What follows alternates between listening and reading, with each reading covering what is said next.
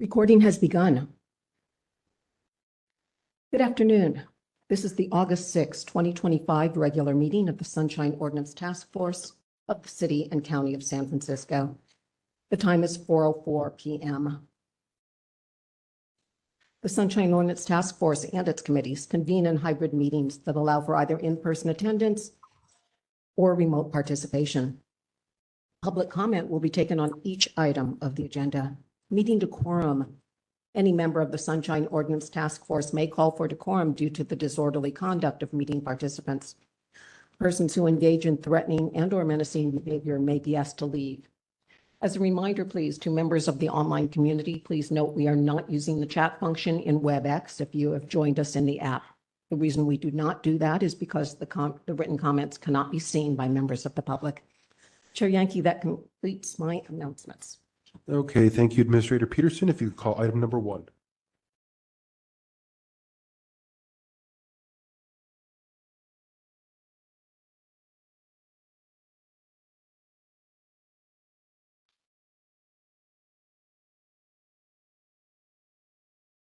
Item number 1, call to order, roll call, and agenda changes.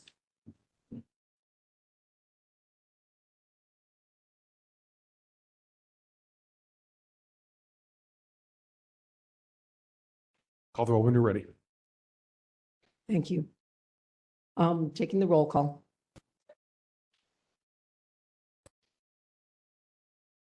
Member Schmidt. Present. Member Schmidt, present. Member LaHood. Member LaHood, absent. Member Sugarman. Present. Member Sugarman, present. Member Kumar. Member Kumar, absent. Member Anderson. Present. Member Anderson, present. Member Highland. Present. Member Highland, present. Member Pilpel. Present. Member Pilpel, present. Member Wolf. Present. Member Wolf, present. Vice Chair Stein. Present. Vice Chair Stein, present. Member Yankee. Present. Member Yankee, present. And let's call the ex officio seat as well. And Member Livingston. Member Livingston, absent.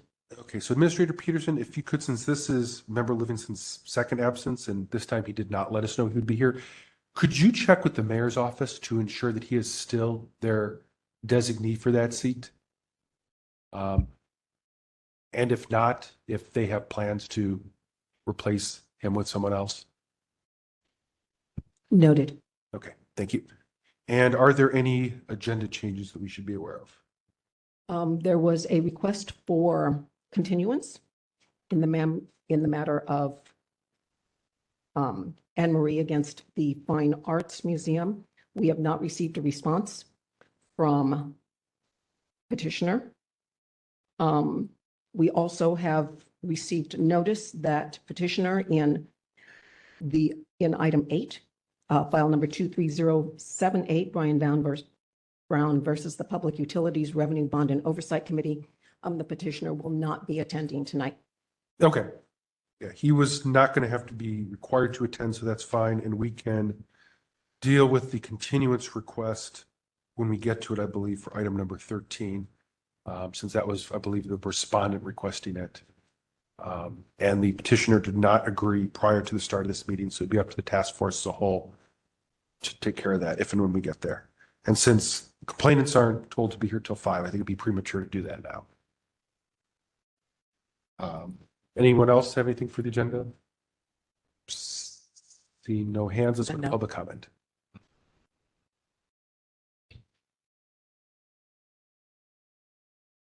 Taking public comment on item 1. Anyone in the room wishing to make public comment, please approach the podium at this time. If you're in the online community, please raise your hand in the app or press *3. We have no one approaching the podium. One hand raised. Hello, caller. Do you wish to make public comment on item 1?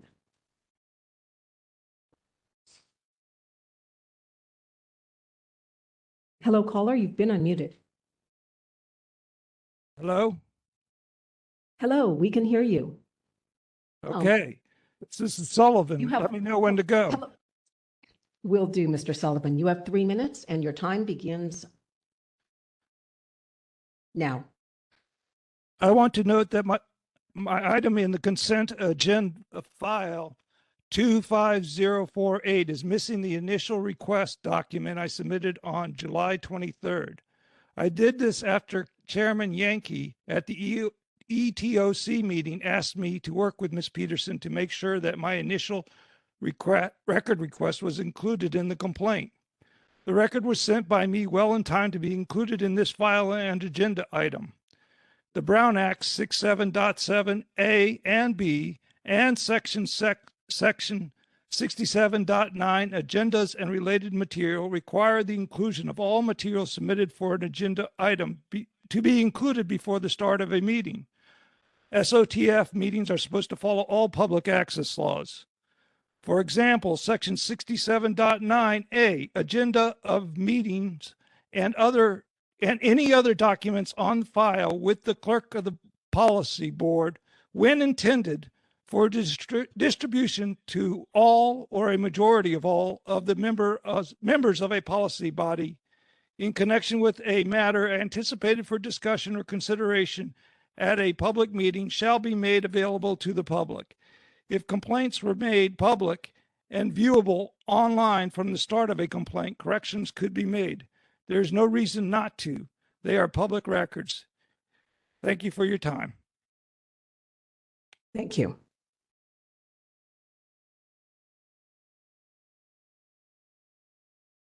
Any other public commenters?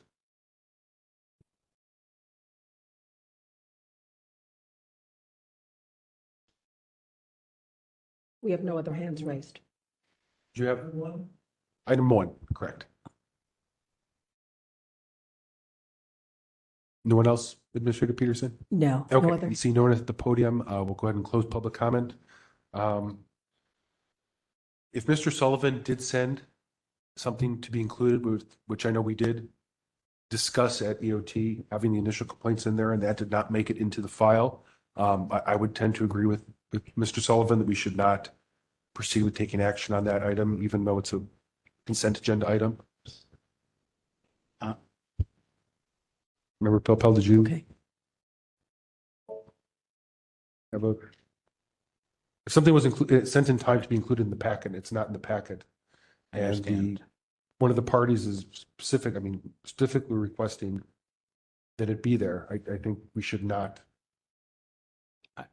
I'm just thinking out loud. First of all, if that's on consent, then maybe again, we don't deal with that until 5. And secondly, if it was something that we requested, but wasn't necessarily material to making the determination, then maybe that's a good to have, but not need to have. And again, maybe that's something that we discuss at 5 when we get there. But I'm taking into account the comment that was made. I don't think it was something we said had to be there, but we discussed that it should be there. Nonetheless, I believe that if something was submitted and the petitioner feels it was material, which obviously he did, I think it's in our best interest for transparency's sake to continue it. Could I ask for clarification? You mean continue it to the next consent calendar? Correct. To be continued to the next consent calendar with the inclusion of the additional materials. I think that's just the safest way to do this. Okay. If you make the motion, I'll second it. Okay, I will move to continue item number 11, file 25048, until the next meeting on the consent agenda with the inclusion of the materials sent by Mr. Sullivan. Second.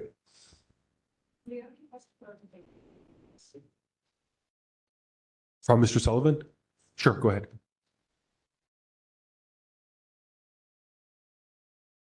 Mr. Sullivan.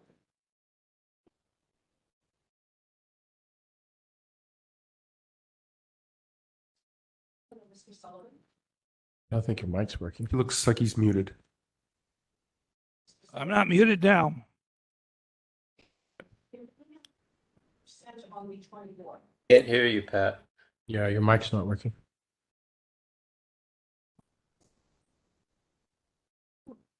For those online, Administrator Peterson's trying to fix her microphone.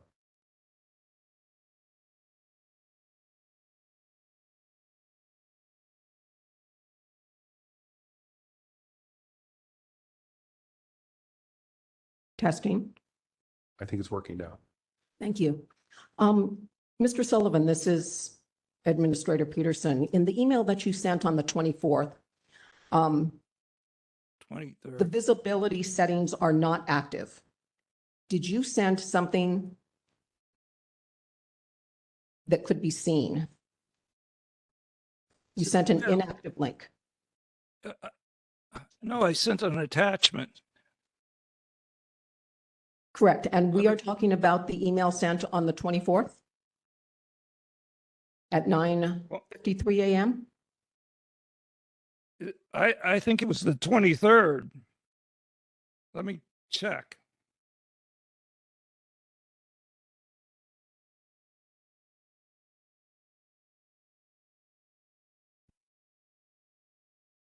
There was a button that needed to be clicked to enable visibility of what you were sending. And I'm sorry, I did not respond to you on this.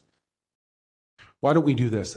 If you and Mr. Sullivan could work that out between now and when the next agenda gets posted, we can be absolutely sure that way that the right thing is in there. So that was moved by Chair Yankee? Yes, seconded by Member Schmidt. Okay.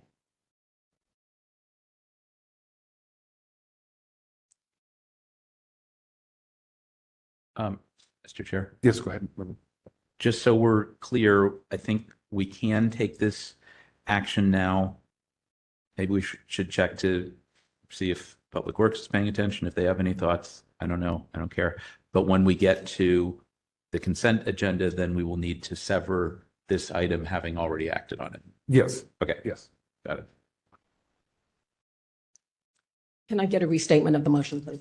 Yes, it's to continue item number 11, file 25048 until the consent agenda on the next meeting with the inclusion of the materials sent by Mr. Sullivan.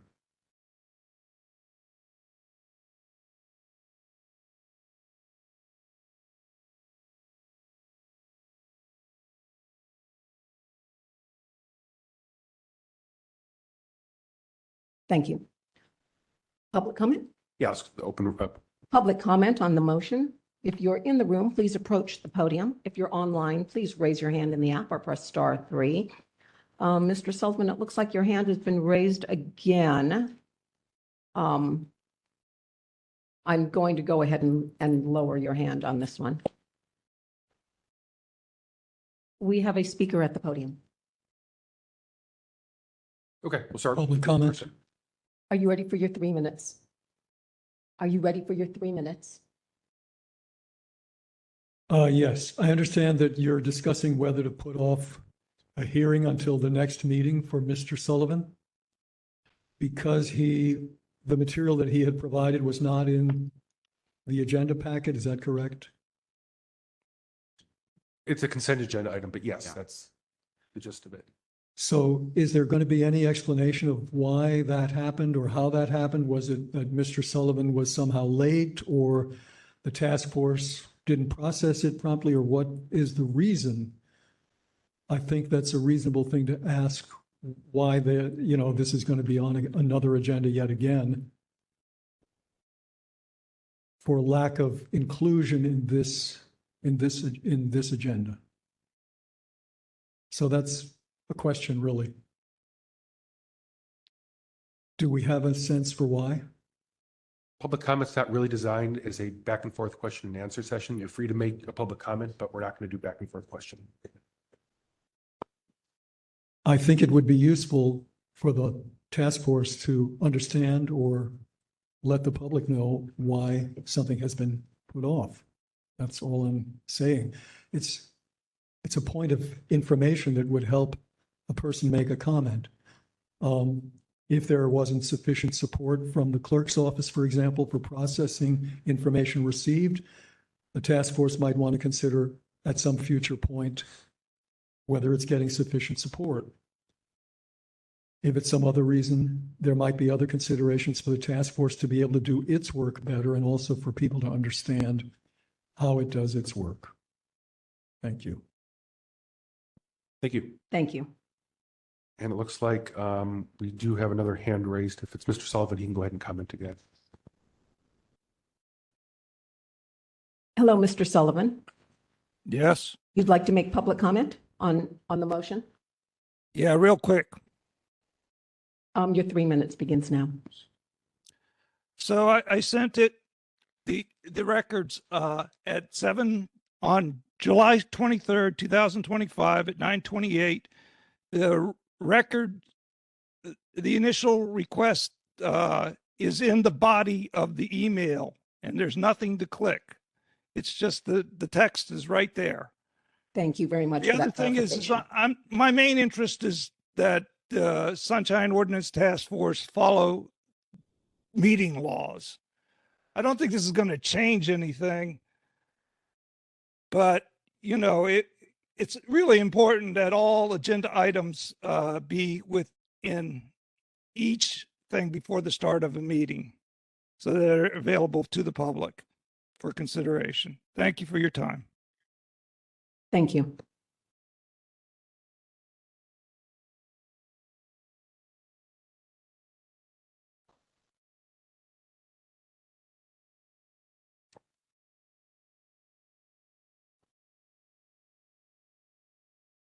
We have no other hands raised, no one approaching the podium. Okay, we can go ahead and close public comment, and I believe it's time to take a vote on that then.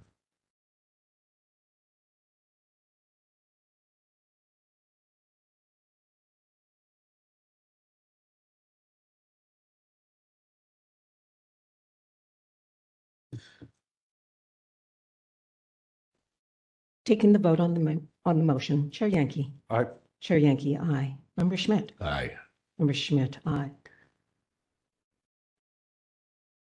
Member LaHood, absent.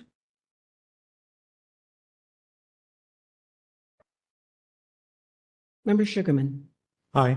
Member Sugarman, aye. Member Kumar. Member Kumar, absent. Member Anderson.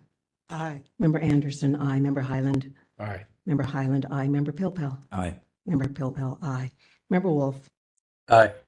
Member Wolf, aye. Vice Chair Stein. Aye. Vice Chair Stein, aye. 8 ayes. Okay, that motion passes, and we're finished with item number 1 and can move on to item number 2.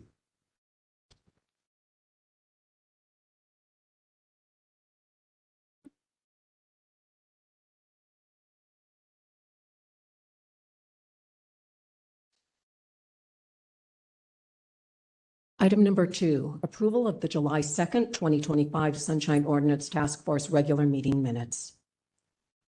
Okay, does anyone have any edits to these minutes? Member Popo? Yes, a number of edits. Most are non-substantive. Let me just go through on page 1 in the block. It was actually a 4 p.m. meeting, not a 5:30 p.m. meeting. Under item 1, ex officio member Livingston was absent for the meeting and not present.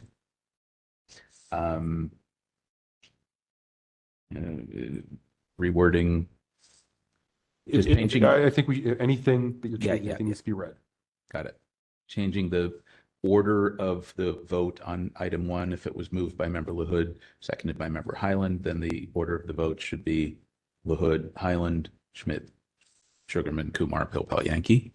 On item 3, approval of the orders, that member LaHood disclosed that had she been present, I think it reads better to say for the hearing on file number. And my notes indicate that I made the motion to approve the orders on item 3. So that would be moved by member Pilpel, seconded by member Sugarman, and the vote order changes as a result. On item 4, the Ethics Commission meeting, I would make reference to the show cause hearing was on June 13th, 2025. And then on the last line, attending the next Ethics Commission hearing on July 11th, 2025. So those dates are clear that we were talking about 2 different meetings. I did not understand on item 5, the 1, 2, 3, 4, 5, the 5th line, by bolstering the Sunshine Ordinance through amendments or writ. I didn't understand what that meant in this context. On page 4, task force members discuss the staffing and agenda for the July EOT meeting, lowercase members, there's an extra space. On page 5, under item 9, member Wolf did vote on that matter. So I would move the note that member Wolf was noted present at 529 just ahead of the action block. Still stays, but it just moves it in sequence. On page 6, the action related to the Zach Parnasi's matter, the last line, that the notices are posted where they are easy to find and accessible, not there. The correct text is actually in the proposed order, but somehow it got mucked up here. The couple of instances where the meeting was in recess, I think it's better to say the meeting was in recess rather than the task force was in recess. Bottom of 6 and top of 7, the note that items 11 and 12 were called together. I think that should be called out as an item rather than buried on item 12 as a parenthetical, which makes it look like it was part of the header. Adding MTA to Caroline Salaya on page 7. On item 13, complaint filed by Anne Marie, insert the word by. On page 8, the 2 references to immediate disclosure request, capitalize ID and R. Meeting CC. Oh, page 9. The action passed with an extra S. Remove that. That's on item 15. And add a period and add the word none, add a comma. That's it. That's what I have. Okay, thank you, Member Pilpel. For the record, Member LaHood is present at 4:27 p.m.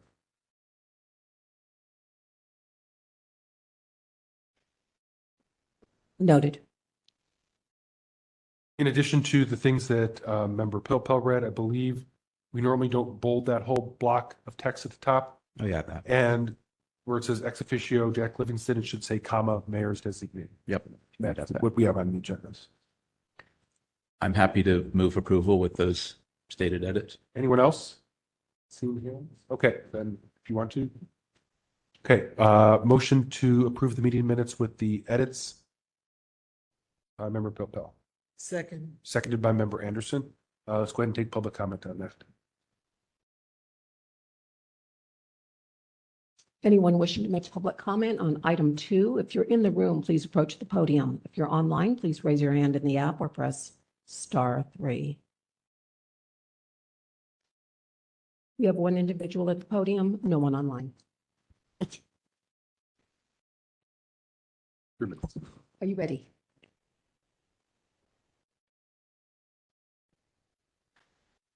Are you ready? Yes. Your time begins now. I'm Peter Warfield, Executive Director of Library Users Association, Library Users 2004 at yahoo.com, and P.O. Box 170544, San Francisco, California, 94117-0544, for those who care about privacy of their communications. That is the post office. With respect to the draft minutes,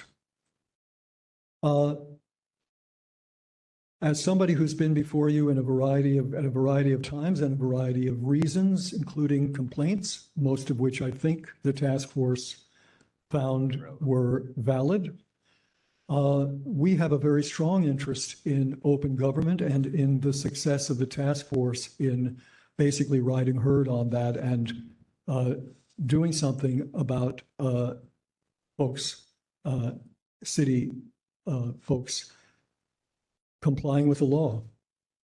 I also think that the task force should be an example of openness and of clarity with respect to all of its activities.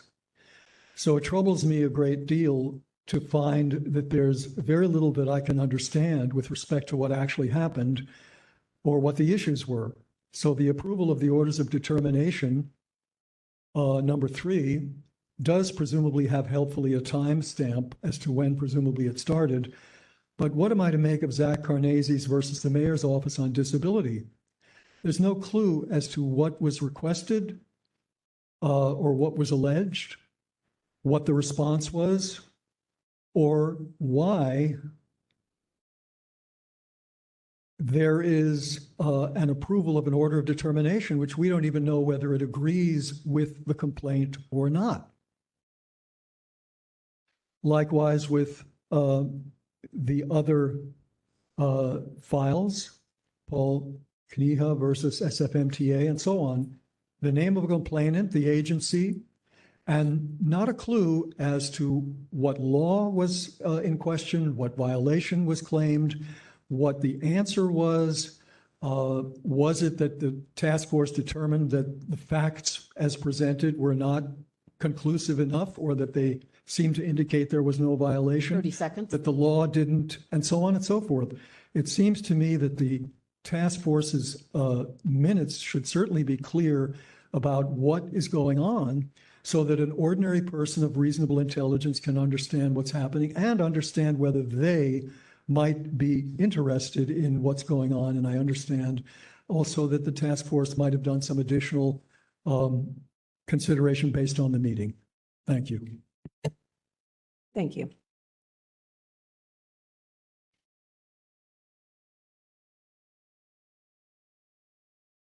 We have no one else in the queue. Okay, let's go ahead and close public comment and move to a vote on that.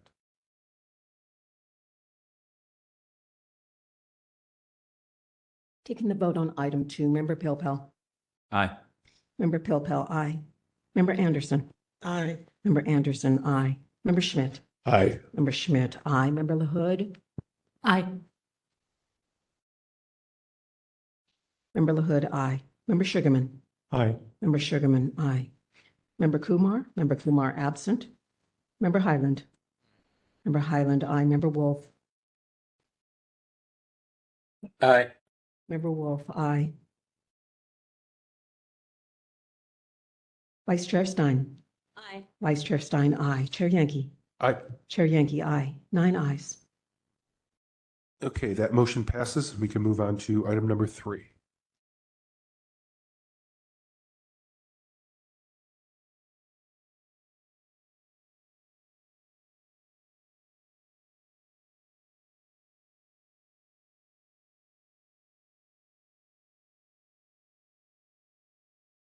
Item number 3, approval of orders of determination.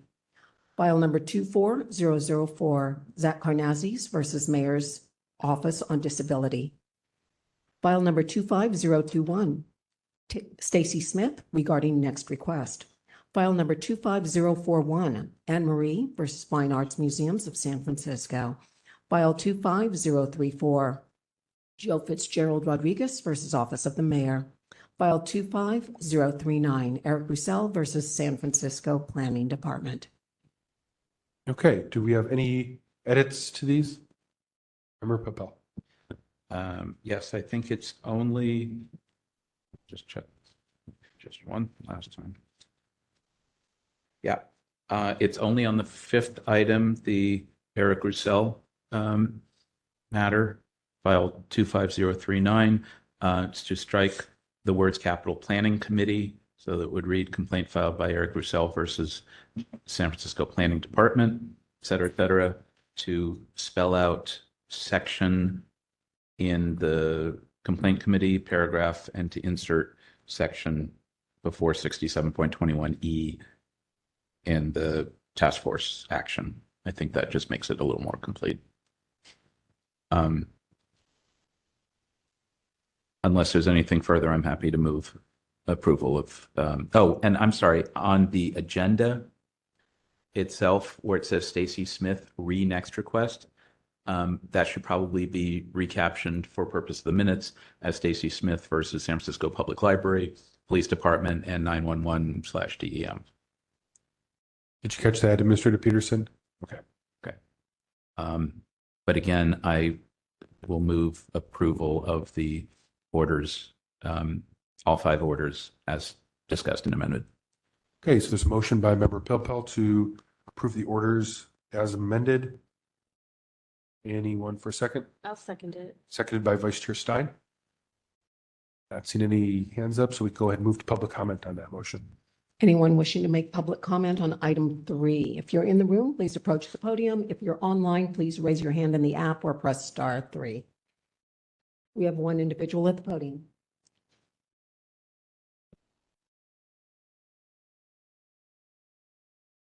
Are you ready, sir? Peter Warfield, Executive Director, Library Users Association, Library Users 2004 at yahoo.com, and P.O. Box 170544, San Francisco, California, 94117-0544. We don't have any connection specifically with any of these orders of determination that you're approving in a group. But once again, I think it's a real disservice to the public and to yourselves. If somebody wants to understand what happened, there is not sufficient detail, even in its most basic form. We see here on file number 24004, Zach Carnazes versus Mayor's Office on Disability. The wording other than the number is precisely the same as on the minutes of the previous month's minutes that also had exactly the same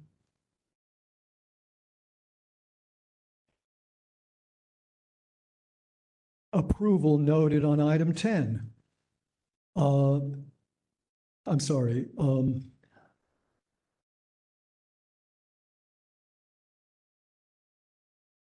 On page 2 of the meeting minutes of July, we see file number 23092, but the wording is precisely the same. Zach Carnazes versus Mayor's Office on Disability. Well, if somebody says I'm concerned about or interested in, or you should have a look at Zach Carnazes versus the Mayor's Office on Disability, which one is he talking about? How far do you have to go to distinguish one thing from another? The wording in plain English doesn't tell us anything other than the parties. There's not anything about what the complaint was. It's not anything about what the response was. There's nothing about how or why the task force approved an order of determination. And I believe that we don't even know whether it approved or disapproved finding a violation on the complaint. So this is almost no information at all with respect to what happened. And I think it's really a disservice to the public and yourselves to not set an example of informative minutes, just as you should have informative agendas, which in this case isn't very informative at all in the same ways as I've described, just the parties, and that's it. Thank you very much. Thank you.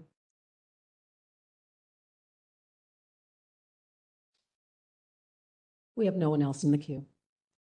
Okay, we'll go ahead and close public comment and you can take the vote on that.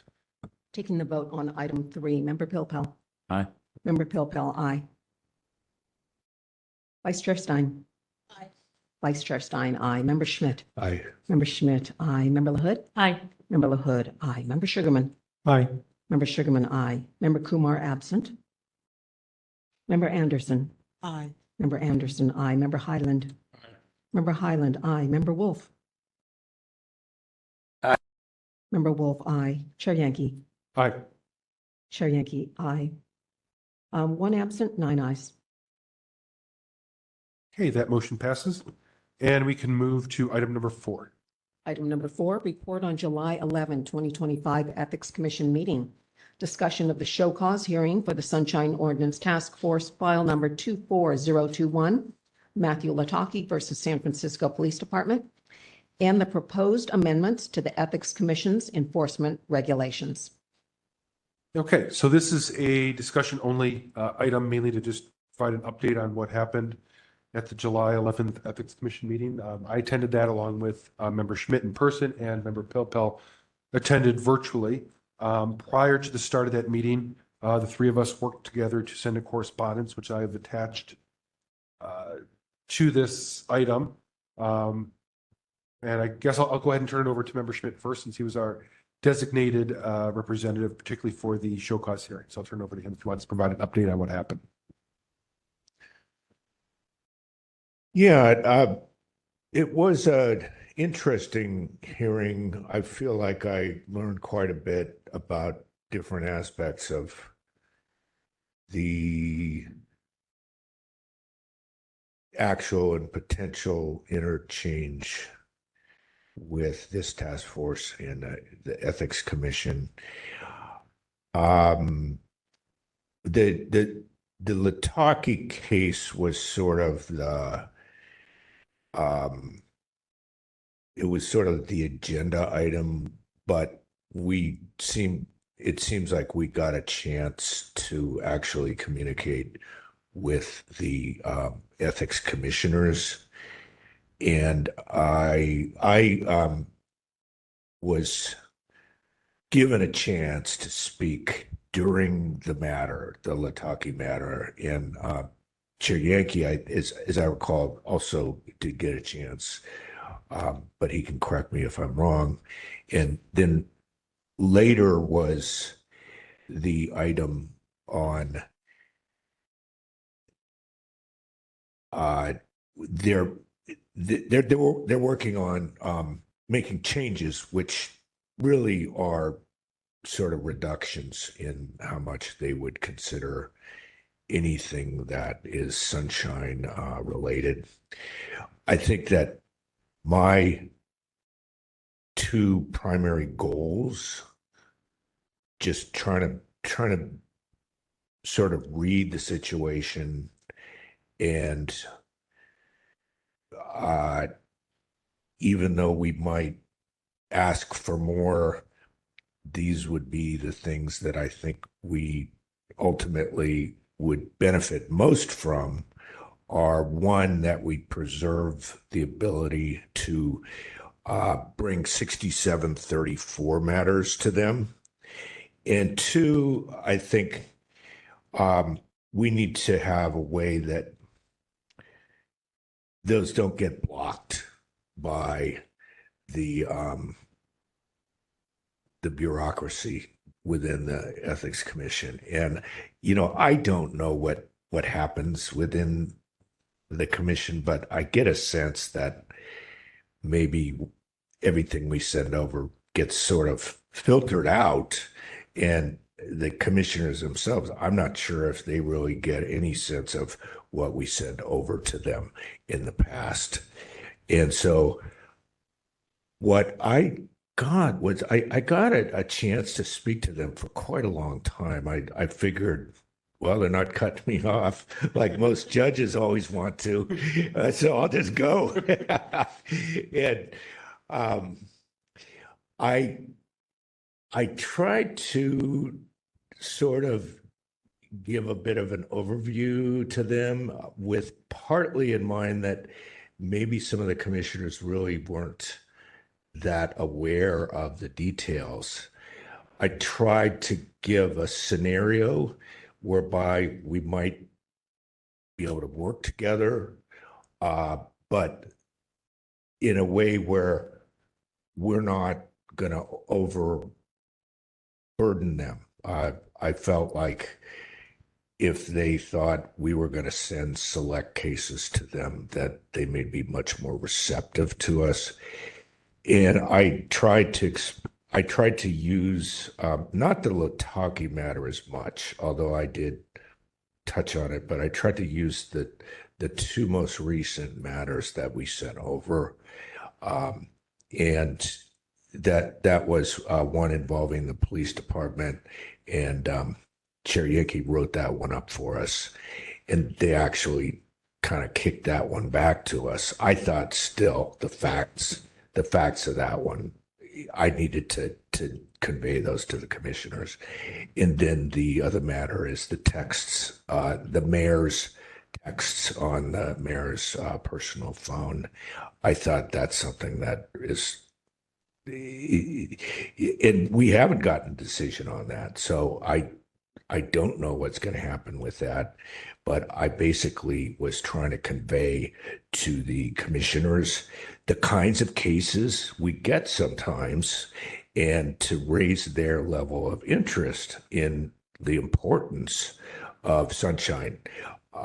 In, you know, in a lot of cases that we actually see, we're not, they're, they were told as commissioners by their, I'm calling it bureaucracy, but their staff.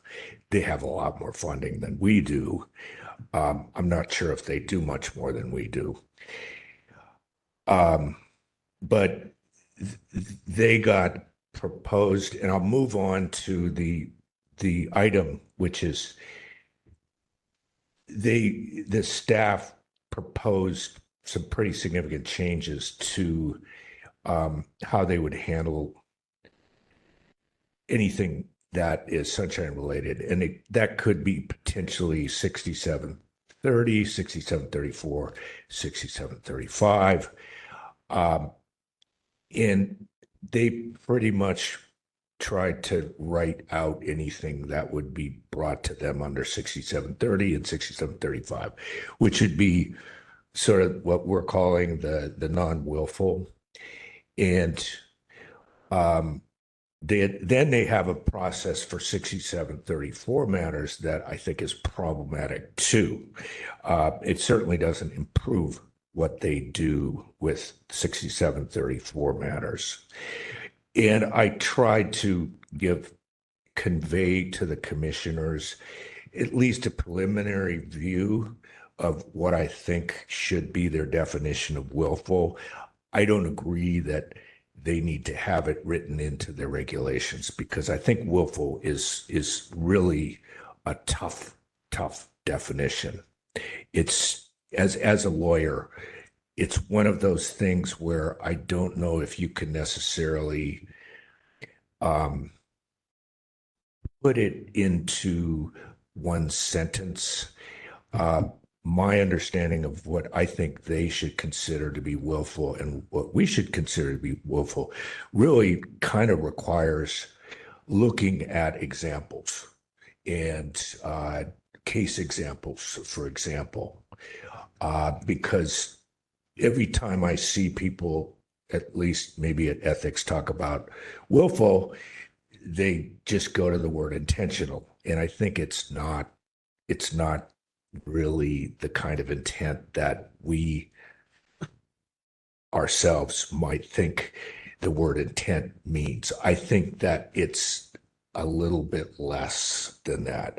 And the way I say it to them is, it's an intention not to violate the law or to get the ultimate result that happened, but it's the intention just to do the acts that you did, as opposed to doing them in a way where you failed to, you may have been negligent, you failed to do them correctly, but you maybe made a mistake that was not, it was not sort of within your intent to do so. I think that's really kind of what we covered, both in the section where we were talking about the Latake case and in the section with their proposed amendments. I got a sense that, and I think I'm being a little bit alliterative, maybe. I'm not sure what the word is, but it feels to me like the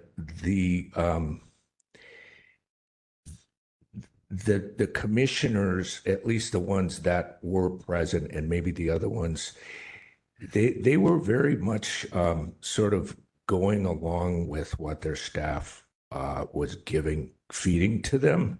And it seems to me that the way they've structured themselves, the staff really is sort of controlling the commissioners themselves.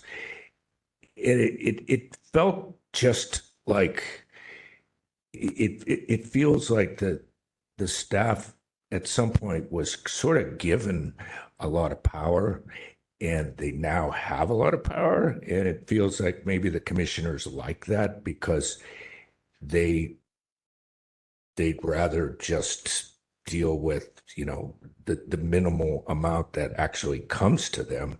I looked at the two agendas that we dealt with in ethics, and it looked to me like they do a lot less in their meetings than we do in ours.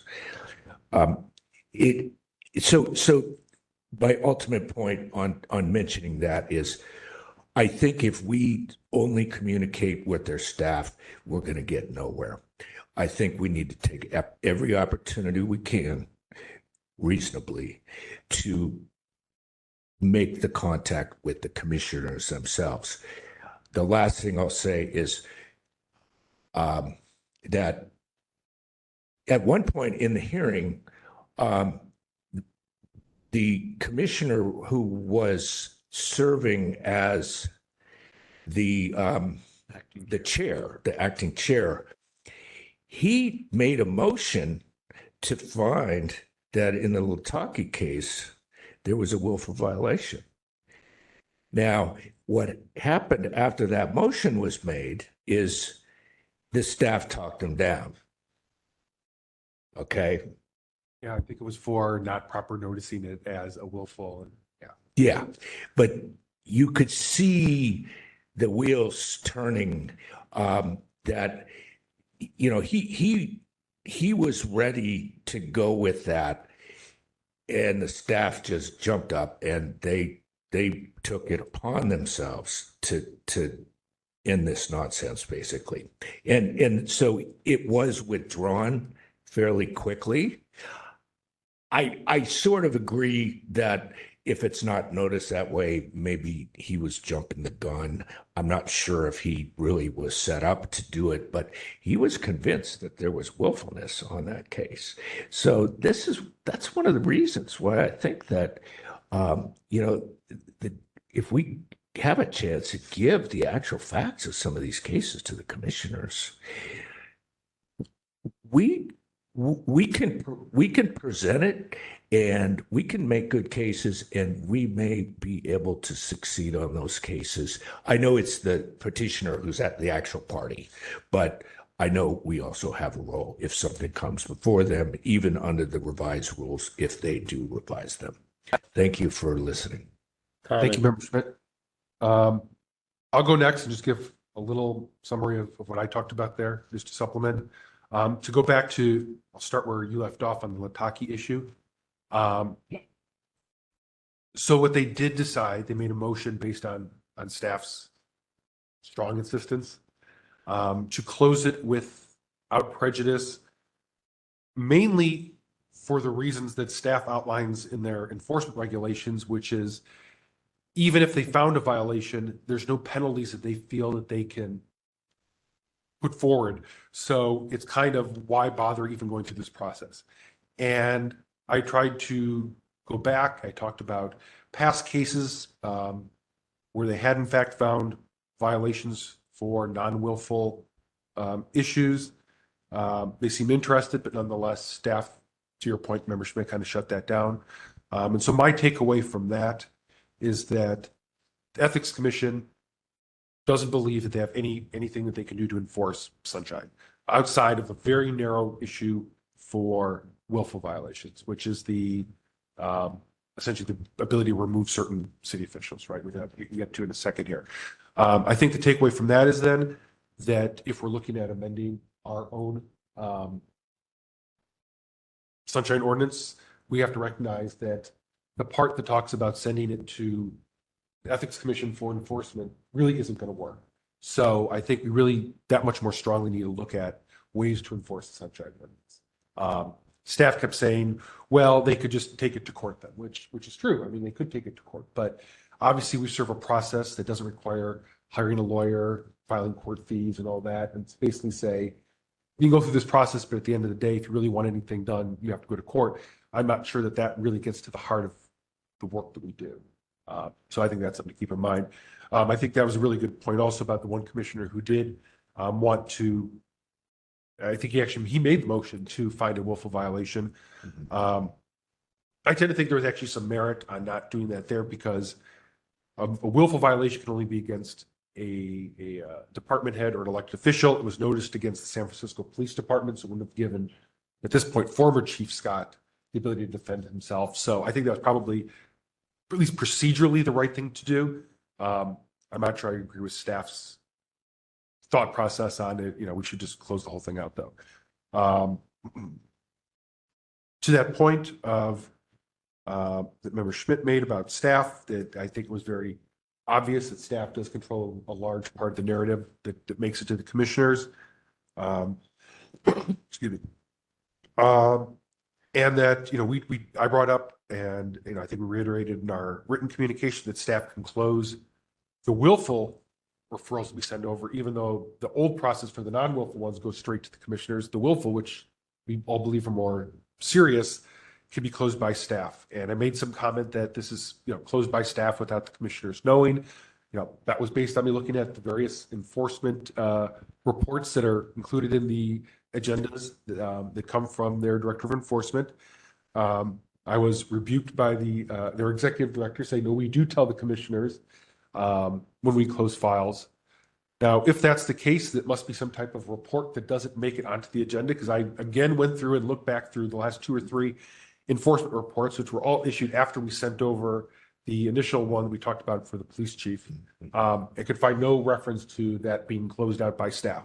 So if they're sending reports to staff, it's not being done in a transparent manner. And members of the public or us can't see what it is that staff is telling the commissioners. It could be a very lengthy thing. It could be one sentence. It could just be, these are the files we closed administratively. I really don't know. But to that point, I think, that's why I wanted to really push forward the point that I think when we send things over for willful violations, it needs to go before the commissioners. We need to have a public process. We don't send, I think it's less than 2%, maybe less than 1% of the cases we hear if we ever referred over for willful violations. And to the other point that Member Schmidt was making, there seems to be a disconnect between what staff views as a willful violation versus what at least one commissioner and perhaps the other two were willing to feel a willful is. And I think that's the biggest issue, is that I think staff's bar for what a willful is perhaps much different from what the commissioners feel it is. So staff may be closing files that are sent over as a willful, even though the commissioners very well may be open to considering that. So I think that's all I had. Member Popel? Yeah, I don't have much to add. Ditto what was just related. I think very briefly, in my view, the Lataki resolution was not what we wanted, but it also wasn't a bad resolution. They had considered at the previous meeting referring it back to us. I think that would have been a bad resolution. They could have found no violation. They did not make that finding. So I think just not taking action in the way that they did was acceptable. It wasn't the best outcome, but it wasn't the worst. And hopefully that'll proceed as Mr. Lataki takes it. It was also very instructive to the second discussion about the enforcement regs and our consideration about how to amend the ordinance. As to that second matter, the enforcement regs, there was a greater discussion about that. I think in a way it somewhat surprised the commissioners that there was that much interest by us or anyone, frankly, on their enforcement regs, because there isn't a lot of interest in that. I just did a quick search. They have another meeting this Friday that we should consider attending. There's a new memo with new proposed regs. I haven't had a chance to read that yet. We should probably do that because they are considering adopting the revised regs this Friday, which, again, I didn't get that far, but I suspect it still probably doesn't do justice to the comments that we made and the case that we made. And I suspect that their commission may still be interested in our involvement and participation. And then just finally I spoke to this a second ago. I think having our involvement with that commission was helpful on substance and on the optics, that we care about the work that they do, that we want to be a useful partner with them on enforcing the ordinance with our limited ability to do so, with their limited ability to do so, that, you know, with our small powers taken together, that we can actually maybe do something, and that we have a greater view of what their powers may be than they seem to have. Anyway, I'll leave it at that. But again, I would say that we've got another opportunity this Friday, and I will try to involve myself there and see what we can accomplish.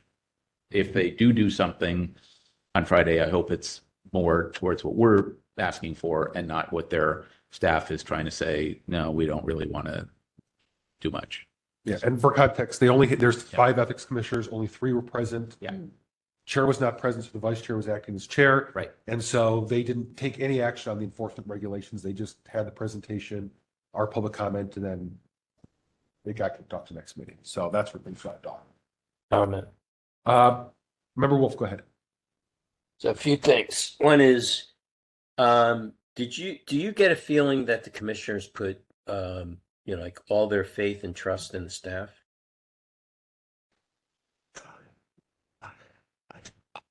Well, I'll answer first on that, Member Wolf. That's a great question first. I think that the commissioners put a lot of, they depend on the staff to know the subject matter. And it seems to me that the commissioners are maybe somewhat, Figureheads? they probably don't know the full extent of all the laws that they are supposed to be enforcing. Maybe they may be new. They seemed like very sort of surprised by a lot of things.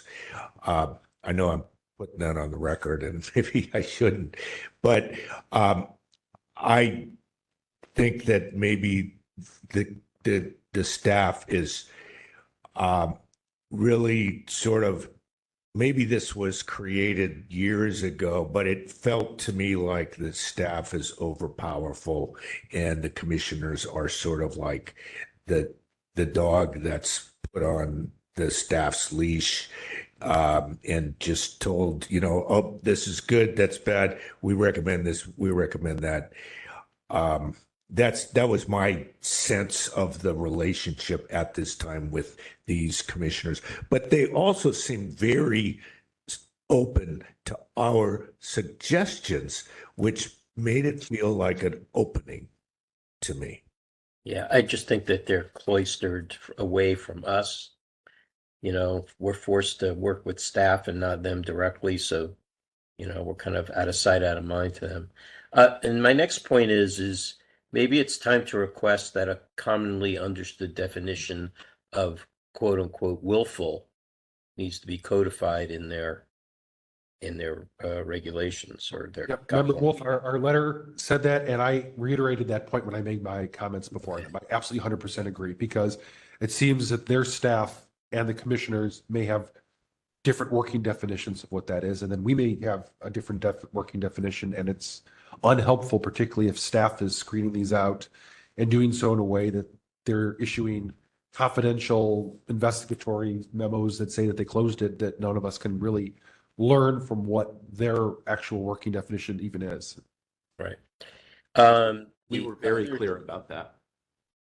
Yeah. So the other thing about that is, non 6734 willful failure requests for review goes directly to the commissioners. So instead of doing a willful failure 6734, maybe there's another provision that we could use to say that this is you know, just to be able to get it in front of them. Right. So Member Wolf, that's our problem with their enforcement regulations. Staff has now written that process out. So the Oh. only vehicle to send anything over would be to go through staff.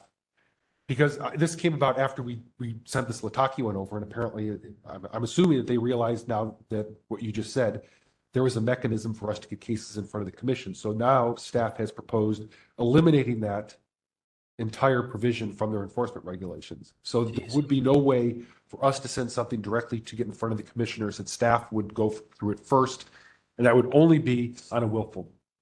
So there would be no non-willful. That's all gone. Willful would remain, but that would go through staff first. Well, if we can't get to the commissioners to convince them or influence them to disallow that provision to be approved, then maybe we need to go to their appointing bodies or officials. Let's see what happens on Friday is what I would say. Okay. My last point is, you know, if we're looking for some sort of penalty or some sort of enforcement, maybe just having that a complaint was brought up as, you know, a 6734 and put on their record without them having to actually do the whole rigmarole of official misconduct.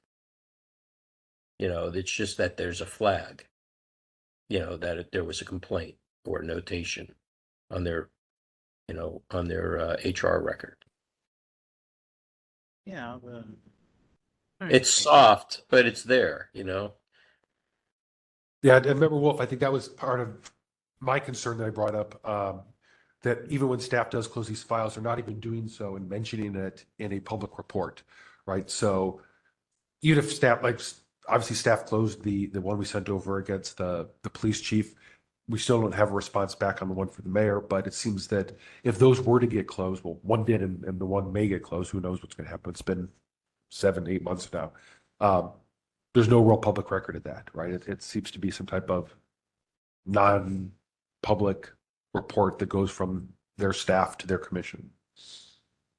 I don't know, maybe we should be written in that we would get the results, but that we can only know about it or be presented by it in a executive session, which forces us not to make it public. I'm going to add one item that I think is significant. It appeared to me in the proposed changes in the arguments where the staff sort of characterizes anything that this task force sends over as minor, incidental, accidental kind of things. I mean, they use that language, and that I actually sort of mentioned some of that, and I said that's not how it is. You know, use the majority of your public comment for that. Yeah, they're not. You know, and we do have some, but you know, not a huge amount. That's part of how the staff is arguing, and they take basically a shot across the bow at anything sunshine related by saying that the Ethics Commission only has jurisdiction over what they're given in the charter, and therefore, since sunshine is not about the categories that are listed in the charter, that they can't consider sunshine. That's part of the logic. And I have to guess that there's, whether it's city attorney or some kind of legal advice that is reaching the staff. Basically, they have come up with a reasoning, which I disagree with, that the Ethics Commission can't touch our stuff at all because they cannot, because the charter basically, by saying that they have those authorities, also limits to them to those authorities. I don't think Sunshine is within those authorities. I agree with that point, but I don't see how an ordinance passed by the voters, which tells the Ethics Commission to do something additional to what's in the charter, I don't see why that is somehow. I didn't see any theory about why that somehow can't be added on to what the Ethics Commission does by, creating the Sunshine Ordinance and naming them specifically. Is the charter trumps the ordinance? Well, The charter will trump the ordinance sometimes, and that's sort of what their argument is. But there's no contradiction. That's the thing is I don't see that this would be a situation where there's nothing about what the charter says that contradicts. But that's what they're saying is like it somehow impliedly contradicts. But I think they're wrong. Right. It's as if the charter were to give them jurisdiction over A, B, and C. They're saying that doesn't allow an ordinance to also add D. Now, there's nothing in the charter that says they can't add D. They're just saying because the charter doesn't have D, that unless you were to particularly amend that part of the charter, an ordinance can't add D. and in fact, there are plenty of examples of where the charter allocates powers and duties to various bodies and various ordinances added additional powers and duties to charter bodies. Exactly. Which was discussed for 2.5 hours in this room earlier as to commission streamlining. Let me say a few quick things and then I'm eager to move on. For our next agenda, could we have an update on this item to report on this Friday's meeting and whatever happens with their regs? Number two, I agree with Member Wolf as to at least, it may seem minor, but maybe it's not that minor because who knows these days, that at least in their regs, when they make a determination, if they make a determination at the staff level to dismiss or adjudicate a complaint, that should be communicated to us and perhaps the underlying petitioner so that it's not just buried somewhere. And if we want to surface that or make it visible, that's on us. But at a bare minimum, if we make a referral, they should respond at some point with what the disposition of that referral was. That was number two. And number three, if we haven't already, can we ask our city attorney team to examine Charter Section 15.105, C 3.699-13, and 6734 and 6735 to see on our side what the legal view is of their ability of the Ethics Commission's power and authority to deal with referrals from this task force. I don't know that we've ever gotten a memo explaining that, and whether we like it or not, we might benefit from that analysis. I'm just asking out loud whether that makes sense to ask. I think that's a very valid request, and our city attorneys, if they were to get that request, I think that there's something there. I mean, they would understand, oh, I'm looking at the charter provision, I'm looking at 6730, 6734, 35, and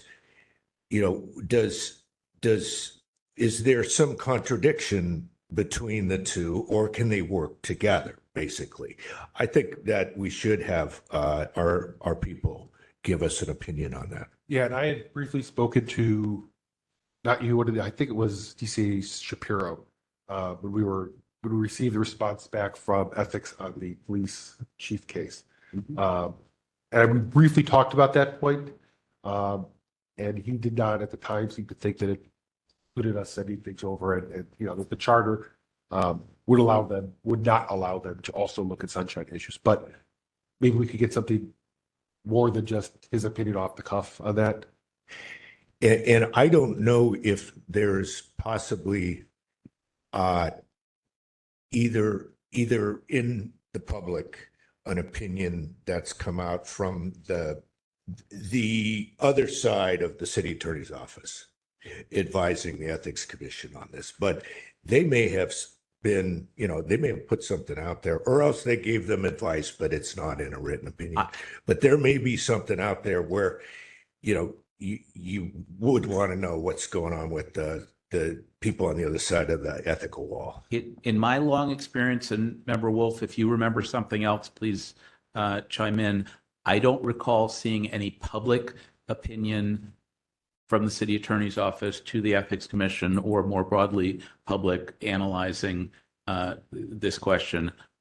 To be clear, I'm not looking for a 20 or 100-page analysis, just a simple view of how the pieces fit together within current law, and then we might consider other ways to structure it in the context of a rewrite of the ordinance. But just, sort of like, given that these are the designated powers of the Ethics Commission under charter provisions, and there are these provisions in the ordinance, how do you reconcile and harmonize them? What powers does the Ethics Commission have with regard to referrals from this task force now?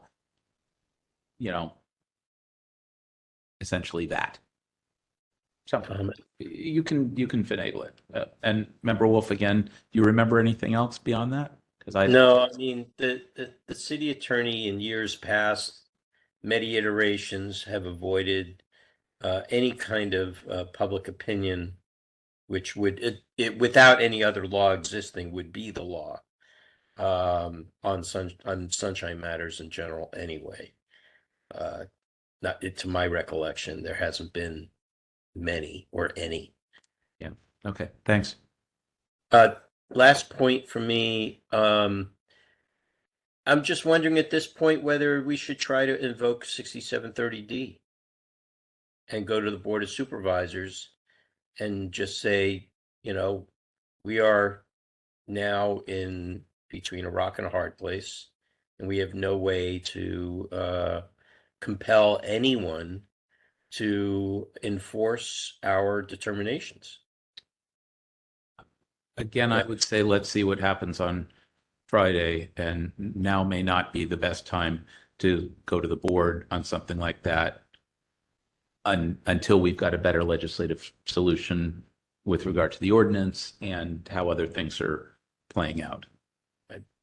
Then I would, then I think having all this talk then is just meaningless. If we're not going to try to find a solution to resolve it, we're not going to get it by what's written in the ordinance, except if we go to the Board of Supervisors and request for additional powers. If I could say, if I saw a developed proposal of that kind in this task force, if it came before us at a hearing, I would consider voting for it. I think that if one of the members here were to develop the proposal so that it was, something that would be viable, including going to the Board of Supervisors, I would consider voting for it. That's all. Yeah, to that point, two things. Number one, I believe I asked our DCA last time to actually explore that topic, what other enforcement mechanisms could possibly we could consider. So hopefully we hear back on that. And the other thing I wanted to give our current DCA a chance to reply to our request to him to see if he had any questions. So I, as you alluded to, Chair Yankee, there was some discussion informally to some degree from Adam Shapiro, I think, at some point about that issue. If it's something where you want a more formal opinion, we're more than happy to prepare that. And if you'd send us, it sounds like the question is, well, before I kind of define what the question is, I think it's better if we get it in writing, both the particular sections that Member Pilpul was talking about, as well as the specific context, if that's what you're interested in, or more generally, or both, so that we have an idea of what it is that you want, so we can prepare something. Okay, so Member Pilpul, I'll work with you and we can get something to you then after this meeting, the next couple of weeks in writing. Or did you? I'll take a look too. You'll take a look. Yeah, Okay. I might, I think it's very, very simple how we phrase it. Yeah. But I'll be involved in that. Anyone else they want to hop in and join the discussion? I would just encourage anyone, any of us, or any members of the public listening. Obviously, like Member Pilpul said, this is going to be heard by the Ethics Commission again.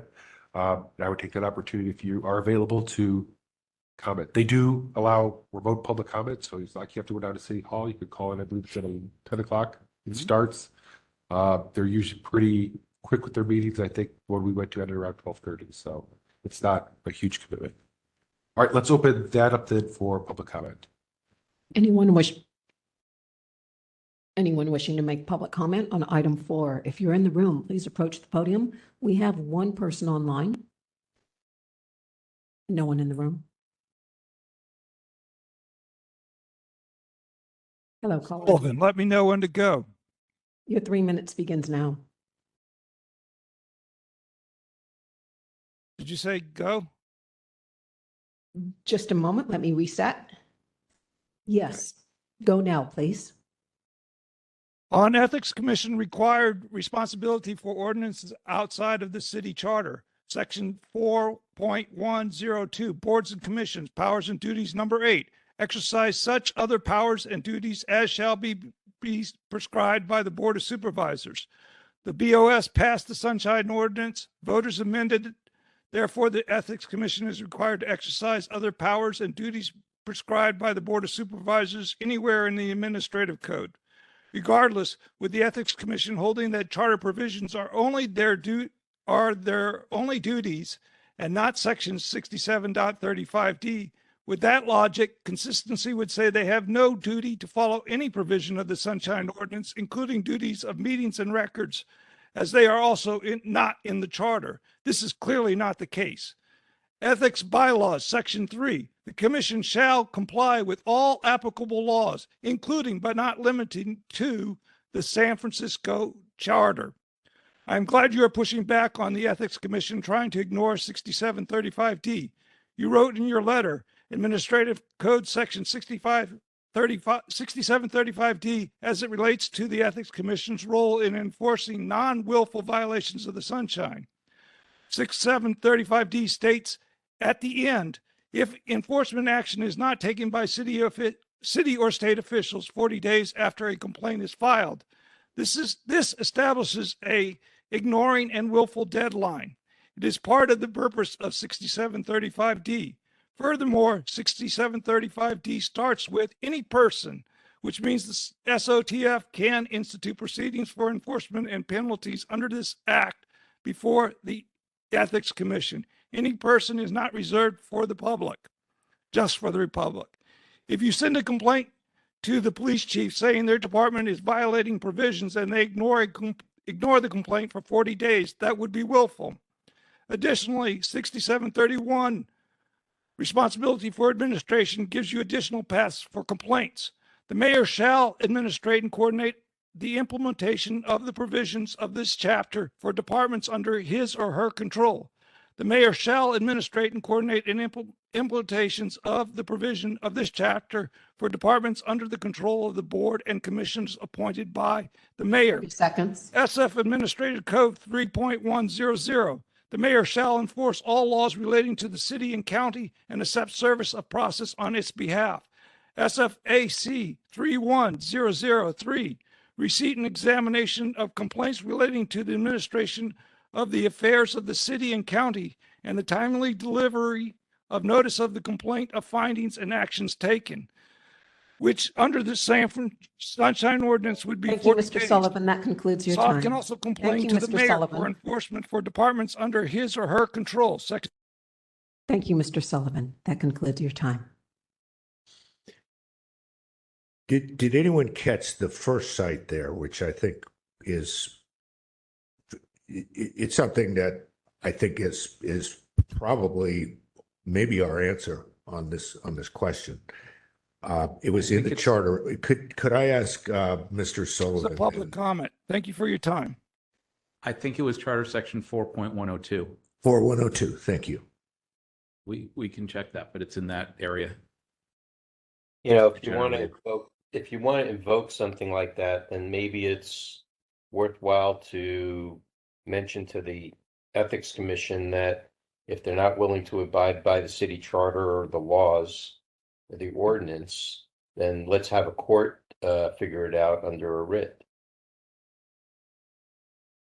And if the court finds in our favor under a writ, then they're going to have to follow the law. It's not going to cost the city anything, really. For But some reason, I'm slightly more optimistic about how Friday's going to go, but I could be wrong.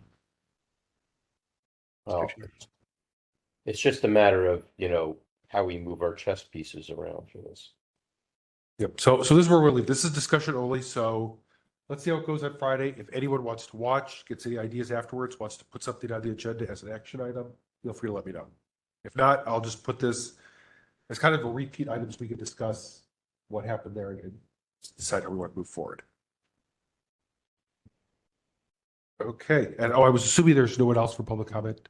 There's no one else in the queue. Okay. So I think we're going to close public comment, move on from this item. It is No action taken. no action taken. It's 5:27. So we'll come back to items 5 and 6, but we need to move on to item number 7. Item number 7, public comment. Members of the public may address the committee, the task force, on matters that are within the task force's jurisdiction, but not on today's agenda. If you're in the room, please approach the podium to make public comment on item 7. We have one caller online. Hello, Mr. Sullivan, is this you? Yes. And you'd like to make public comment on item 7? Is this the public comment period? That is correct. Would you like to make public comment? Yes. Your 3 minutes begins now. Having not filed a soft complaint in a while, I reread the complaint procedures before filing. My complaint agenda packet only became available late Friday before the hearing.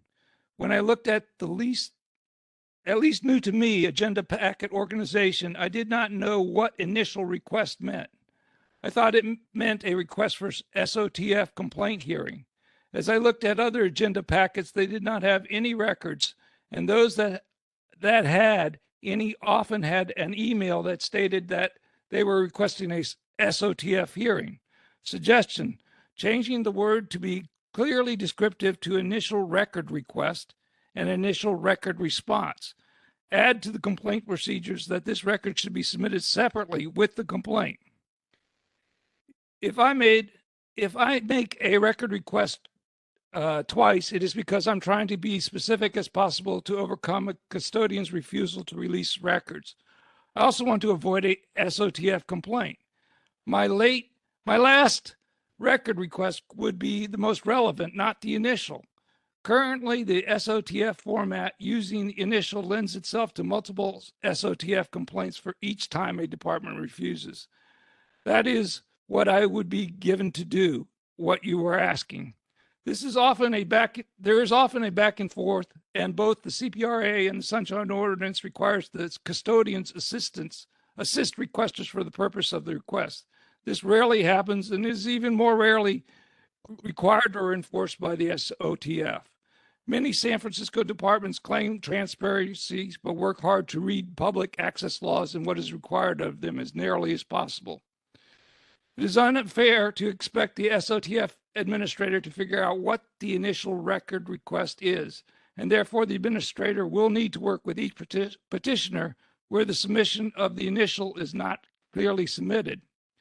I have always argued that all SOTF complaints should be made publicly available for online viewing from the start and throughout the process. This way, corrective and document inclusions can be made before a SOTF hearing. It would lead to a more productive use of hearings. I noticed that petitioners submitting complaints to SOTF on next request records submit screenshots of their record requests. Given the discussion 30 on my seconds. SOTF complaint, where it was argued that screenshots are not copies of records, but a different record, consistency would dictate screenshots of record requests can not be submitted because they are different and not a copy of the record request. You shouldn't vote against copying a method in a SOTF complaint and yet allow the same copy method for a formal complaint. Thank you for your time. Thank you, Mr. Sullivan. We have one individual at the podium. Are you ready to begin? Yes. Your 3 minutes begins now. I'm Peter Warfield, Executive Director, Library Users Association, Library Users 2004 at yahoo.com, and P.O. Box 170544, San Francisco, California, 94117-0544. I am glad to see a few improvements that the Sunshine Task Force has made. For example, it seems as though without explanation to me or anywhere that I have noticed so far, important things that I consider important enough to repeat, such as contact information for Library Users Association, has now been included in the public comments that I've made. Every time that I have made them, at least this seemed to happen at least one time, where previously you felt it necessary or okay to just give our contact information once. I can say that I recall in the past somebody approaching us who said that they had some kind of a problem with getting in touch, but then when they heard me repeating contact information over and over again as a routine on our public comments, this person felt that it seemed as though I was interested in, or we were interested in being contacted, and so contacted us. And I've said before that that's something that I repeat for a reason. It takes time out from my other abilities to make public comment. I'm glad to see there have been some changes made that look like an improvement to your related documents, explanatory documents.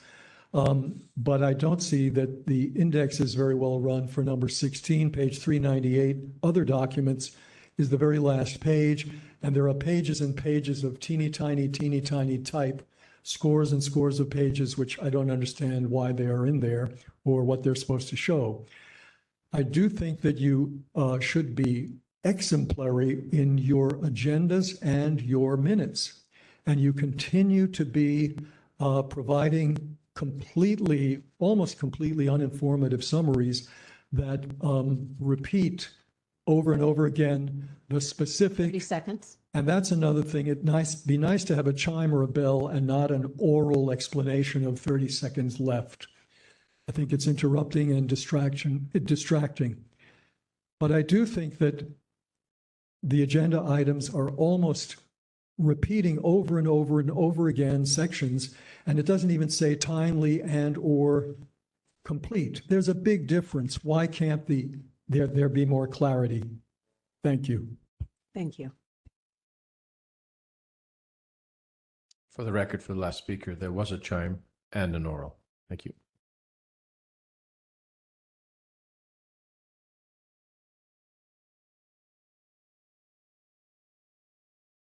We have no one else in the queue.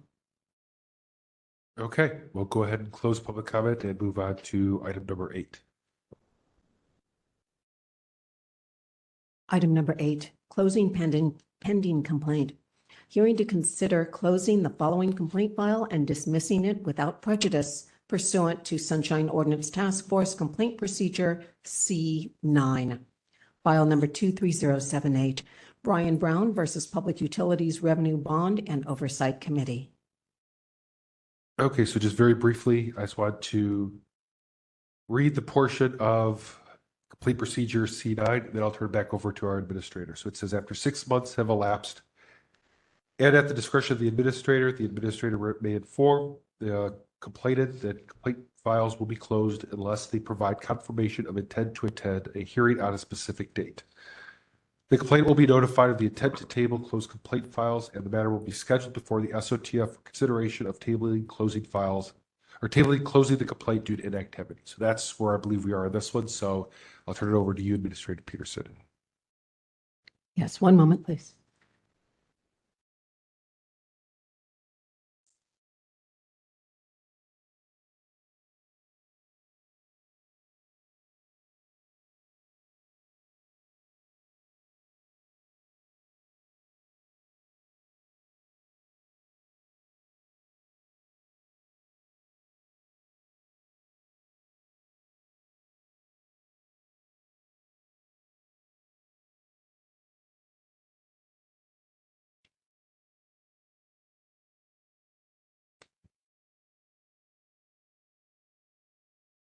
This packet has been broken into elements that hopefully help you navigate the content.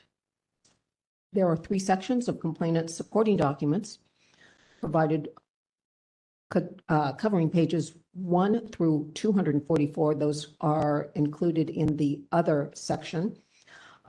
There is also a section beginning at page 31 of the PDF listing the complainant's correspondence regarding attendance at the Sunshine Ordinance Task Force and various committee meetings, which hopefully provides you with background on efforts to schedule this matter before the task force, justifying the reason for requesting administrative closure.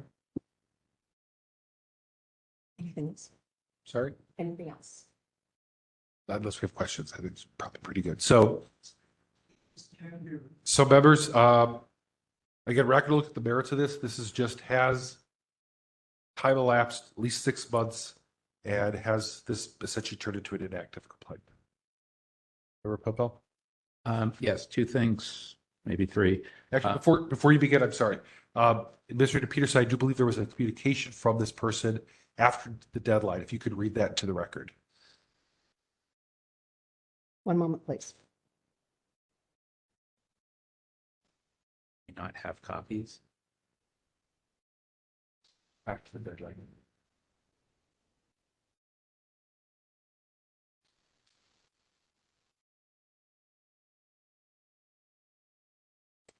On July 28, 2025, we received a communication from petitioner. What date? I'm sorry. When? No, August 1st. The August 1st one, which was a bit after the deadline. August 1st, 2:01 p.m. Just a moment, please.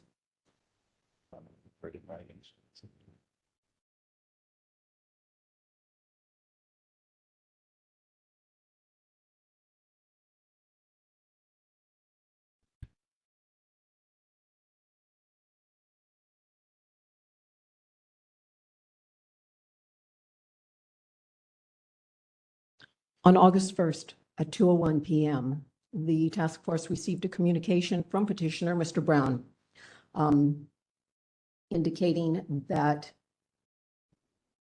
if the issue before us is framed as Brian Brown versus the Revenue Bond Oversight Committee, he would not be attending for the because the complaint is false, defamatory, and contrary to the record. He indicated that he served on the Revenue Bond Oversight Committee and co-authored the very legislation, Proposition P, in 2002 that created it, and his ongoing efforts to uphold the independence that measure required. And his goal is to uphold the independence that measure required and not to attack the body itself. He further noted that if the matter were to be properly understood as a review of serious procedural irregularities, including the falsified and misleading minutes and violations of Proposition P, then he would welcome meaningful participation before the task force. Signed, Brian Brown. Go ahead, Member Pepel.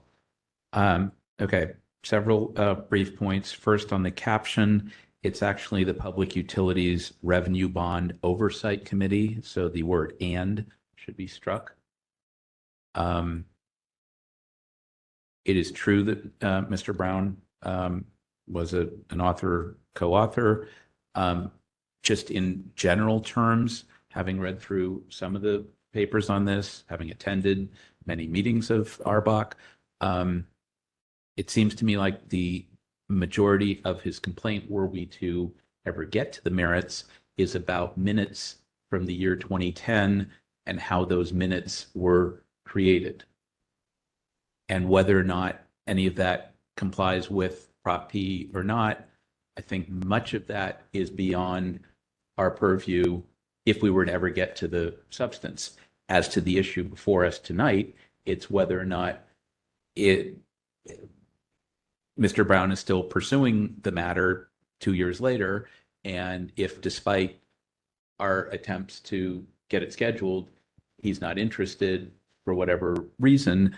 And I appreciate that Section C9 was read. It seems like that is entirely appropriate, and I'm prepared to move or support closing the matter per C9. I think if you file a complaint, you got to pursue it. If you file and you don't pursue it, then we can close it. And we've been pretty consistent about that. It's not specific to Mr. Brown. It's anybody that's got stuff out there hanging. Member Hyde, if that was a motion, I'll second it. Okay. Okay, so we have a motion by Member Pepel, seconded by Member Highland to Comment. close this file. Pursuant to SOTF complaint procedure C9. And Member Wolf, did you have something? Yeah, I have a comment. So the let me see if I can formulate this in a cogent way. I think my concern about this is, I mean, it's not the first time that we've heard complaints about procedural errors or alleged errors of a meeting body. And we tend to try to, have a set of, tight guardrails not to get into that. The thing is then where do they go? I mean, I think we should have at least some response to them to say, if this is a procedural matter and the task force doesn't take those issues up with regards to, because it's more applicable to the characteristic of the body or their own bylaws or whatever, their own procedures. It has nothing to do with necessarily a violation of the Sunshine or the Brown Act. I think we should at least be able to have an answer for them as to where they can find a resolution. Member Hood?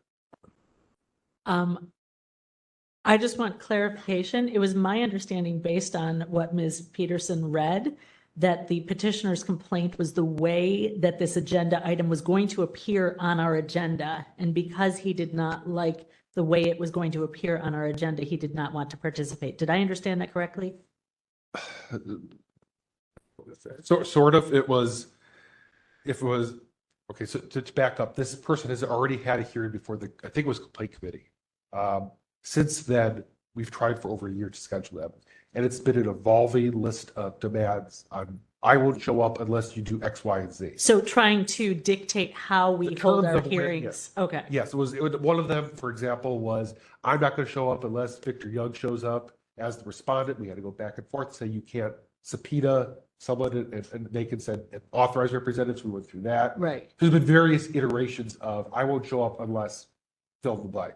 So the latest one is the email that the administrator read. So in which case, so it's not, to Member Wolf's point, it's not that we're not hearing this. We are willing to hear this if the petitioner will show up without making these demands. Right. This has nothing to do with anything on the merits. We're not kicking it out by Okay, thank you. We're saying we'll hear it, but you need to show up. You can't say I'm only going to show up unless you do it on my terms. We're saying this is how you have to show up. These are the procedures. And this individual has refused to show up on what we sent it to them. Okay. Yeah. Onward. Okay, so we have a motion. I think no more hands, so let's move to public comment on that. Taking public comment on item 8. If you would like to make public comment, please approach the podium. If you're online, please raise your hand in the app or press *3. We have someone at the podium. Are you ready, Mr. Warfield? Yeah. Your Yes. time- Your 3 minutes begins now. I'm Peter Warfield, Executive Director of Library Users Association, Library Users 2004 at yahoo.com, and PO Box 170544, San Francisco, California, 94117-0544. We're not a party to this.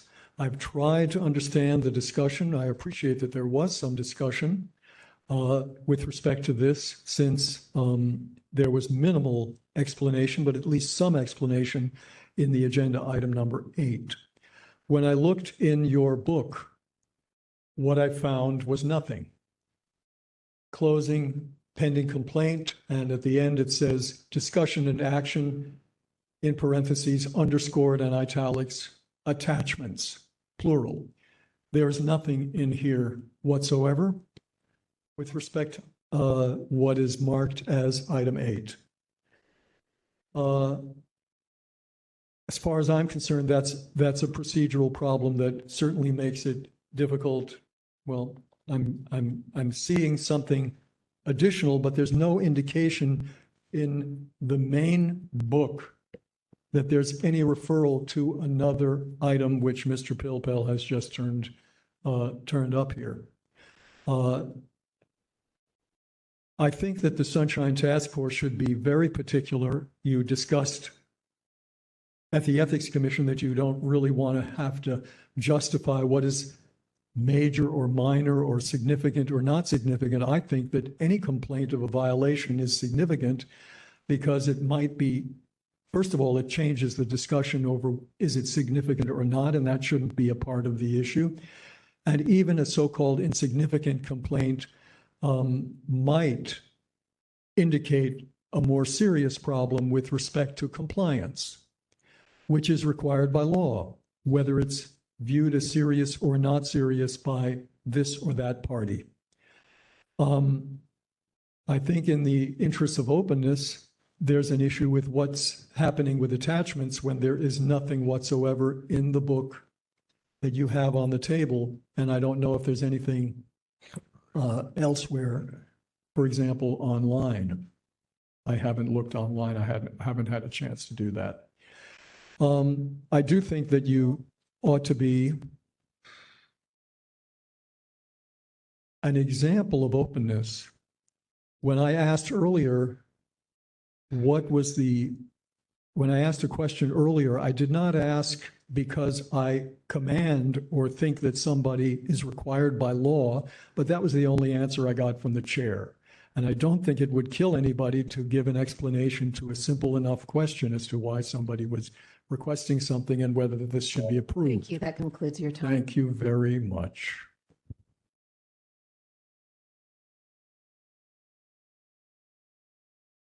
Any other public commenters?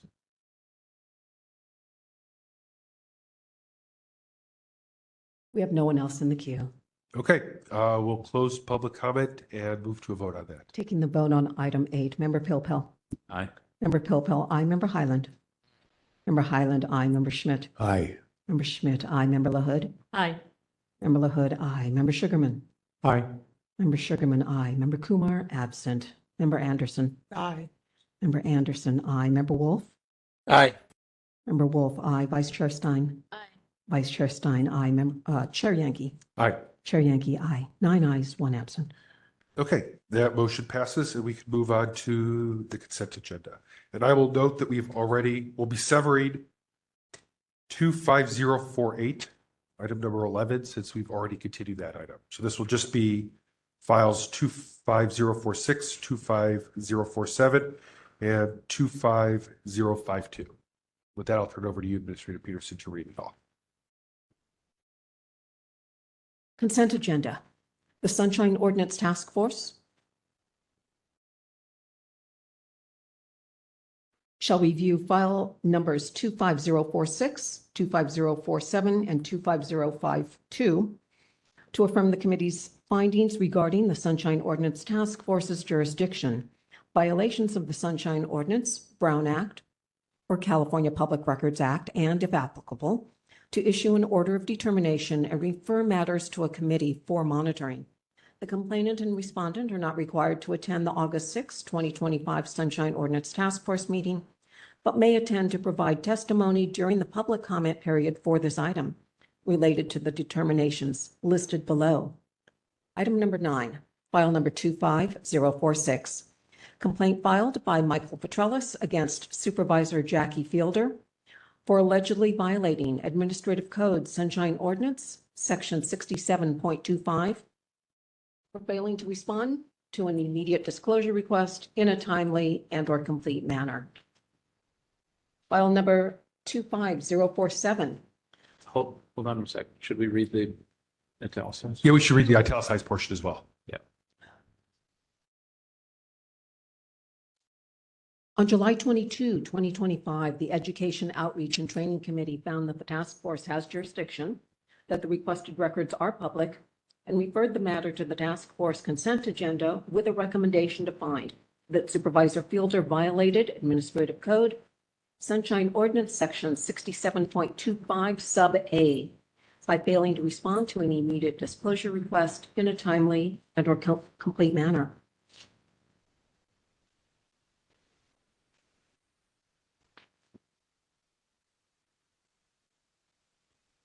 File number 25047. Complaint filed by Michael Petrellis against Supervisor Matt Dorsey for allegedly violating Administrative Code Sunshine Ordinance Section 67.25 for failing to respond to an immediate disclosure request in a timely and/or complete manner.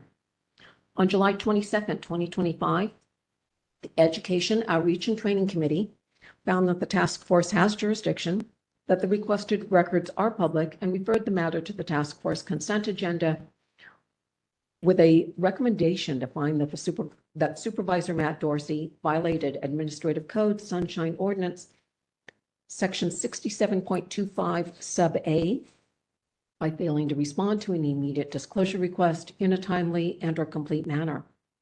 File number 25052. Complaint filed by Michael Petrellis against the Human Rights Commission for allegedly violating Administrative Code Sunshine Ordinance Section 67.25 for violation of Administrative Code Sunshine Ordinance 67.25 by failing to respond to an immediate disclosure request in a timely and/or complete manner.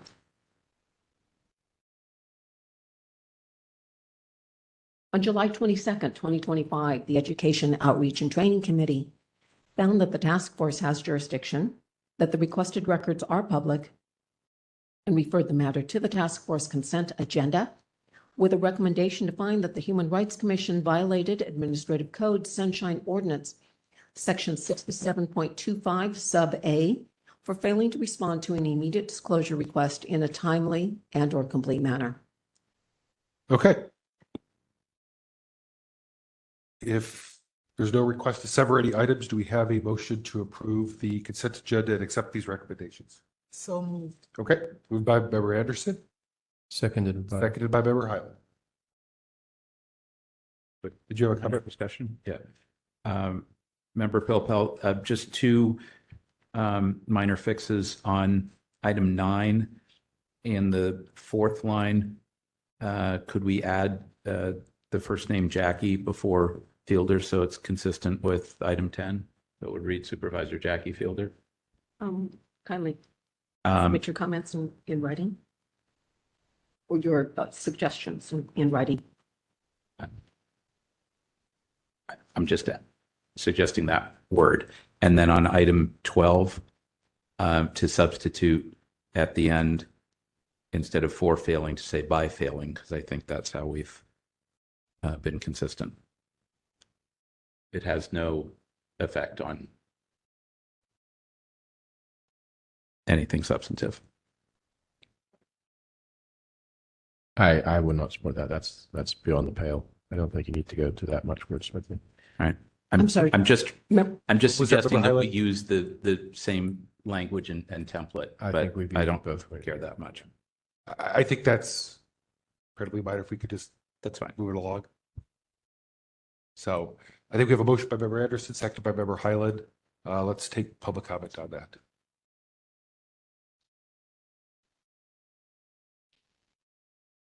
Taking public comment on the consent agenda. Anyone wish in the room, please approach the podium if you have public comment. If you're online, raise your hand in the app or press *3. And we have no one in the queue. Okay, so no public comment. We could go ahead and move on to a vote on that. Taking the vote on the consent agenda. Member Anderson. Aye. Member Anderson, aye. Member Hyland. Aye. Member Hyland, aye. Member Schmidt. Aye. Member Schmidt, aye. Member LaHood. Aye. Member LaHood, aye. Member Sugarman. Aye. Member Sugarman, aye. Member Kumar, absent. Member Pilpel. Aye. Member Pilpel, aye. Member Wolf. Aye. Member Wolf, aye. Vice Chair Stein. Aye. Vice Chair Stein, aye. Chair Yankee. Aye. Chair Yankee, aye. One absent, 9 ayes. Okay, so that passes.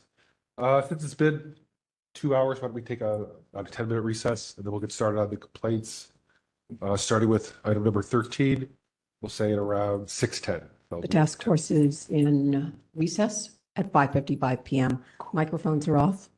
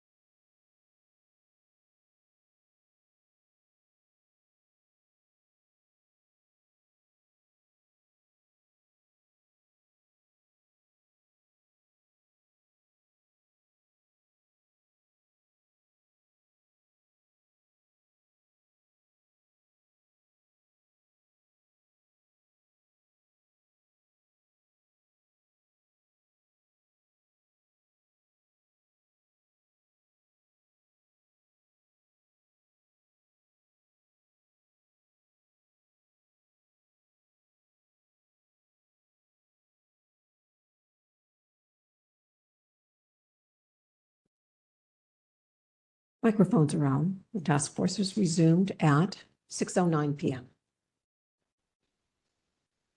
Okay, if you could call the next item, which I believe is item number 13.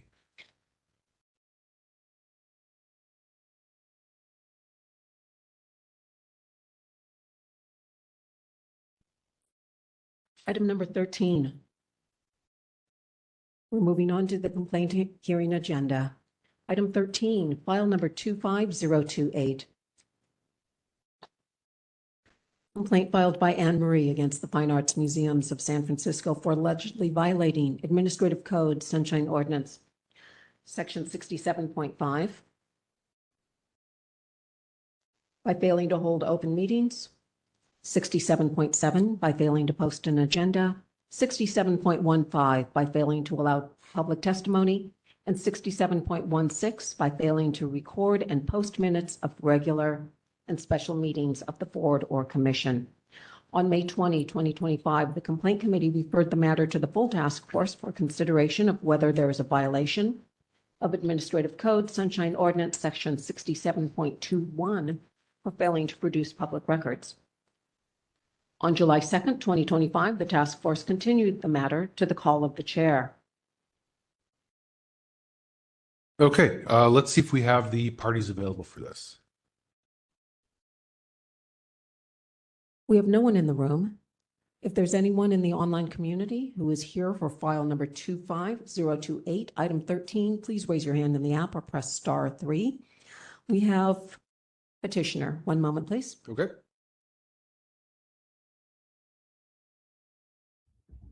Hello, Ms. Mappett. Hold on just a moment. I am promoting you to panelist.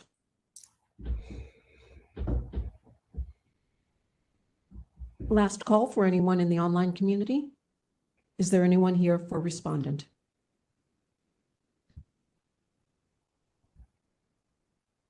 Ms. Mappett has been promoted to panelist. Okay, and let's just check. She does not have any other parties that are going to provide facts or evidence, does she? Is there anyone here from either party who is available to make additional comment or testimony in item 13, file 25028? No hands raised. Okay.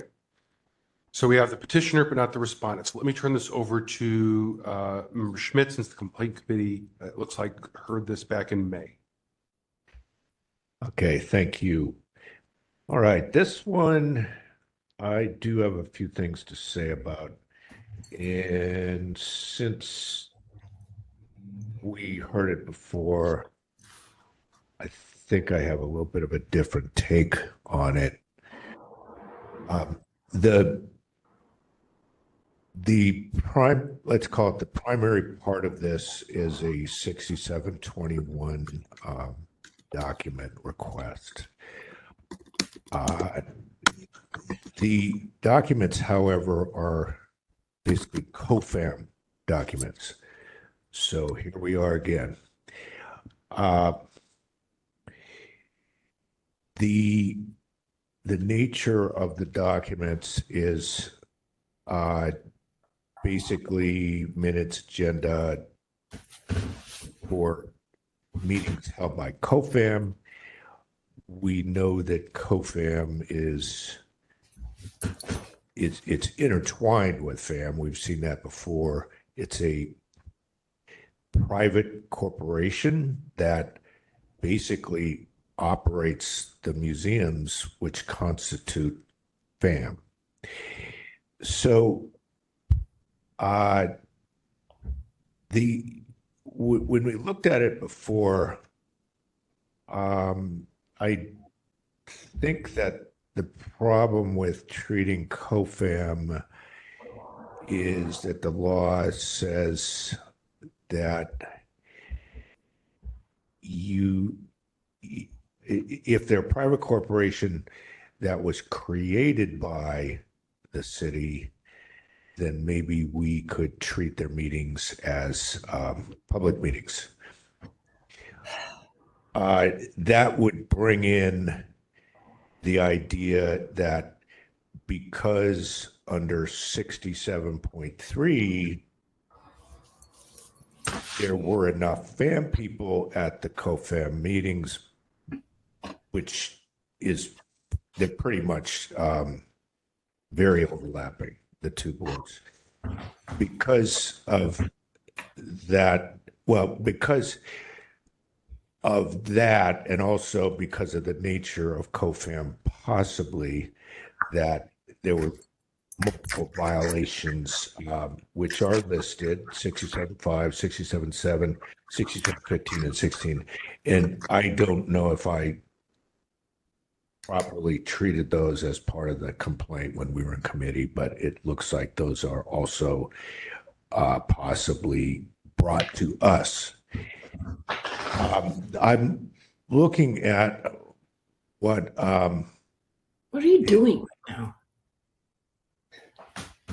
If you're on the line, could you please mute yourself? If you're having outside conversations, we can hear you.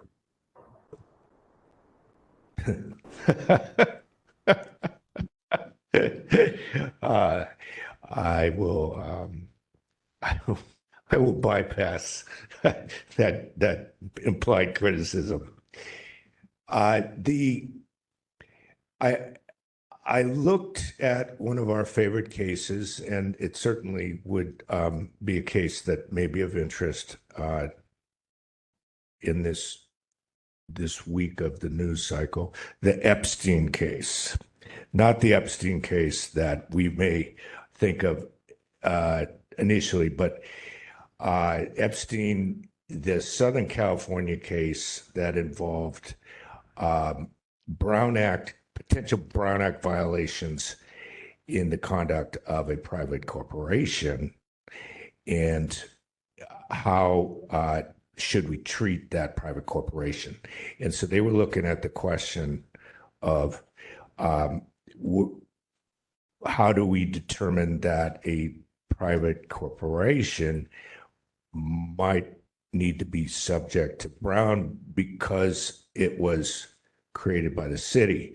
And the language in Epstein, I think it puts us possibly in that category, which is it said, you know, we look at substance here over form, and the court determined that yes, Brown Act applied because the city there, quote, played a role in bringing a private corporation into existence. And the private corporation then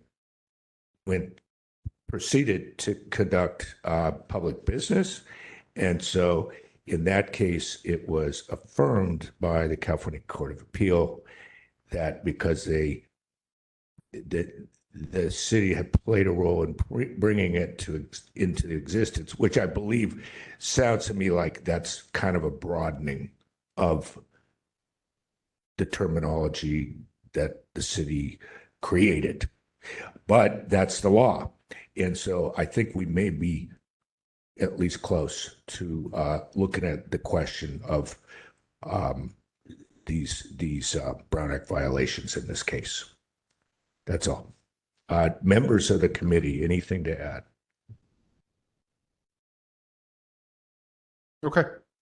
So we'll go ahead and let the petitioner get started for 5 minutes. Ms. Mabott, are you ready for your 5 minutes? Yes, thank you. And I meant no disrespect. I thought it was out of procedure. I thought I remembered us speaking first and then you. So I'm sorry about that. I didn't realize I had 5 minutes. I wish I had prepared my comments. But first, I guess I would just like to say that the reality is that the members of the Fine Arts Museum's Board of Trustees have been meeting privately to conduct public business for 50 some years. By Paredes' own admission at an earlier complaint, they hadn't held a nominating committee meeting until this year in their entire existence. So clearly we all know and recognize what is going on here. And I feel like I regret the way I wrote up my complaint because I'm not really asking for COFAM agendas and minutes. what I'd like you to think about is imagine if all these same Fine Arts Museums Board of Trustees walked over to an open field to hold a meeting at which they had created an agenda, distributed amongst themselves, held a meeting discussing public business at a public park, and then chose to create minutes of that meeting. Those minutes and agenda would absolutely be disclosable.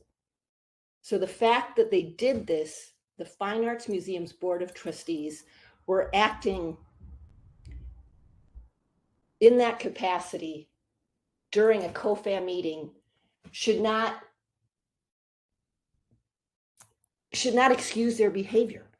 No one forced or required the Fine Arts Museums Board of Trustees to voluntarily choose to concurrently serve on the board of the nonprofit organization that runs the bulk of the museum's activities. It is a classic case of the fox guarding the chicken coop. They are basically policing themselves, and very poorly. I mean, it's very clear what is happening here. So I'm not asking essentially for COFAM records. I'm asking for the minutes and agendas and records of public meetings that were attended by Fine Arts Museums Board of Trustees. They do not walk into a COFAM meeting and shed their Fine Arts Museum Board of Trustees skin. So long as they are serving on the Fine Arts Museum Board of Trustees, they are Fine Arts Museums Board of Trustees and owe that obligation to the public. They should not be allowed to use a perpetually and deeply conflicting status that they voluntarily imposed upon themselves to excuse them from public disclosure obligations. So that is essentially my argument, and I'll conclude at that. Thank you for your time. Thank you. Okay, thank you. Members, this is our question time. If we have any questions for the petitioner, again, the respondent is not present. I have a question. Go ahead, Member Wolf. This is for the petitioner. In your research around this, have you mentioned something that the city or the Fine Arts Commission had created COFAM, the nonprofit? Did I hear that right? No, I didn't state that. I'm not sure when, I believe COFAM was created in the late 1980s, I believe. And I've never looked into the details of the creation of the organization. So I don't know. I mean, they could, at the time that COFAM was created, for all we know, it could have been created in part by individuals who were already sitting on the Fine Arts Museum Board of Trustees. I don't know that, so I'm not sure about the details of who and exactly when COFAM was created. But so yeah, I didn't state that. No. And did you provide us with any information on the relationship between COFAM and the city and county?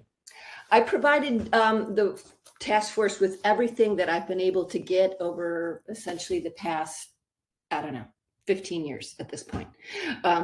According to COFAM and FAMSF for that point, the only document that references, aside from the charter, that references the COFAM FAMSF relationship is a one-page MOU that was approved by the Fine Arts Board of Trustees in May 2018. And that didn't occur until after I had been sending email after email to them asking about the issues regarding their arrangement and their relationship. Because in fact, there has never been a lease for the Fine Arts Museum Board, for the Fine Arts Museums, neither the Young or the Legion of Honor. I have emails where they confirm there is no lease. There's never been a lease. So all they have when I ask for a lease or any kind of contractual arrangement describing, the relationship between the two entities, all that I've received is the MOU, and I've provided that to the task force. Have you, with regards to that, have you engaged the city administrator? Not the city administrator, but I've written the city attorney several times. I mean, when I first requested the lease for the DeYoung, this is now more than 10 years ago, the city attorney denied that the lease existed. As an attorney myself, I knew that could not possibly be the case. So for 2 years, I continued to send emails and finally received a draft copy of the lease that was approved by the Rec and Park Commission and the Finance Board of Trustees, but that was not approved or validated by the Board of Supervisors. So that lease effectively never existed. And that's why I started asking them, now that the bonds are clearly paid off and gone, what's here to describe and define this relationship? And all I've received is that one-page MOU. Thank you very much. That's all the questions I have at this moment. Okay, thank you, Member Wolf. Member Luhut. I actually have a question for the committee, because I noticed on the agenda that the complaint cited certain sections, and then the committee recommended finding a violation for section 6721, which was not one of the ones listed. Could you explain a little bit what you were thinking there? Yes, I don't know if we made a recommendation. I thought we had just not made a recommendation on 21, but I think at the point in time where we were deciding whether to send it on, I think that I should have included those other allegations, 67.5, 7, 15, and 16. I think I got caught up in trying to look at 67.3. So in the theory here is that because they had a quorum of FAM, then anything that quorum would do had to be produced under Brown Act rules. And that's what would bring in 5, 7, 15, and 16 as possible violations.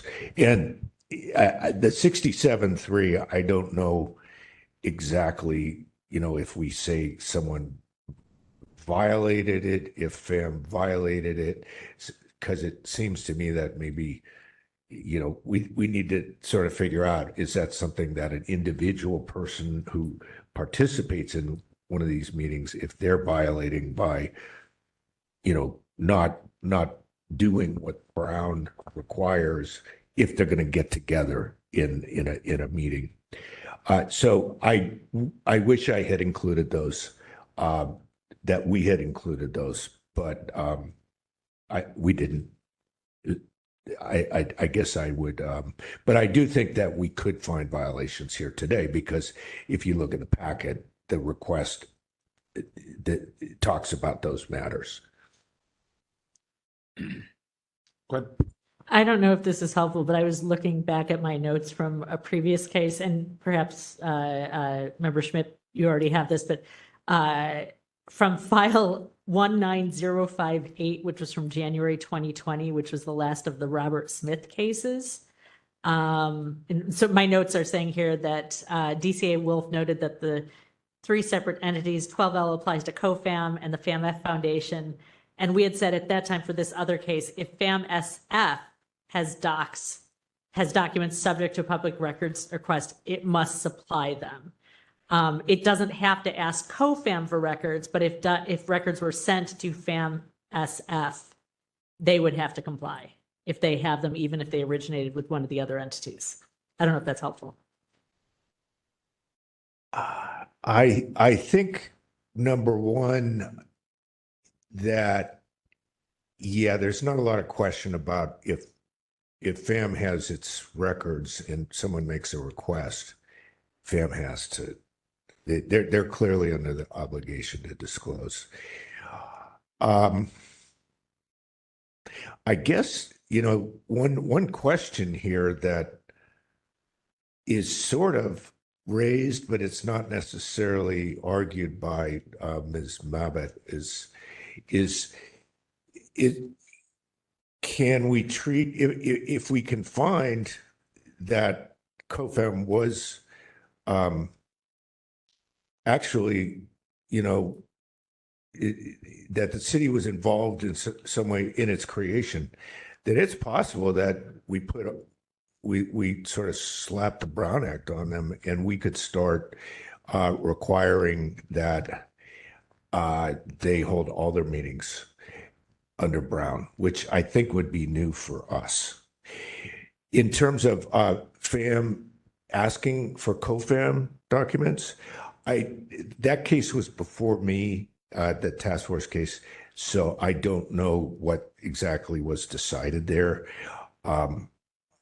But I would think that since then, the cases I've been involved in, that obligation of FAM asking COFAM would for documents involving the public business, I think that is legally required under the national city case down in Southern California. And we've talked about that with regards to a lot of different entities, that they have to, because COFAM has constructive possession over documents that involve the public business, that FAM is obligated to make the request and, basically insist as if COFAM were a contractor. Member Popo? Yes, thanks. A number of issues. We have no appearance for the respondent. We received a communication from Ms. Day that she was unable to attend tonight. Is that correct? I think I saw that in the packet. That is correct. And they declined to send anyone else. But we have Anne Marie, right? Mhm. Anne Marie, can you hear me okay? Yes. Okay. Can you tell me, is Pariah, hope I'm not mispronouncing it, as far as you know, she is a city employee or not a city employee? No. And that's so much of the problem. Okay. Let's just say no. Yeah, no, she is Is not. Megan Bourne, as far as you know, is she a city employee? No. No.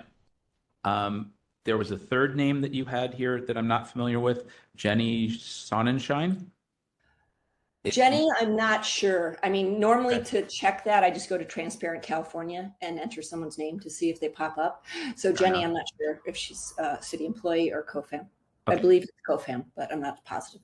Fair enough. Would it seem reasonable to you, having, I presume, spent many more hours on this topic than I have, although I've spent some time on it over the years, that at least somebody over in Museumville is a city employee and somebody should have been able to participate tonight? I mean, absolutely. Okay. I mean, off the top of my head, I mean, for the one person for sure is the director. But yes, There might even be there, an there assistant. there are city employees of Fine Arts Museum who could have come here to speak to this matter. Got it. Okay. It is an interesting and convoluted history, I think, between FAM, SF, COFAM, and FAM-F. Is that fair to say? Yes. Okay. Reading through some of these minutes reminds me of when I went to a private school here in Pacific Heights years ago. This reads like the, alumni and board of directors and their children and their children's children and their children's children. Nevertheless, on page 49 of the packet, there's something that's labeled Appendix A, COFAM Nominating Committee Confidential Notes, October 16th, 2018. Is that something? Sorry? I have those in front of me, yeah. Okay. Is that something that you were able to get through a previous public records request? No, these were not through public records requests. I think they were inadvertently placed on the FAMSF website. I doubt that they are still there. But in while conducting this research, I had downloaded those. So I don't believe they are still accessible, but yeah, they were. I received them from the FAMSF website. Whenever I've requested records from FAMSF, they've refused.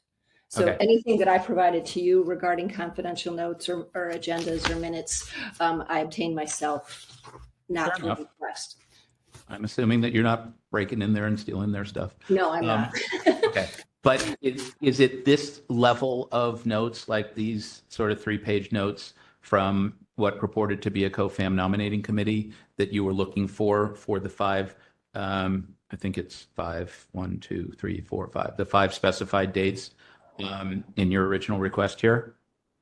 Correct. And Okay. I want them to be provided. I mean, I may have some of the documents I asked for, but they should be providing that to not only me, but the public. So I requested it, and I limited my request to the dates on which I knew for certain meetings were held. But obviously, we're Okay. talking about hundreds of meetings. Right. Or potentially. You Yes. had a previous request, I think I saw in here, for like a 7-year period, but you're not acting on that right now. That's not what's before us. It's these 5 specific dates. Correct. Okay. And if it's okay, I would just like to mention, as far as access to these records, the minutes, the agendas, everything for COFAM, any FAMSF Board of Trustee who sits on the COFAM board, which is all of them, would have received these in that capacity. So they, as individuals, have them. And they are, like Okay. I said, continue and are always 24/7 FAM trustees. Okay, so I'm just trying to understand like how these pieces fit together. Yes. So to the extent that someone serves on one board and thus serves on another board by operation of however they're operating, is it your contention that a majority of the members of any public body that is subject to the Sunshine Ordinance constitutes a public meeting if they're dealing with matters within the subject matter jurisdiction, et cetera, and to the extent that they are, that makes it a public meeting, makes it subject to notice and minutes and that sort of thing, and you believe that these 5 specific dated meetings, they were discussing nominations to the FAMSF board, and thus you should have access to those notes, and minutes, and summary. Is that where you're going? Correct. And not only is it nominating, potential nominations to the FAMSF Board of Trustees, but the January 2019 meeting was discussing bylaw amendments to FAMSF. Got it. So there are other matters of public business that are being discussed. And when I went through the specific dates on which I requested all of those materials, which I have right in front of me, for at least, I believe, one of the meetings, 10 of the 12 people in attendance were FAM trustees. Another one, same thing, 10 of 12. The March 2019 meeting was all FAM trustees. The April 2019 was 10 of 12 again, as was the May 2019, 10 of 12. It's fair to say that there's a significant overlap. Yeah. Significant would be an understatement, but yes. Okay. I should also mention that this afternoon in this room, the Commission Streamlining Task Force met, and I made a public comment about the museums generally and my interest in better understanding the trusts that were created and the city's obligation under those various trusts and how much discretion the city has to reorganize those functions. I frankly don't know enough about the Avery Brundage Trust or the Asian Art Museum or the various other trust devices, bequests, whatevers that the city has received over the years and how those entities and collections are managed and what options there are to reorganize that. I'm not sure how relevant that is, except to say that I have some interest in the future about how this stuff is organized. As related to this specific complaint, I'm trying to figure out, we've heard matters on this in the past. In some cases, their director through Perea or others have acknowledged violations, and then that's sort of been the end of it. I'm struggling with, even if we find here, what we do about it, and how this Member works. Pilpel? Yeah, I'm sorry. We'll deliberate Okay. later. I'll leave it at that for the Okay. moment. Member Still Schmidt. thinking. Okay, this is Member Schmidt. Okay, first, you just mentioned that there, let me get this straight. On a COFAM agenda, there was an item where they talked about bylaw amendments to the FAM-SF bylaws. Did I get that right? That's correct. And not only that, but it states that, I got it. Consideration and possible action to recommend bylaws amendments to FAM-SF Board of Trustees and COFAM Board of Trustees. Okay, thank you. Thank you. And it says attorney-client. So presumably that was attended by a city attorney, Not necessarily. which is a whole nother issue in itself. So what business would a city attorney have at a COFAM, a private nonprofits board meeting? But it says attorney-client underneath it. Okay. This is on the January 8th, 2019. Thank you. Just jumping over to something else here. You said your understanding of the actual legal relationship between FAM-SF and COFAM is, as far as you know, it's all in that MOU because they attempted to create a lease, but the lease was not created. Is that accurate, what I just said? Well, what was happened is a lease was drafted by the city attorney. It was signed off by the director of the Fine Arts Museum, Harry Parker, at the time, I believe the Rec and Park Commission president. But it, of course, was not yet approved was never approved by the Board of Supervisors, and had capitalized bold language above the signature area stating that unless and until it was approved by the Board of Supervisors, it was void. And it was never approved by the board, but was used in the bond package to secure the bonds for the building of the new museum. Okay. But so as far as the lease, so a lease was created, it was approved by the board, the Fine Arts Board and the Rec and Park Commission, but was never approved by the Board of Supervisors. Never And approved. so essentially the only thing that describes this relationship, aside from that one-page MOU that they've produced, is that one sentence in the charter that says the Fine Arts Museum Board of Trustees has the authority to, I believe it says, contract with a nonprofit organization to operate the museums. It's literally one sentence. That's it in the law. Yeah. Okay. And it doesn't specify who that nonprofit would be. No, it does not. Okay. Yeah. Okay. I mean, it's the language in the charter. I think it's, I can't remember offhand. I think it's 5.105, but I'm not sure. Okay. Or 105, somewhere in there. Okay.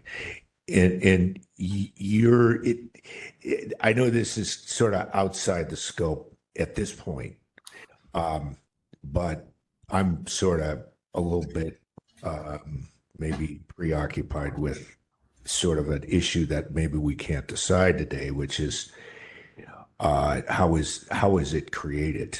Because I think the creation of COFAM could be interesting here, but that may be something that we deal with at a later date.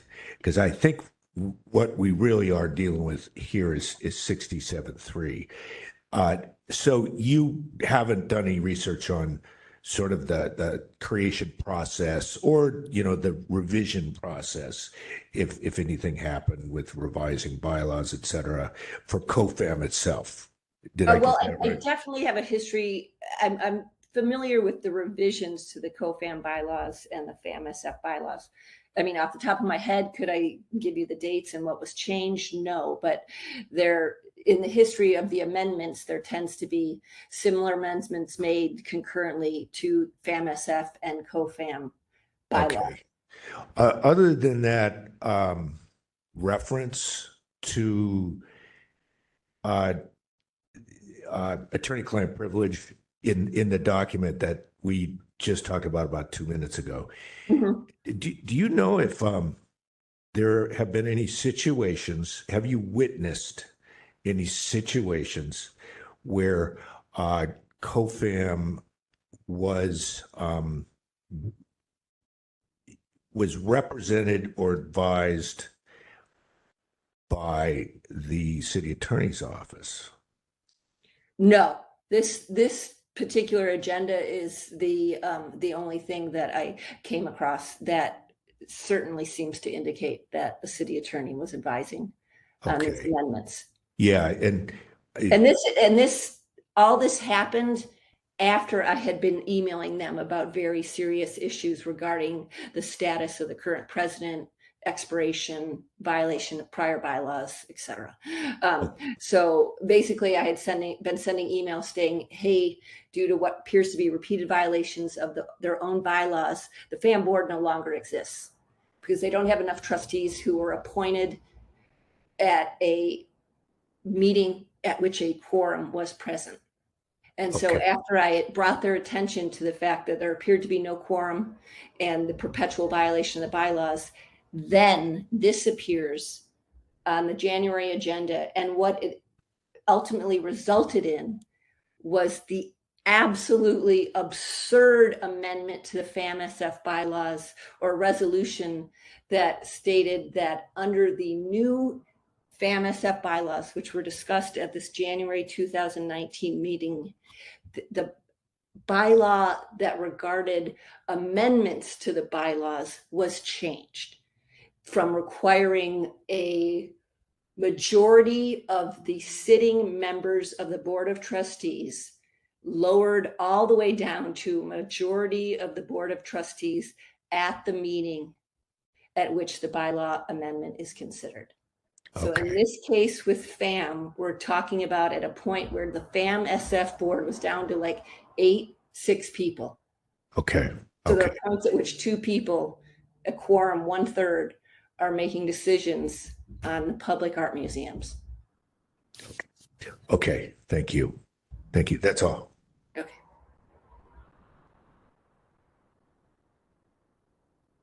Okay, let's move on to rebuttals, if there are any.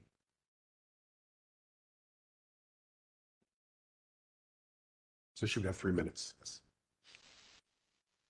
Ms. Mabott, do you have a rebuttal that you'd like to provide? You would have 3 minutes.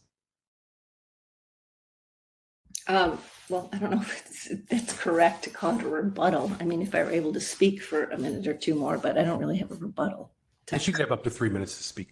Would you like 3 minutes Yeah, to speak? so I mean, if you don't mind, I would like to speak to that particular issue. So the January 2019 meeting that the city, presumably, we don't know, whatever attorney attended and advised on that, ultimately resulted in an item on an agenda for a FAM-SF board meeting, like I said, that lowered the threshold required for approval of FAM-SF bylaw amendments.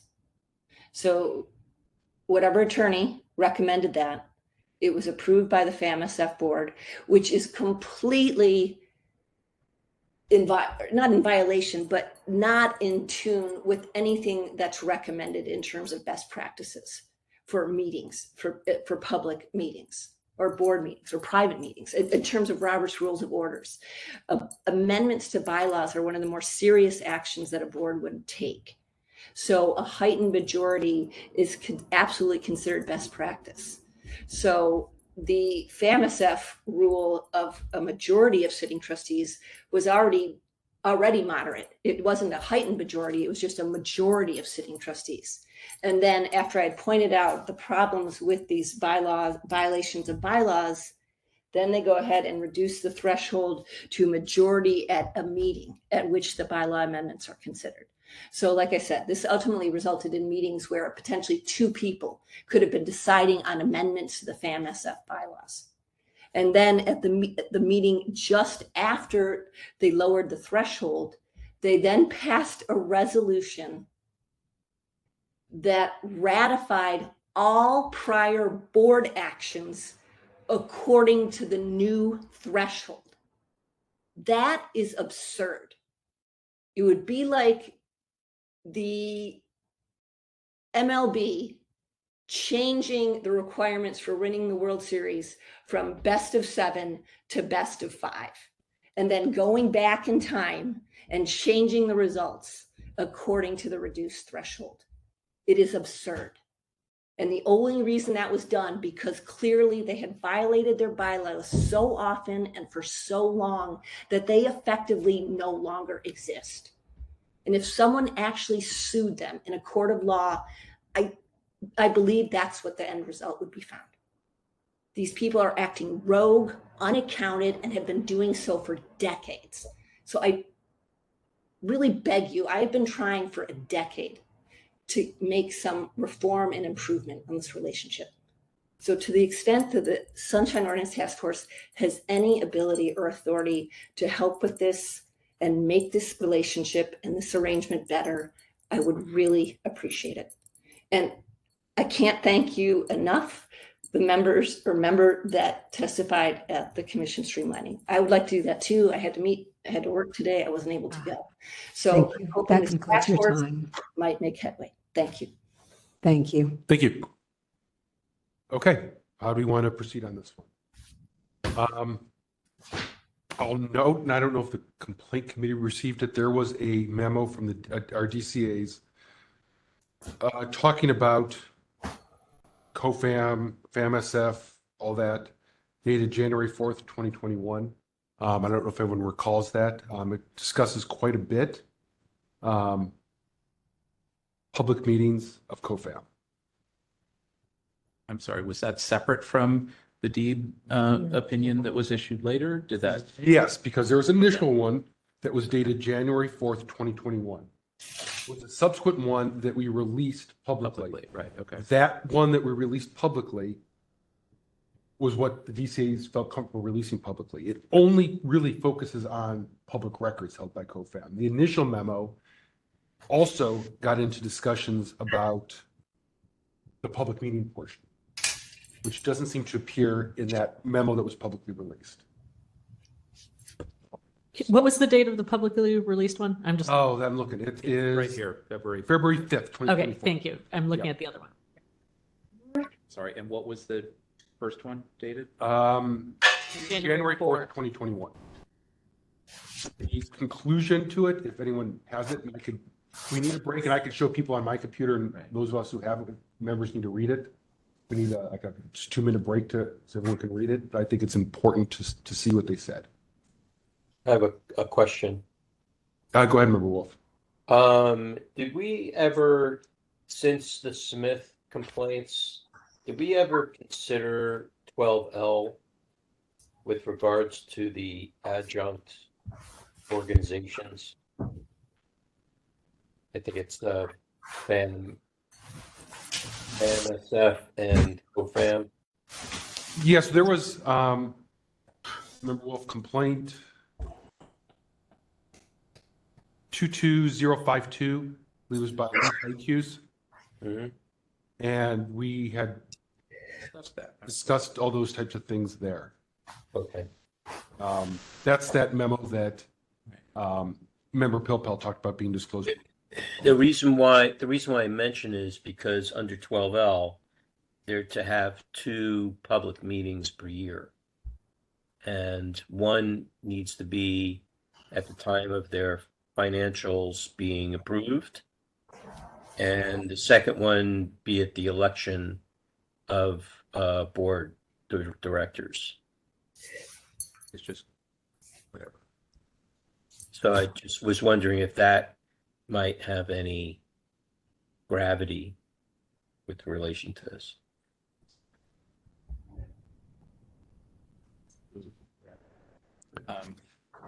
Members, go ahead. I'm not sure if 12L would come in here because I think sort of the preliminary question is there a subcontract for at least, I think, $250,000? And there seems to be a question about whether there's any kind of contract between FAM and COFAM. I mean, it looks like there's not, but I'm just saying it seems that that's a question right now. Got it. Thank you.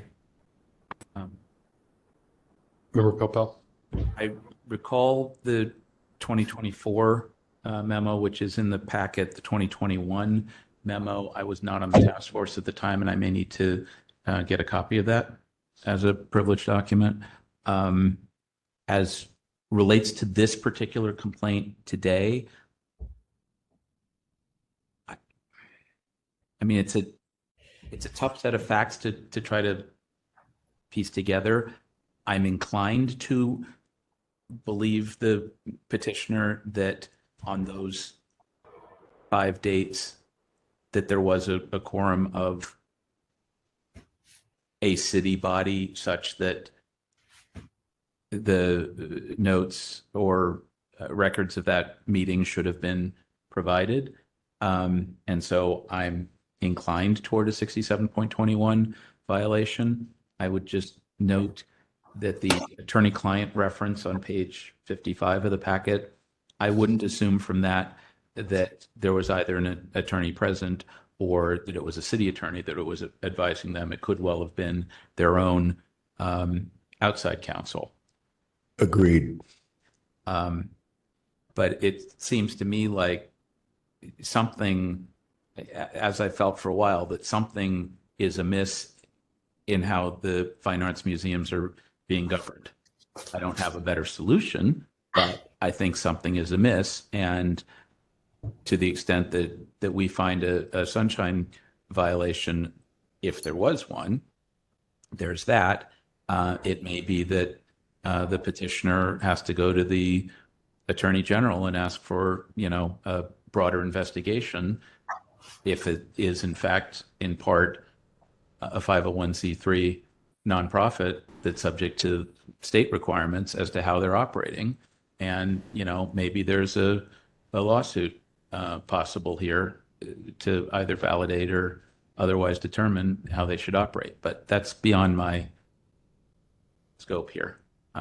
Again, I'm inclined toward a 67.21 violation, but I'm just kind of wondering out loud, which is where I was going a few minutes ago, if there's actually a way to compel them to produce it if they're not going to. I'm struggling, and I'm at a loss for what more to do with the museums. The art is not the problem. It tends to be some of the people running it and how they intend to run it. Does anyone need to see the memorandum I'm speaking of? What was its conclusion? Well, I have it here, but I don't want to read it publicly because it's very high privilege. So I wanted to say if anyone wanted to read the conclusion, which is literally. It was sent to us on June 11th. I mean, I've seen. You've seen it. I remember seeing it before. Right. But it was also like I have an email from June 11th. I think it went to the complaint. You guys, I think, in the complaint committee, but I'm not sure. Our administrator sent it to everyone. Okay. So I think you guys may have seen it when you heard it in complaints, but I'm not sure everyone else did. Do you think it might be germane to those of us to? Yes. I think it's relevant. Yeah, I do. Very relevant. That's what I'm trying to. Okay. If anyone, why don't we just do this? Why don't we take 5 minutes? I have it up on my computer. Okay. The conclusion portion. No, I have If it. you haven't seen it, you can come read it. Okay. There's even further discussion further back if you need to read it, but at least I think you should read the conclusion. All right. Okay. Let's take a recess. Just for 5 minutes, you can come to my computer. Yeah. The task force is in recess. The time is 6:58 p.m. Microphones are off.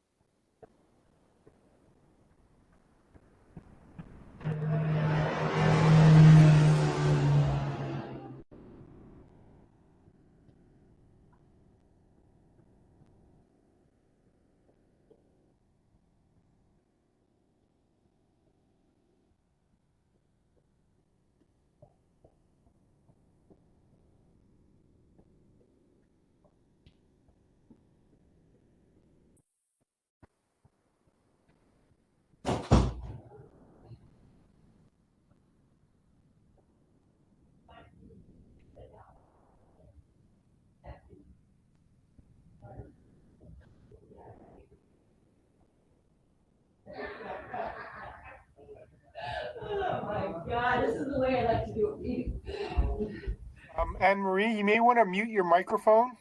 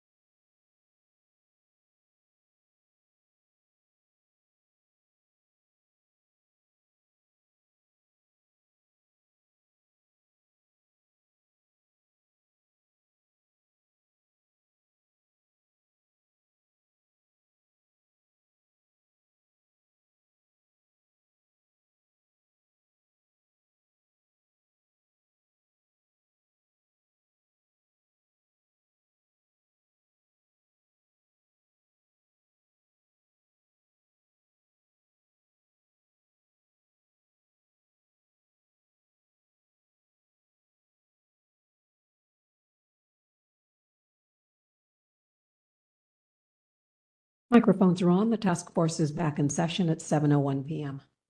Okay, and Member Wolf, I forwarded you the memorandum in case you didn't have it. So if you don't see it in your inbox now, it should be there in a minute or two. Because I think we've all now had a chance to read the memorandum. Was it? Please send me the memo. Oh, I'll send it to you. So, yeah. So I think we've all, for this case, now had a chance to review the DCA's memorandum. And At least the conclusion. At least the conclusion. Yeah. So we can start our deliberations now. I think that we're better informed on that. Yeah. We've done rebuttals for both.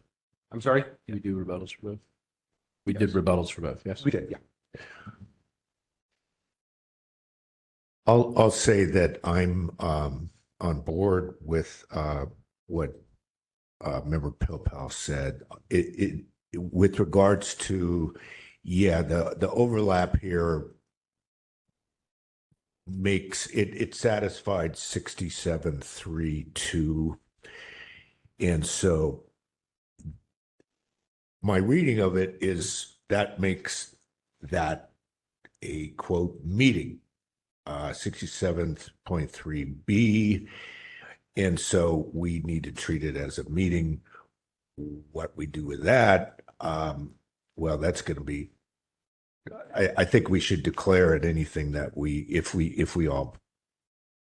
if we vote for it, we certainly should include first that decision that, yeah, it's a meeting based on 67.3.2, and then go on from there and figure out, well, what are the ramifications of that? Does that mean 67.21? Does that mean, is it a meeting of what? Policy body, passive meeting body, and do all these other things get violated? That's what we kind of had to be looking at, I think. Member Sugarman. I was just going to add that specific point that I was persuaded by the petitioner, specifically in the part of the agenda that was in the packet that says consideration and possible action, which to me sounds like a policy body versus a passive meeting one. And that's my only comment.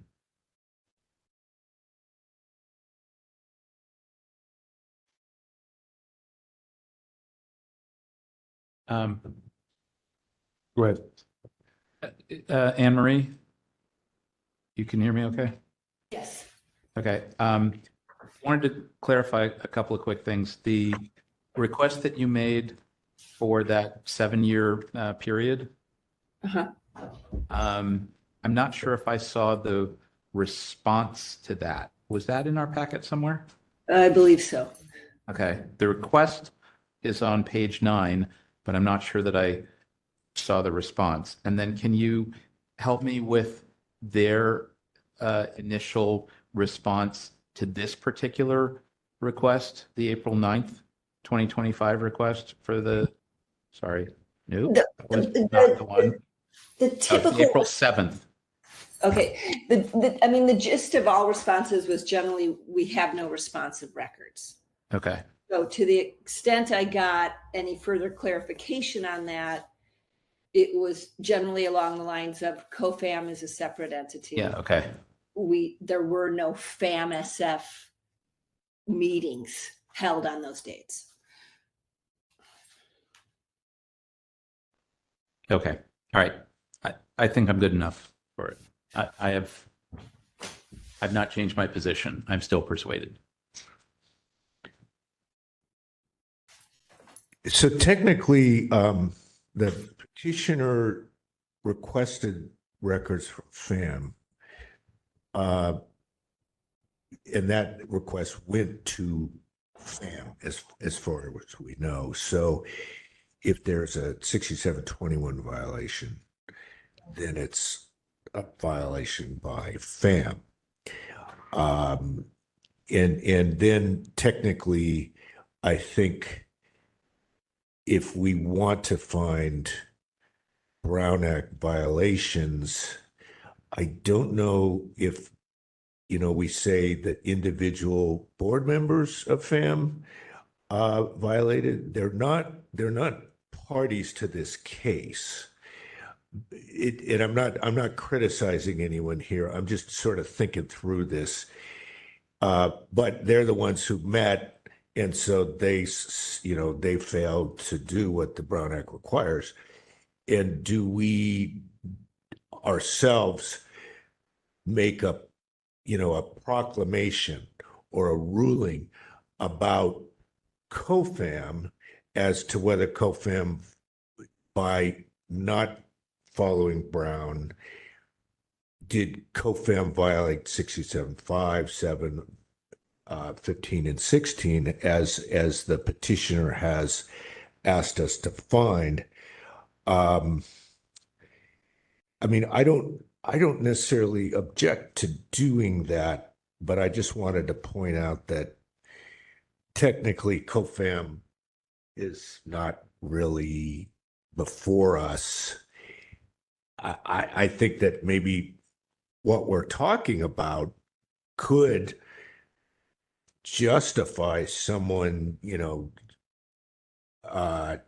sending something directly to COFAM and then coming to us and say, I sent it to COFAM, and they didn't do what I wanted. And then we'd find, a violation, and then they're technically a respondent. But I think here, if we're going to say something about COFAM, it's not because they actually were presented with an opportunity to respond to the complaint here. So therefore, they didn't obviously they're not going to respond to the complaint, but we'd have to at least give them the opportunity to come in, whoever would be the COFAM person, even though a lot of these people, it's basically they just put on a new hat and they're the same person when they show up in, probably the same room where they have their meetings. Member Schmidt, so I have a question. Oh, I'm sorry, did you want to go first? I don't need to go first, but. Go ahead. Okay. I was just sitting over here thinking, from what I understand by reading this and from listening to the conversation, the members of the Board of Trustees of FAM are involved in a city department. They work for a city department. Yes. Okay, so since they work for a city department, then they would be subject to the Ethics Commission's requirement that you take the sunshine training. Is that correct? I think so. Okay, so they were told, or I read or heard during all that training, that there are certain things like conflicts of interest in what you do and how you can gather together to make decisions that may have an effect on city business. So do we have an obligation to notify ethics commissions that they should be reviewed to see if they're in violation of ethics rules in being part of a company, a private company that does business with the city, that makes decisions regarding how city properties are being used, and not providing the reporting they need to provide in order for us to determine whether or not the business of the city is being properly handled. And so that's what came to mind for me. I'm kind of surprised this has gone on for years, but it is what it is. But is that something that we need to do if we become aware of it?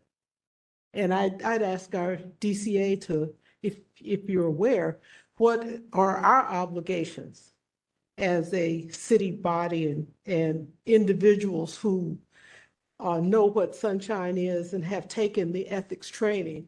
Do we have an obligation to notify ethics if we come across something that appears to be in violation of sunshine? Or do we have an option even if we don't have an obligation? So in terms of obligation, having taken, I think, the same sunshine training that you're referring to, I don't recall that there is a specific one. I know there's other types of training that are required where there is a requirement, but I'm not aware of sunshine where there's an obligation as opposed to whether you think it's appropriate for other reasons to do that type of recording. Under the Brown Act, do we have any? Correct. Either under sunshine or under the Brown Okay, Act. thank you. Go ahead. I'm not opposed to that. In fact, I'm very open to it. I'm just not sure I'm ready for that tonight. My current thinking is on this particular complaint, if we were to find a 21 violation as to the Fine Arts Museums, FAMSF, send that to committee, probably not compliance and amendments because we're a bit busy, but maybe EOT in September, and ask both parties to propose a solution, whether it's a small solution or a big solution, whether they agree or don't agree, as to what to do about this situation. And then that could come back to the full task force in October. And at that point, we would have a range of choices, including a referral to ethics on any number of bases, including, as Member Anderson suggested, the Board of Supervisors, the City Attorney, the AG. You know, there are a variety of different places this can go because there are a lot of included things. And I don't have a better solution to that right now, but I wanted to encourage them amongst themselves to say, okay, we acknowledge whatever conduct to date. Here's going forward what one side or the other or both would propose to fix it. We don't have to fix it, but if they could either agree or propose a fix, we could decide what we think about that. But at least in the narrow, to find tonight that there's a 21 violation as to FAMSF for not producing records that we think they should reasonably have. I don't know if that goes anywhere with anyone. To the point, though, that the requester or the petitioner also included several violations on the open meeting side. They were included in the initial complaint. I believe they were forwarded to our contact person at FAMSF. And so I think they kind of go hand in hand. I think if we're finding some, we should do all of them because her request, I'm reading it now, it's on PDF page 47. says, to the extent the task force finds the COFAM meetings and these public records requests are public meetings, which I think is the direction that we're going. Right.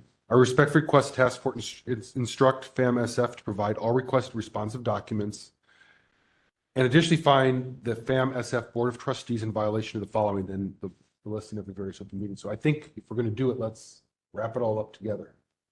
I'm not averse to that. The part of what was motivating my suggestion a moment ago is in the past, they've just said, yes, we agree, we plead no contest to this, and that's the end of it. I don't want them to just say, yeah, you're right, you got us. You know, I don't think this should be a gotcha thing. I think this needs to be some kind of fix it for the future. And I don't know that we can impose a solution on anybody, but we could help the right people figure it out. I mean, otherwise, I suspect Anne Marie or others are going to find other violations at various dates over the last X number of years, whether it was last week or 20 years ago or 50 years ago or somewhere in between.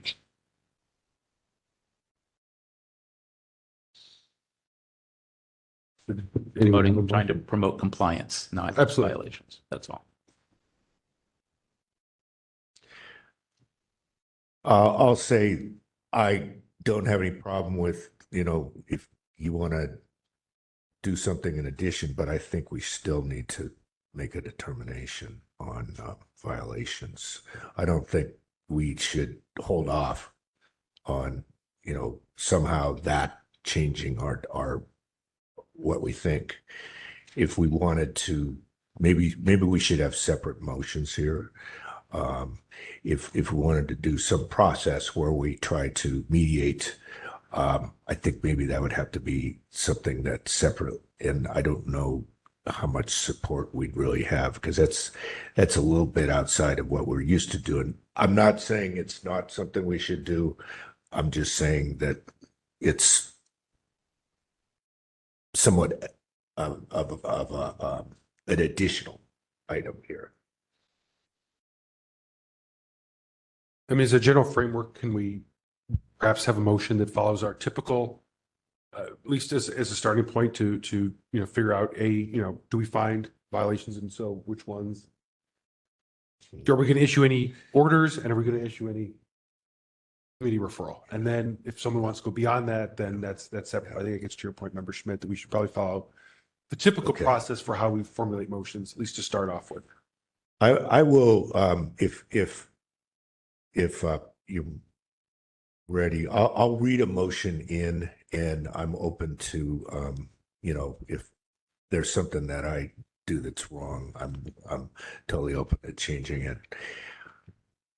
I move that we find respondent FAM in violation of 6721, section 6721, for failure and refusal to seek out and produce the requested documents, and order that they do so. In addition, the attendance by, we find that the attendance by members of FAM at COFAM meetings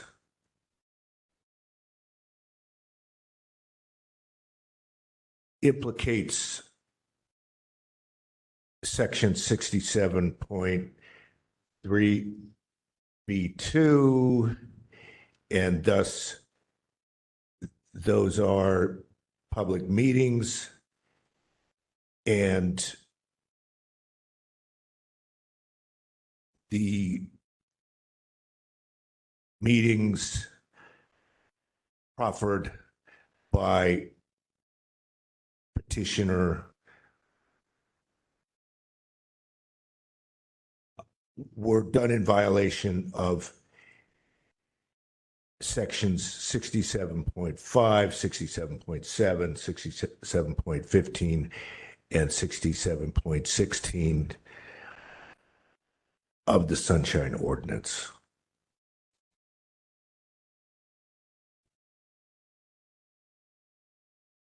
And do you have a committee referral?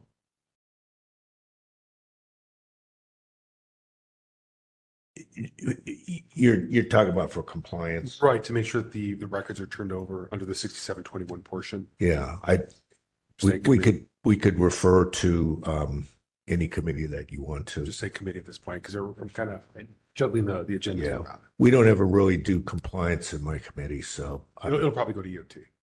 Okay, EOT. I think without specifying the committee, I think I can second that. Okay.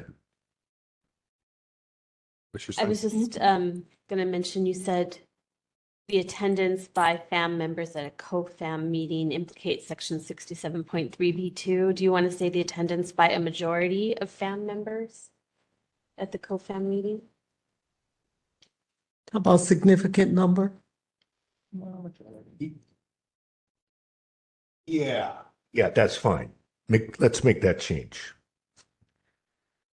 Moved by member Schmidt, seconded by member Pilpel, to find that FAMS is in violation of 67.21 for failure and refusal to seek and produce the requested documents, and ordered that they do so, period. In addition, we find that the attendance by a significant number of members of FAM-SF at co-FAM meetings implicates section 67.3B2, and thus these are public meetings, and the meetings proffered by petitioner were done in violation of section 67.5, 67.7, 67.15, and 67.16, period. The matter is referred to a committee for compliance. Just the one change.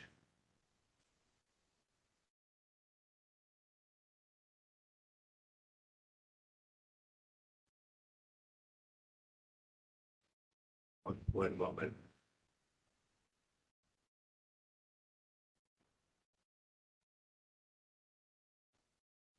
Instead of significant number, I think we could use the word majority. Could we specify by saying such as would create a quorum? Because that's the whole issue. You got a quorum, or you have enough members of FAM-SF to they shouldn't be together discussing FAM-SF business. Pat, did you get to change to majority? Instead of significant amount to majority, I'm gonna just respond in a minute. I just want to check if you got the change. So, well, I picked up quorum, so majority? Majority is for significant, but I want to talk about quorum. Mm-hmm. I don't mind adding in quorum. Mm-hmm. I guess I don't see that quorum is necessary. I don't know if they have to have quorum, if they have to create quorum, or have to create quorum with the majority of FAM people.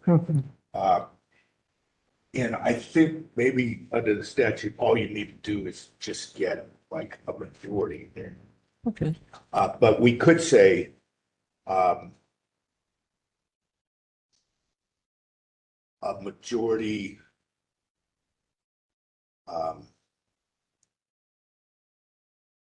who, after the word majority, a majority who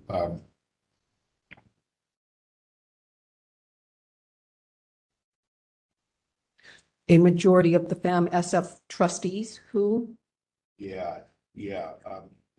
who help constitute the quorum, something like that, are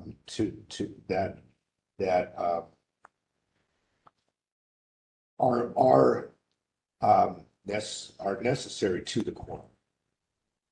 Of co-FAM? What if people, Do you think we should just, no? I think you may be making it too complicated. Okay. If you just go to 67.3B, meeting shall mean any of the following: a congregation of a majority of the members of a policy body, a series of gatherings, each of which includes less than a majority, such that blah, blah, blah, any other use of personal intermediaries, blah, blah, blah. Taken together, was a majority of the members of a policy body involved in or congregating such that they could? And if the answer, we believe, is yes, then rock and roll, it's a meeting.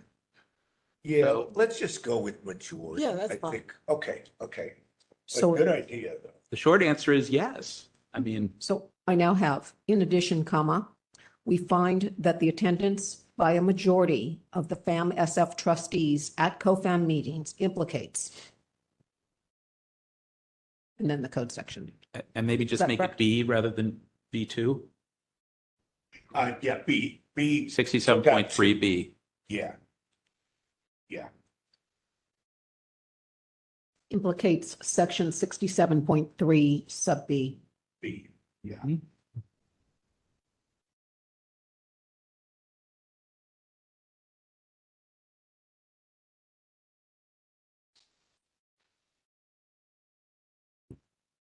Keep going. Public comment. Wait, hold on. Can we read the rest of it? Oh, she read it. Six, Oh. Go ahead. You go. He wants to hear the rest after. implicates section 67.3 sub B, and thus those are public meetings, and the meetings proffered by petitioner were done in violation of sections 67.5, section 67.7, section 67.15, and 67.16. The matter is referred to a committee for compliance. Could we just add and follow up? So it's not just Compliance. compliance. Yeah. Right. Sure. Yeah. Thank you very much. Noted. Okay, let's get to public comment. We've been on this for almost an hour and a half. We need a second. I did. He seconded. Yeah. Yes, we have a second by member Pilpel. Anyone in the online community wishing to make public comment on this item, please raise your hand in the app or press *3. And we have no one in the room. We have no one in the queue. Okay, public comments closed. We can do a vote.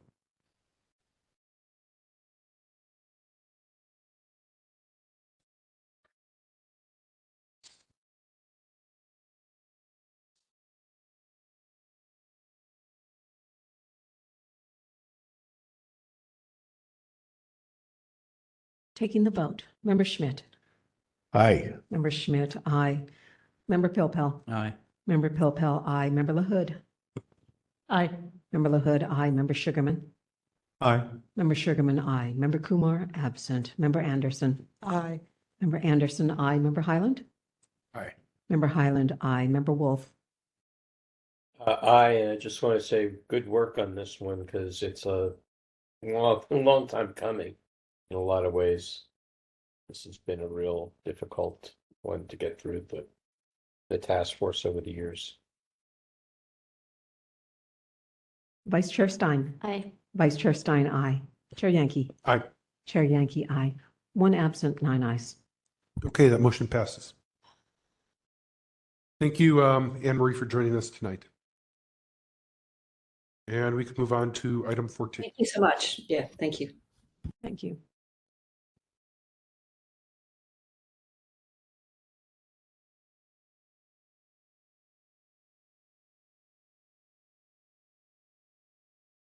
Item 14, file number 25035, complaint filed by Paul Neha against the San Francisco Municipal Transportation Agency for allegedly violating Administrative Code Sunshine Ordinance, Section 67.21, by failing to respond to a public records request in a timely and/or complete manner. On July 22nd, 2025, the Education, Outreach, and Training Committee found that the task force has jurisdiction, that the requested records are public, and referred the matter to the full task force for hearing, and to warn the San Francisco Municipal Transportation Agency that not sending an authorized representative to the full hearing would be a violation of Administrative Code Sunshine Ordinance, Section 67.21, Sub E. We have Hank Wilson present, promoting Mr. Wilson to panelist. Okay, we have Mr. Neha here. Mr. Neha, are you present? If so, please raise your hand in the app or press *3.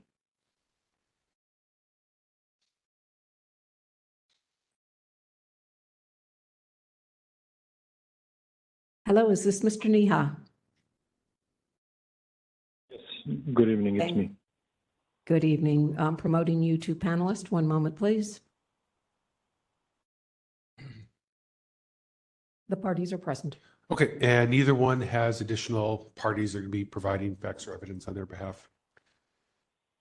If there is anyone else in the audience, please raise your hand in the app or press *3 to be recognized. No hands raised. Okay, so we can get started. First, we'll go to EOT Chair Highland. Give us a quick summary on this one. Pretty much what you see here in the summary. You know, the MTA has not been sending people, so I'm glad that someone is here this evening. Yeah, nothing more to add to that than that. Yeah, I think at EOT we had a hard time figuring out what may still be outstanding because SFMTA wasn't there too. Yeah. So there's not much I think we can really give beyond basically where we're at. And it's going to be the same for the next one. Correct. Okay, so each side will have 5 minutes to present. We'll start with Mr. Neha. And I'll turn over you to Mr. Peterson. Mr. Neha, are you ready for your 5 minutes? 5 minutes to begin. Yes, I am. Your time begins now. The SFMTA Color Code program operates on a cost recovery basis, meaning that the agency is required to track all of the costs of running the program, FTE of all employees plus benefits and overhead and all non-labor costs, and compare them with the total number of cases that they process to come up with the fees for the services they provide. They're not allowed to use general funds for a program that's supposed to pay for itself. I have submitted a request to provide all costs broken down to the most detailed level available, i.e. Cost of staff, by the staff member salaries, overhead, etc. The total cost of running the Color Code program since July 1st, 2024, on the most recent available date. Also requested all revenues collected by the program and policy documents reflecting the adherence to the cost recovery basis for the same period.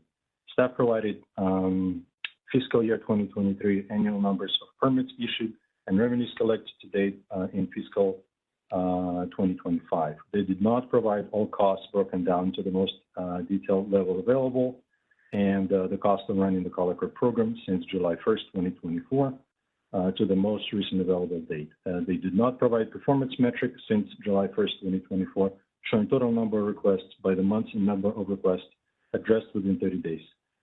They did not denote the months in which the 90% target has not been met.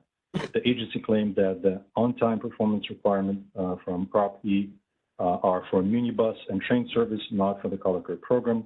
And I had to point to them that the San Francisco Charter, Section 8A103, Service Standards and Accountability, outlines the agency duties related to parking and traffic functions and any other functions that may be added to the agency responsibilities, and also to the SFMTA website where they track performance of streets-related customer requests addressed within timeliness standards. And the target was set to address 90% of Color Code requirements within 30 days, among other metrics that they track.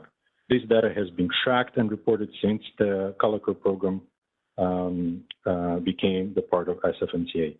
Have reasons to believe that the agency is misusing public funds by spending them on the cost recovery programs and does not meet the timeliness standards, and they are withholding these public records to conceal the violations and inadequate performance in processing customer requests. The Sunshine Ordinance requires the city to disclose budget, whether tentative, proposed, or adopted for the city or any department, program, project, or any other category per Admin Code 67 24F. That's the end of my comments. Thank you. Mr. Wilson, are you ready for your 5 minutes to begin? I am, thank you. Your time begins now. Great, thank you so much, members of the task force. Can you turn it up a bit? Sir, could you speak up? Sure, I'll try to speak up. Is that any better? Yes. Okay, sorry about that. My name is Hank Wilson. I'm the parking policy manager at the SFMTA. I appreciate your time. I would note, I think that July 22nd committee hearing is the only one that we've missed, as far as I know. Both of the folks who've been attending for the many task force hearings that Mr. Kaniha has initiated, we're out of town, so apologize for that. I will sort of promote to the committee that we have been including in our Sunshine Ordinance Task Force complaint responses, of which again there are dozens and dozens. We now include requests for the task force to resolve things on the written record, because as I think this and the next one demonstrate, Mr. Kaniha is not actually interested in any sort of, he doesn't think that there's anything going on. He just is trying to create work for me and my staff and the city attorney and other folks at the SFMTA. He used to be the manager of the Color Curb program. He was released from his employment in February of 2023. For the last 2.5 years, he has sent us multiple public records requests every month, and then promoted many of these, requested that many of those go to this task force for no other reason other than, he feels like he's not getting everything that he wants. The only time that he doesn't send public records requests or attend the Sunshine Ordinance Task Force meetings is when his family is on vacation.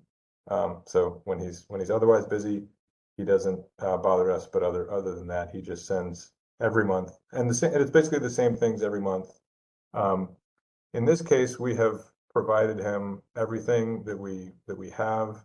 Mr. Kaniha insists that there is some sort of 90% requirement. It doesn't exist. It's not something that, it may be something that he was working on when he was working at the SFMTA. It's not something that we have any records of. I think pretty frequently Mr. Kaniha will bring things to this task force and say, I think he clearly doesn't like that we don't track the completion of items of requests that come in the same way that he did when he was the manager of the program. But the fact that we don't have the records means there's nothing that we can produce. We have produced to him the most recent Color Curb program cost recovery calculations, that is the only document that we have that estimates the amount of staff time and resources that are spent on the program. The program actually is well below cost recovery.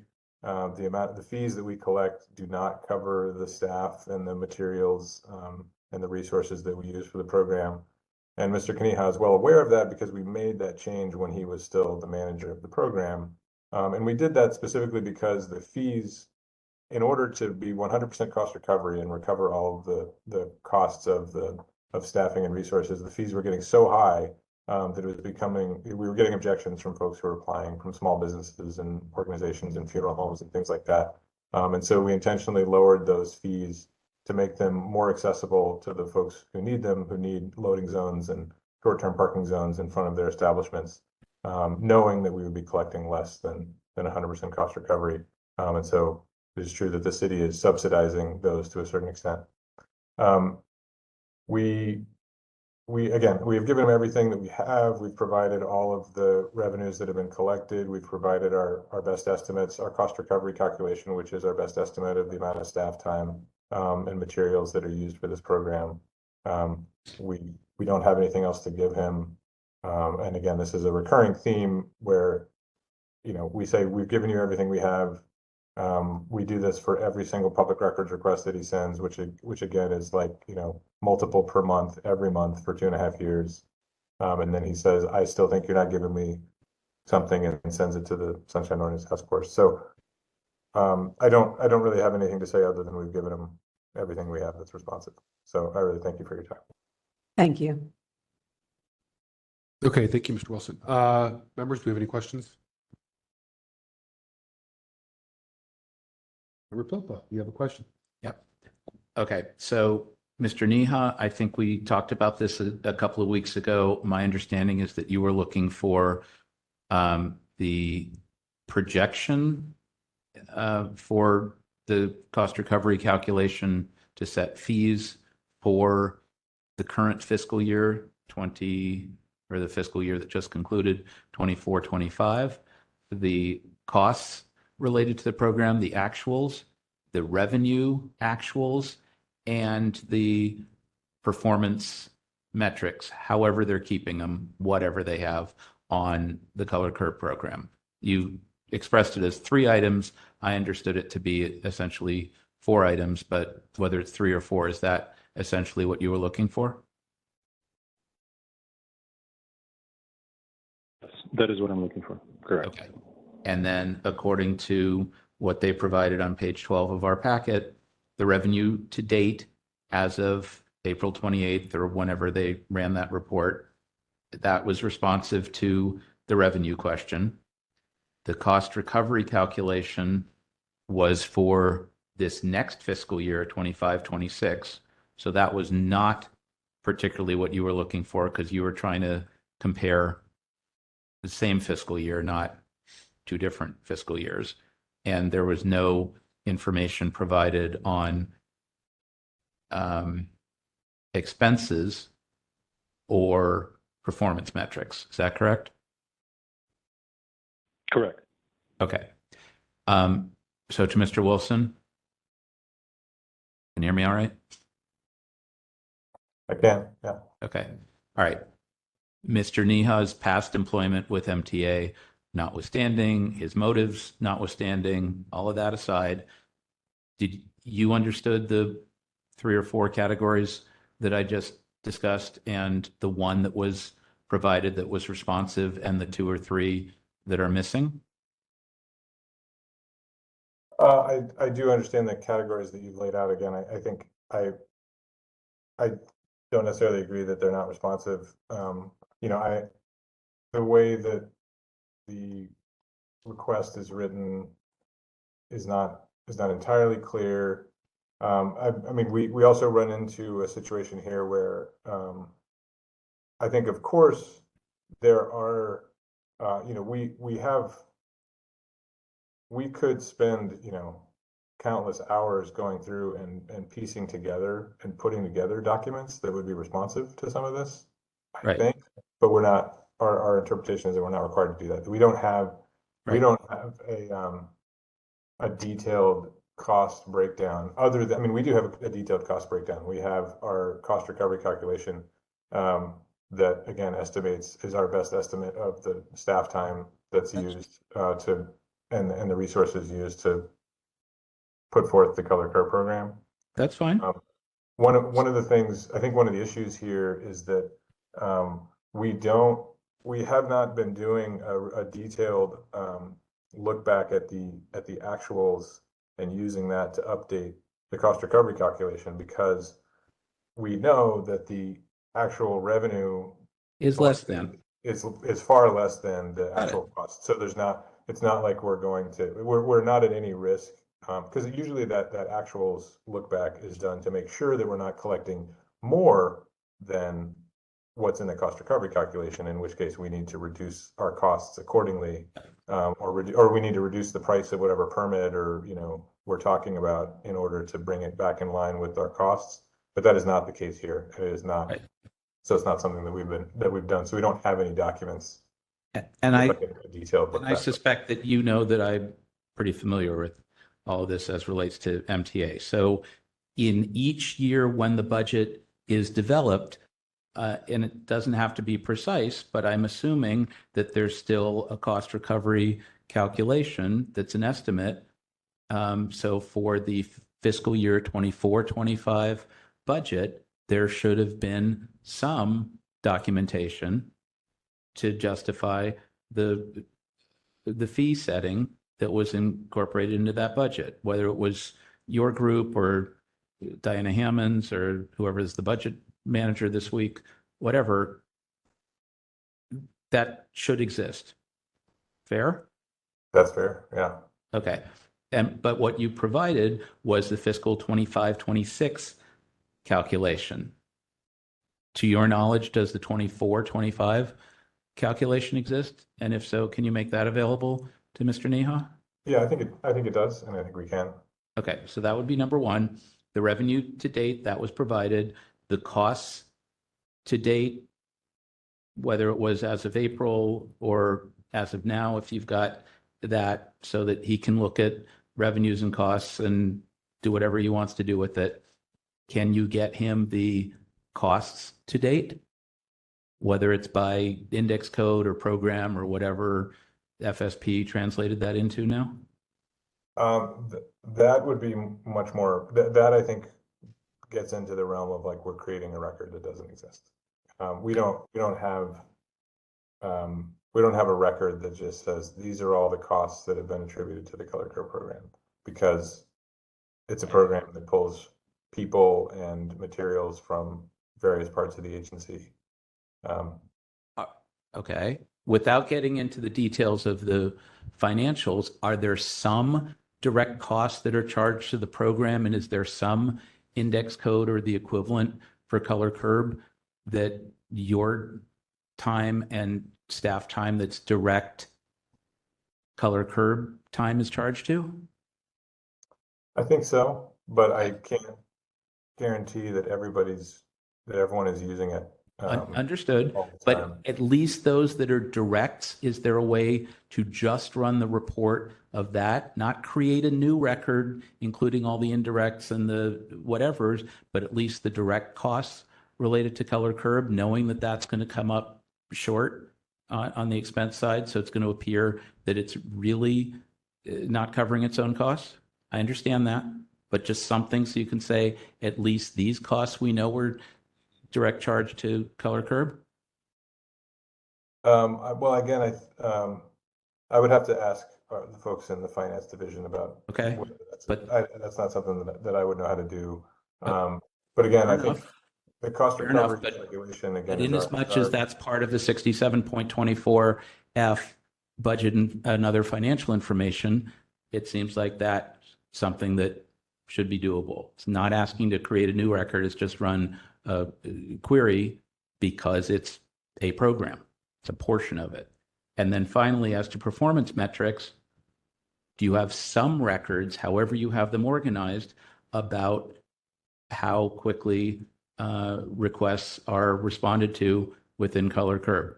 Whatever that means, whether it was adopted by the board as a performance standard or not, just some records about performance of the program.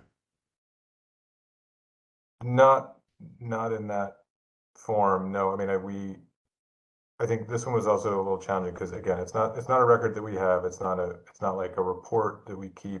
And we also, the way the Color Curve program works is that there's a monthly hearing, and we have a deadline and say if you want to have your item heard at the August hearing, then it needs to be in by a certain date. If it's not in by that date, then it'll go in the September hearing. To the next one. Of course, assuming that it's appropriate to be legislated and all that, and that's something that gets worked out with each individual applicant as we go. But there's everything either we determine that it's not appropriate, we're not going to move forward with it, we're not going to legislate it for whatever reason, or we legislate it, and that happens that basically happens within no more than So is there some program or Excel spreadsheet or something that tracks Color Curve program requests, the date that something came in and the date that it was legislated or approved or implemented, or the date that it was whatever, somehow disposed of? We're not going to do it, whatever. Is there some kind of report there that you can provide to Mr. Neha and he can do whatever he wants to with it? Something? I don't know. I mean, I guess what I'm saying is that would basically be asking for all of our records. It's essentially asking for go into the record keeping system, which we do have, and and print out, either go through and search and say like, okay, when did this one, when's the first notation for this, when this came in, and then when was it heard, which color curb hearing was it heard at, or did it not go to a color curb hearing for a specific reason? And then, and then like transfer that over to a spreadsheet or a Word document or something. And so that's it. No, I mean, we of course have records of all that, but we don't have something, as far as I know, that's just an easy click that says, okay, show me every logged in date and then disposed of date. Can you just export those records into a thing and give it to him, and he can do with it what he wants?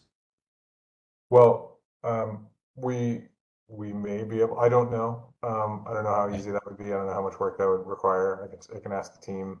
I mean, Mr. Kaniha does ask for the records for specific, usually like, I don't know, 2 or 3 or 4 items on each agenda. He wants all of the records, all of everything related to that particular agenda item.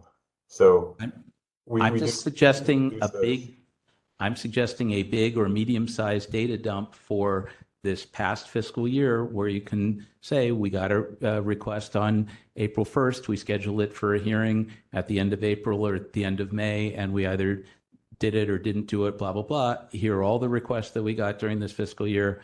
Have fun. It seems like it is no different than asking the planning department for a range of dates for a specific address. And if that's the system that they use to track permits, and that's easily accessible or easily generated by the department, that's what you have to make available, because that's the system that you're using. It's not creating a new record. It's exporting records from an existing system that you're using, that you can do, or somebody there can do pretty easily. Okay. I'm asking you to write a big report. I can certainly, I can ask the team whether that's an export that can be done with our current system. Okay. Those are my questions. Thanks. Okay. Anyone else? Should we move to rebuttals? Okay, let's move to rebuttals. We'll start with the respondent. 3 minutes. Mr. Wilson, are you ready for your 3 minutes? I am. They Thanks. begin now. Great. Thank you. Appreciate the members' time. Again, I would reiterate that we are, I think I made it pretty clear in my opening statement, but that we are doing everything we can to respond to Mr. Kaniha. We spend hours every week and have for the last 2.5 years responding to every single one of his public records requests, preparing responses to his Sunshine Ordinance Task Force complaints, preparing for the hearings, attending the hearings. And we'll continue to do that. That's his right and that's our obligation, and we understand it. But I would suggest to you all that at a certain point, it seems that he is taking advantage of this task force's time, and I don't think that he's actually respecting this task force and what it's about, and he's using you as a tool to sort of exact some sort of retribution against folks that he's upset at the SFMTA. And I do think that to the extent that you can settle some of these on the written record, I think that would go a long way in showing that transparency is very important. We're very committed to it. Again, we've produced thousands and thousands of documents for Mr. Kaniha over the past 2.5 years. But I don't think that he should be. I think he's sort of disrespecting this process and this task force the way he's using it. So thank you. Thank you. Mr. Kaniha, are you ready for your 3 minutes? Yes, I am. Your time begins now. Okay, thank you very much for everybody's time. So a couple of things here. Just to clear any misunderstandings that may exist. My past employment with the SFMTA has nothing to do with my particular interest in the subject matter. It just so happened to be that I am very interested in this topic, and I also, as a citizen and a taxpayer and the employee in the city of San Francisco and the person who drives there frequently, and the person who knows about this process. I'm interested in transparency and accountability. The Color Curve program was created as specifically created so that it would not require public funding. It was created as a cost recovery for a reason, and the cost of operating and the cost of operating the program and the exercises necessary to set up the fees have been done since the program created. It is not a new requirement. It is not something that I was just doing during my tenure there for 8 years for no reason. This was a legal requirement set in Prop E that you can go back and trace the records back to since the program was created. The SFMTA maintains a website where they track the performances. Among other things, they track how other departments, meter department, meter shop repair, and sign shop, they all have performance metrics, and the Color Curve program has a performance metric too. Since they were created, they were tracking the time that it takes from the day the request was originated to the day that the survey has been produced, and all of the months in which the 90% of those requests were 90% requirement performance metric was not met, meaning that 90% of cases have to be addressed, meaning the survey completed, or a conversation initiated with the applicant explaining for some reason why the survey cannot be done. This information has been tracked, and the only reason why this information is available, the SFMTA spent a lot of money creating a system where all of that information is tracked. All they need to do, if they have been documenting properly their processes, all they have to do is run a query. The only reason why they're not disclosing this information is because they know that their performance is extremely low. Thank you. That and concludes they're your time. spending public Thank you. funds. Okay. I think we've heard everything on this. How do we want to decide this one?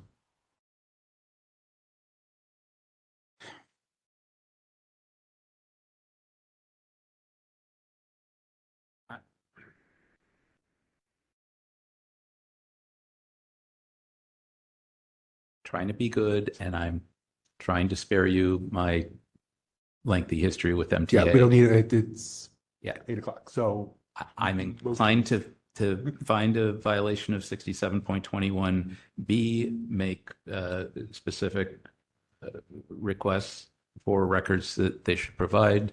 They should do so quickly, and we can refer this to a committee for compliance and follow-up. Do you need me to make that as a motion and be specific? if we're going to make an official motion, that needs to be specific. All right.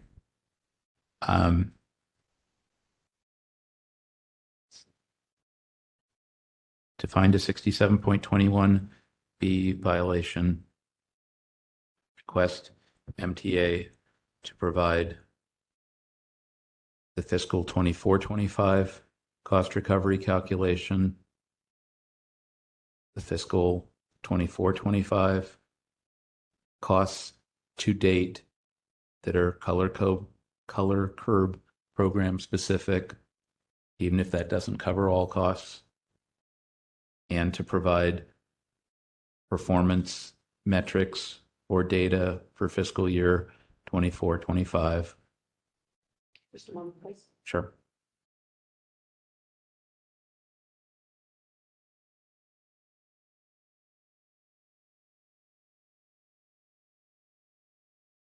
Thank you. And The third was the performance metrics or data for fiscal 24-25 for the color curb program in whatever form they exist, likely as an extract from whatever program they're using, and refer this matter to a committee for compliance and follow-up. Moved by Member Pilpel to find a violation of 6721B and request the SFMTA to provide the fiscal 24-25 cost recovery calculation, fiscal 24-25 cost to date, regarding that are color code specific, even if those numbers do not cover costs and performance metrics for 24-25 for the color curve program in whatever form they exist, likely as an extract, and refer to a committee for compliance and follow-up. Second. Okay, seconded by Member Wolf. Any discussion on that motion? Seeing no hands, let's move to public comment on the motion. Anyone in the online community wishing to make public comment on item number 14, please raise your hand in the app or press *3. We have no one in the room, no one online in the queue. Okay, let's go ahead and take our vote on that then.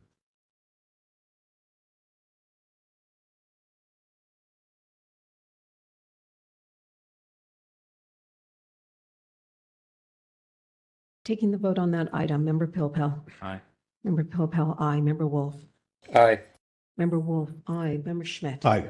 Member Schmidt, aye. Member LaHood. Aye. Member LaHood, aye. Member Sugarman. Aye. Member Sugarman, aye. Member Kumar, absent. Member Anderson. Aye. Member Anderson, aye. Member Highland. No.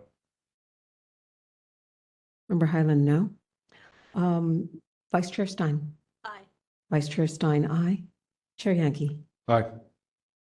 Chair Yankee, aye. 1 absent, 1 no, 8 ayes. Okay, with 8 ayes, that motion passes. That concludes that particular file. Administrator Peterson, you said to potentially 2 hours later to give you a break. It's been 2 hours. Did you need a 5-minute break? Yes, please, even though the next item is also. Yeah. These. Okay, so the parties, we're going to just take a quick 5-minute break so that our administrator can do what she needs to do. So please stay on the line. We'll be back within about 5 minutes. Thank you. In recess at 8:01 p.m., microphones are off.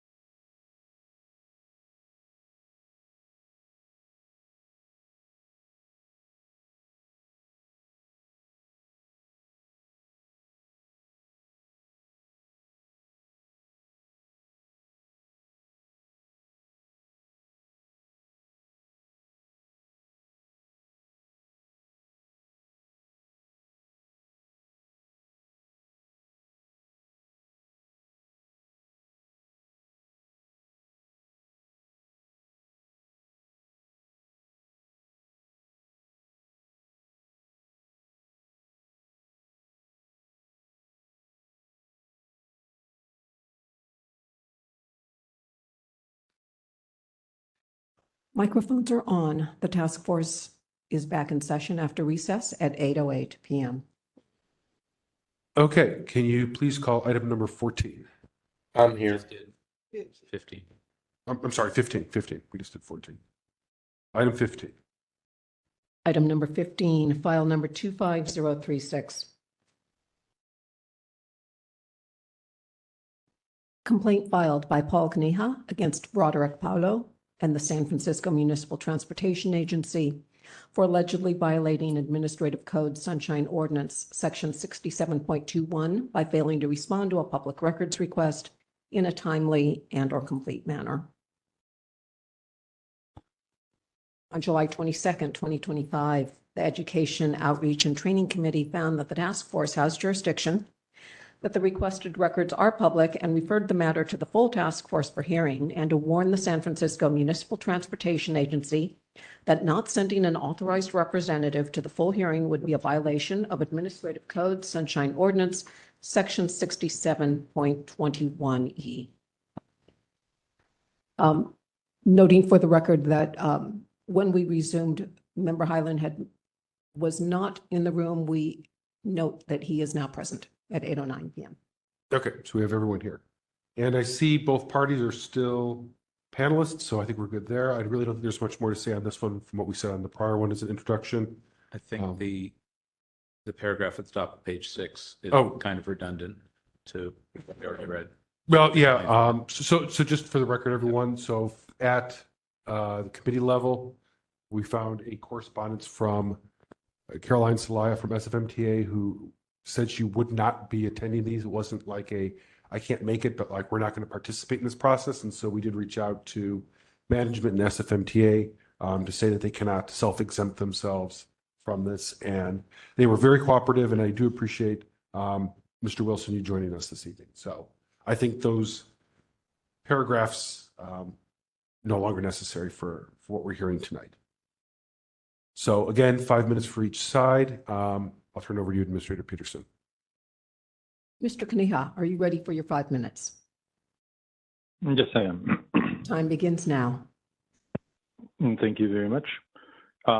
This matter is regarding blue zones that were established on Channel Street in San Francisco, and I submitted the sunshine request because I was interested in finding out specifically how the request was originated, and my understanding from very vague explanation at the public hearing that it had to do with public works. But when I asked those questions, clarifying questions in order to be able to provide relevant and meaningful public comments at the public hearing, my questions were not answered. And that's why I had no other choice but to submit the sunshine request to find out more. To the credit of the agency, I really appreciate their timeliness, and they did provide their internal communication in which they're discussing that the request indeed originated from a project by Public Works, and but there was no any further disclosures. There were no documents provided showing what specifically what project that was, what was the communication, and in that small piece of disclosed information, it was suggested. It basically was mentioned that it was in response to comments on the resolution, meaning that implies that the resolution must have been written, and that's a record that exists. And clearly, that was the reason for the request, what prompted the establishment of the blue zone. And that specific document is what I wanted to find out. This is the document that was not provided in the disclosure, and that is why I submitted the complaint. At the last hearing, there was a mentioning that I could use other routes, and I could go to Public Works, and I could request that information from them. But even if I were to go that route, not meaning I'm going to, but if I were to go that route, that would still not clear the violation that SFMTA, in my opinion, the violation, the SFMTA violation, and they did fail to disclose all of the information. There was all of the documents that existed, even if this is the document that was produced by another department. If they acted upon it, if they were establishing this blue zone as a result of somebody else's document, this document clearly was in their possession. This document was clearly related to this item, and this document was clearly subject to the disclosure. It does exist because they mentioned it, and it was not provided. This is why I submitted the complaint, and this is why I believe it is the agency responsibility to disclose it. And I don't have much expectation in that avenue, but I do believe that there should be some kind of accountability. And when a request is submitted for all of the documents, that means that all of the documents they have to be disclosed. And the agency should not be withholding documents willy-nilly, whichever they want to, whichever they don't want to. And when they fail to disclose all of the documents, it shouldn't be upon the requester to be prying and fishing and trying to piece together what is missing. It has to be the responsibility of the agency to disclose all the documents, and if they don't, they have to be held accountable one way or the other. That concludes my presentation. Thank you very much. Thank you. Mr. Wilson, are you ready for your 5 minutes? I am, thank you. Your time begins now. Great. Thank you again, task force members. My name is Hank Wilson. I'm the parking policy manager at the SFMTA. I think, as you can see from the materials on this complaint, again, there's nothing. We have provided all of the documents in our possession that are responsive to Mr. Kaniha's request. We don't have any other documents. If we did have other documents related to this specific item, 273 Channel Street, we would have turned them over. This is, again, a pretty common occurrence where Mr. Kaniha will request documents. We will provide them. He will say, I'm sure you're hiding something. We'll say, nope, we provided you everything that we have. And then he'll take it to the Sunshine Ordinance Task Force, which, again, I think is not a good use of this task force's time, but really a disrespect of this task force and the time of the folks who serve on it. And of course, very frustrating and time consuming for us as well. And I think Mr. Kaniha gave away the game a little bit in his presentation, where he said, I could go to Public Works to find this document that I think exists, that I'm convinced exists, and that is being withheld from me, but I'm not going to do that. And again, I think the reason that he's not going to do that is because he doesn't actually really care about this situation. He just wants to send public records requests and Sunshine Ordinance Task Force complaints that the SFMTA will then be required to spend staff time and effort to respond to. That's his goal here. That's what he's doing here. And again, we continue to spend many hours every week and send thousands and thousands of records whenever he sends us responses, and we will continue to attend these Sunshine Ordinance Task Force hearings. But in these kinds of cases where we really don't have anything to say other than we've given you everything that we have,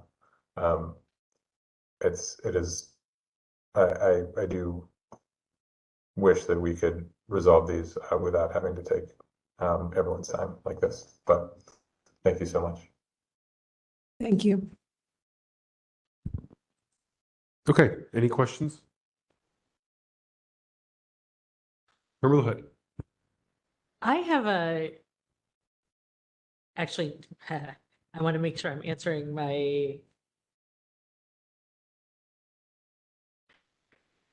I guess I have a question for the committee that heard this first.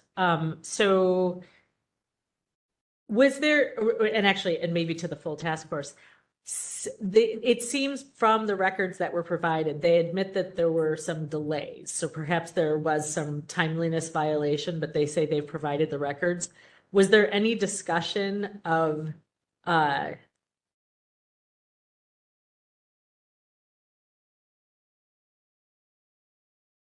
was there any discussion, or I'm you know what? Did they attend the hearing? No, that was the problem. That was the problem, because otherwise, could this have been resolved in? There is a very good likelihood that we could have done this, but we couldn't get any answers to questions. And our concern was not only did they not show up, but they basically wrote an email that said, we've said everything in written form we're going to say on this. We're not coming. Got it. Okay. Now I understand what's going on, because it seems based on the response, based on what we have here, and it seems, yeah, I don't know. It seems like lots of things have been provided and there is an admission that they were late. So perhaps we should find a violation of timeliness. But given the responses, as you know what, I'm going to let other people ask questions. Member Highland here. And did they not also duplicate a memo that was in the packet in the previous case, just saying we're throwing this down and we're self-exempting? Wasn't that right? Yeah, it was a response to both of them. Right. So it's disturbing to this committee that they're being so cavalier in how they should be written. Yes, it was a specific SFMTA staff member, and to their credit, I think there's the communications in here now with other staff members at SFMTA, and they've been very responsive about getting someone here. And so we appreciate that. And Mr. Wilson, I know you keep saying that, the easiest to get these resolved more quickly, and I'm not sure we can necessarily do them in writing, but it would be far more efficient if you folks could show up at our committee hearings. They tend to go more quickly. There's less of us there. Typically, we're a little more informal. We can kind of get through these more quickly. And so the fact that you, I don't mean you in particular, but you, SFMTA, didn't attend, unfortunately, made this get drawn out longer, I think, than it had to be. So for the future, I understand your frustrations. But if you could attend at the committee level, we can oftentimes resolve these issues there. As far as this, and not just if you can attend, you are required to attend. I mean, add that. Yeah. And now, Member Popel. Yes, I think message was sent, message was received, message had impact. Briefly to Mr. Kniha, the 3 records that were provided according to page 9, in response to your request to MTA regarding the establishment of the new blue zone at 273 Channel Street, what else do you think might exist? If you think this is not everything, what else do you suspect might exist? Unfortunately, I don't have, I'm actually on the East Coast now, and I don't have this in front of me. I don't have a computer. But there was a reference in the document to specific resolution, supposedly by Public Works, although not clear, to which comments were received. And based on those comments, that's what prompted the establishment of those zones. So I'm particularly interested in what project there was, what document there was, what resolution there was, what comments there was, and how did that translate into the request. So that's the particular piece of information that I'm still looking for and I'm struggling to obtain. Okay, but those records may be with Public Works and not MTA. To Mr. Wilson, the 3 records or categories of record that you provided, if anyone had come in to your office or inquired in relation to the color curb hearing and said, I want to see everything you have related to the proposal for 273 Channel Street, this is exactly what you would have provided? That's all you had in what constitutes the docket for that matter? Is that right? Yeah, that is correct. Okay. And I would say it goes beyond the docket because it does include the correspondence that led up to us putting it on the docket. And if Mr. Kniha or anyone else wanted to follow up with DPW or OCII relative to the correspondence or whatever project they were doing that required or promoted this idea of a blue zone at 273 Channel, there are names and information provided, and he or anybody else can follow up with Public Works or OCII, correct? I believe that's correct, yes. Okay, I'm good. Thank you. Yep. Okay, not seeing any other hands. Let's move to rebuttals. Mr. Wilson, are you ready for your 3 minutes? I am, thanks. Your time begins now. Great, thank you. I don't have a lot to add. other than to, again, reiterate, we've provided everything that we have. The timeliness issue came up, and I do think it's worth taking a moment just to address that. We do, because of the volume of requests that we get from Mr. Kaniha specifically, and I think we put this in various different responses that this task force has seen, but we have invoked the rule of reason at the suggestion of the city attorney, where we say we can only, in order to continue to conduct city business and actually have time to do anything other than just respond to Mr. Kaniha's requests, we do have to put a limit on the amount of time that we spend each week on responding to those requests. And so we put those in order, and that does mean that sometimes we miss the sort of standard Public Records Act deadline because something is just further back in the queue.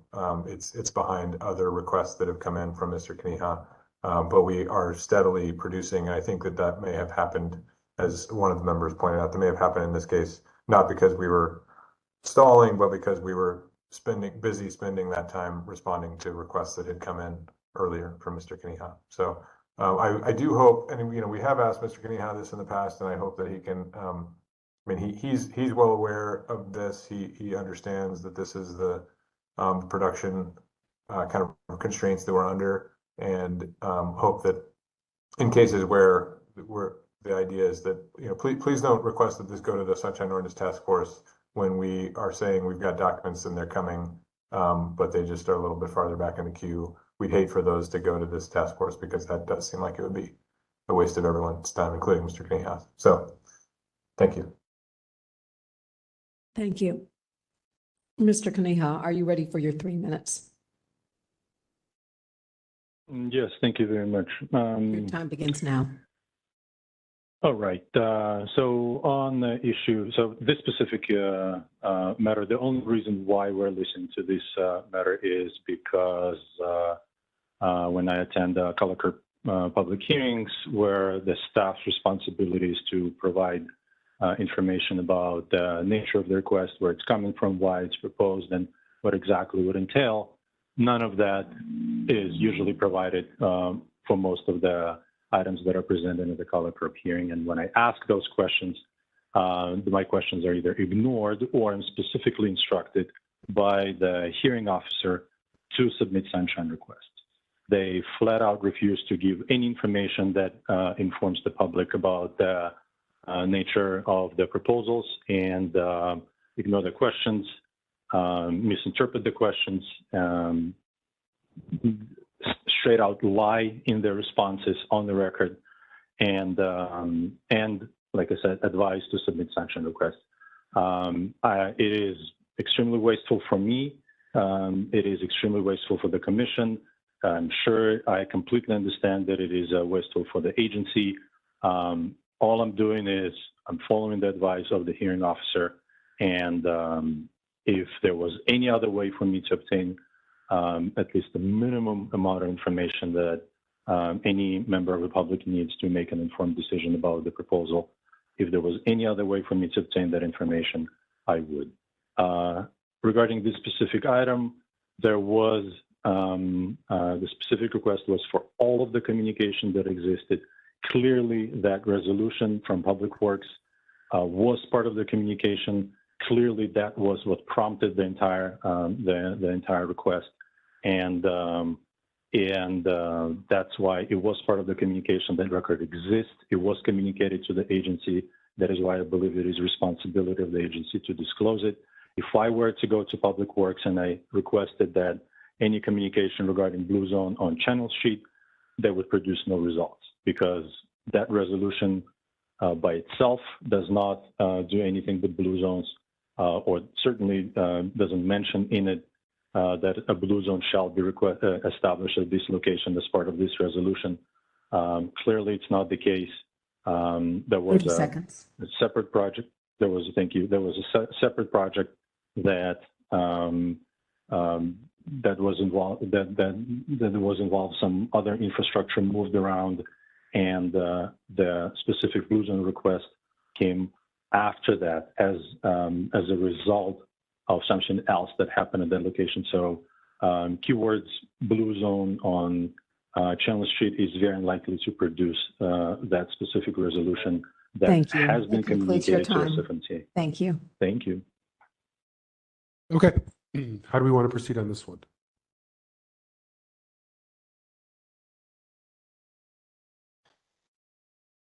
As opposed to the previous matter, I am not persuaded that this was a violation of 67.21B. I'm not even persuaded that there's a timeliness violation.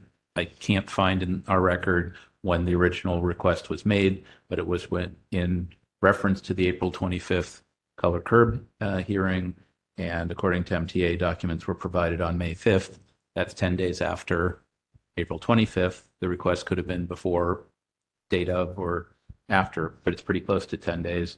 And what was provided seems like it was directly responsive to the request about that particular zone at that location. And if Mr. Kaniha wants to follow up with them with Public Works or OCII as to whatever project is triggering this, he's free to do so. But it seems to me like MTA provided exactly what he asked for in relation to the blue zone request under the color curve program.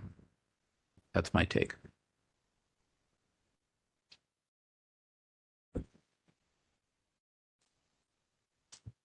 Anyone have a motion on this one? I keep making a motion. Someone else want to take this one? Member Highland here, motion to find no violation. Okay, moved by Member Highland, find no violation. Second. Seconded by Member Anderson. Okay, let's go to public comment on that motion.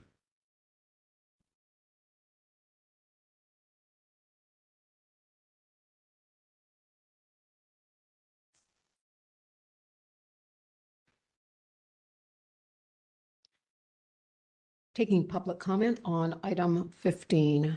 Anyone in the online community wishing to make public comment on this item, please raise your hand in the app or press *3. We have no one in the room, no one online in the queue. Okay, public comment is closed. Please call the roll for that vote.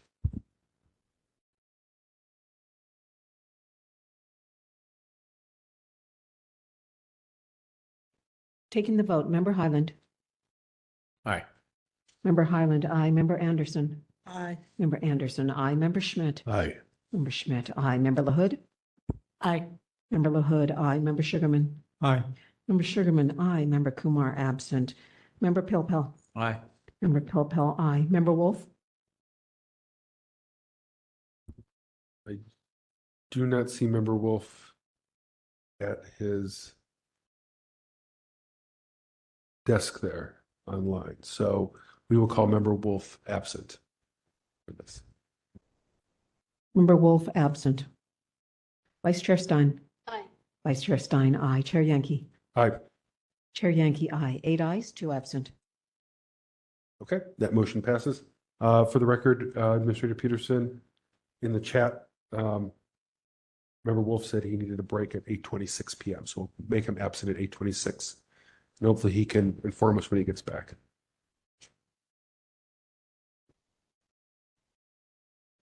Noted.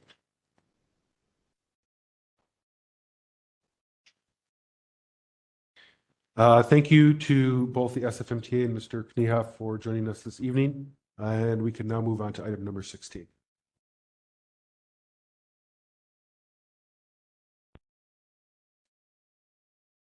Item 16, file number 25054. Member Wolf noted present at 8:32 p.m. Yep, I'm here.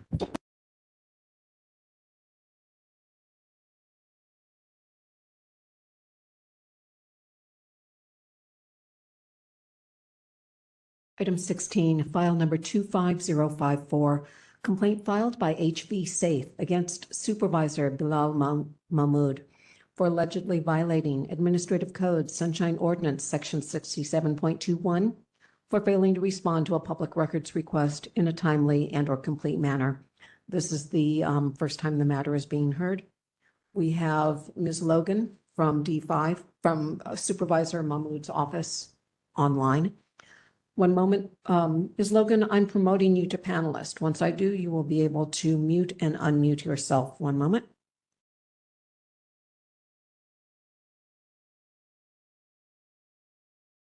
Hello, caller. Are you here for item 16, file number 25054? Yes. One moment, please. Promoting you to panelist. And may I have your name for the record, please? Mitch Breckers, Would you spell your last name? Reckers. Thank you. And do we have anyone calling in on behalf of either parties as a witness? But We have no, oh, we have a hand raised. One moment, please. Hello, caller. Are you here on item 16, file 25054? Yes, I am. Okay, and you intend to provide facts or evidence on behalf of either the petitioner or the respondent? Just comment.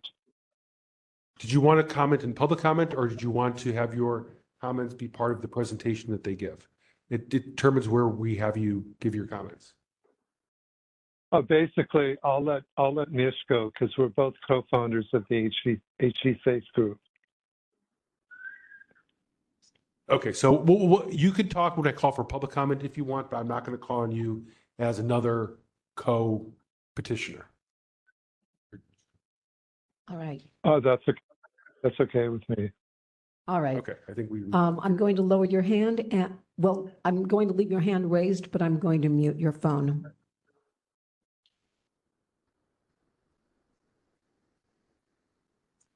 Okay, so I think both parties have kind of seen how the prior hearings here have played out. So we'll start with a 5-minute presentation by each side, starting with the petitioner, and I'll turn it over to our administrator.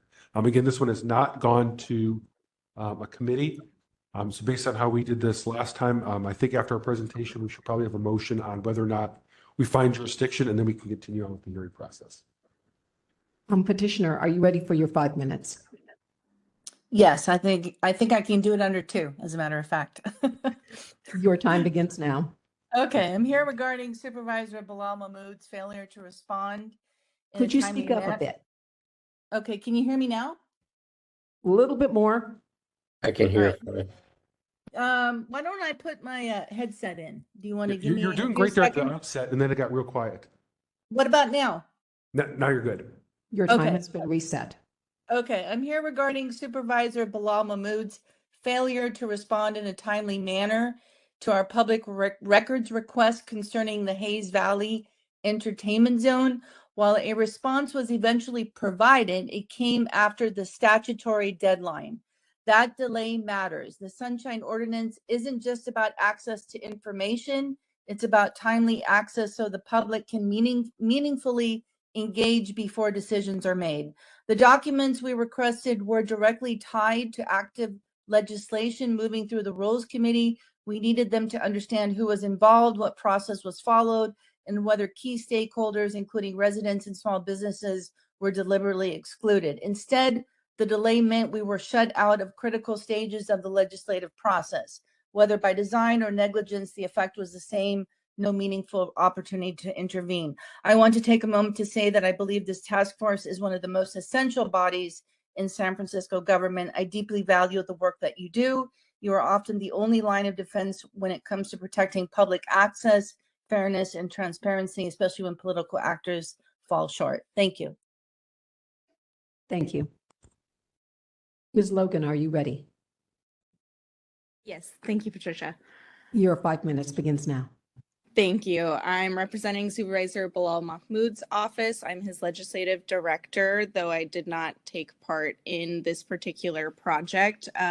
We are on our legislative recess, and I am the only one available.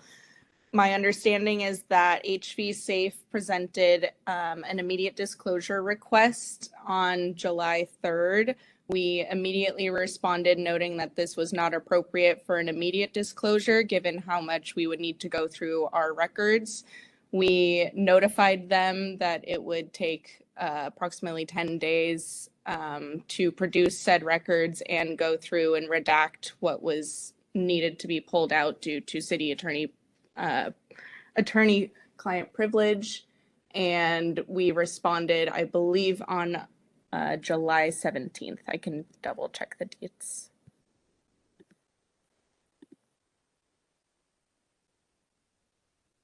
I think the dates are in June, not July. Thank you. My apologies, June.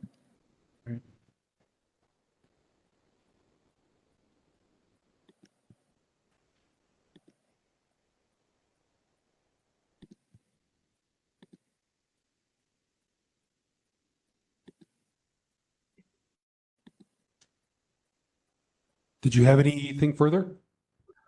That is all. We have no contest to this request and appreciate your patience this evening. Okay. Thank you. Thank you. Okay. Members, any questions?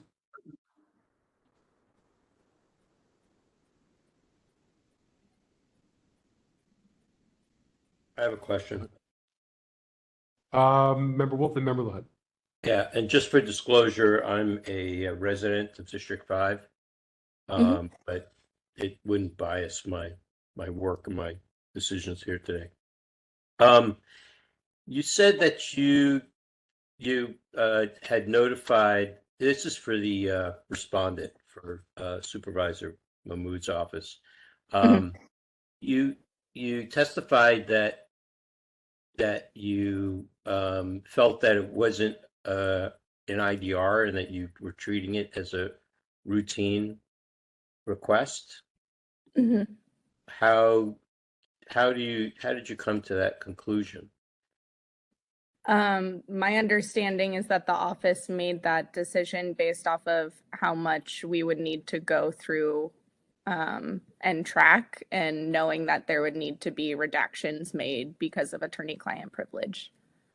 Okay, have you read through the section around the rules of IDRs? It's not coming to mind, but I have read them in the past. Okay, because the whole idea around simple or fulfilling, simple or routine, readily answerable requests it should not be used as a way to delay the fulfilling, and that's why the section provides the ability to, if it's voluminous, to do it on an incremental or rolling basis. So there's no reason to delay an IDR, as long as you respond by the next day. So I just find it a little odd to, because this isn't the first time that we hear this, and then we have to make corrections because of the way it's written.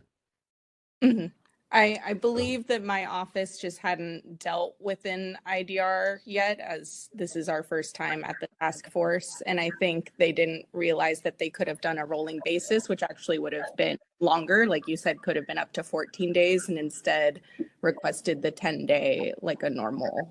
Right. Okay. All right, that's all the questions I have. Thank you. Member Wolf, Member LaHood. So I've been scanning through here to see what was redacted. And I was scrolling quickly, but I think I found like a Microsoft Teams invitation and 2 phone numbers. Am I missing anything? Was there more information that was redacted? I don't believe so. Again, none of these were my own documents. Okay. Let me see. So, okay. I'll let somebody else ask questions.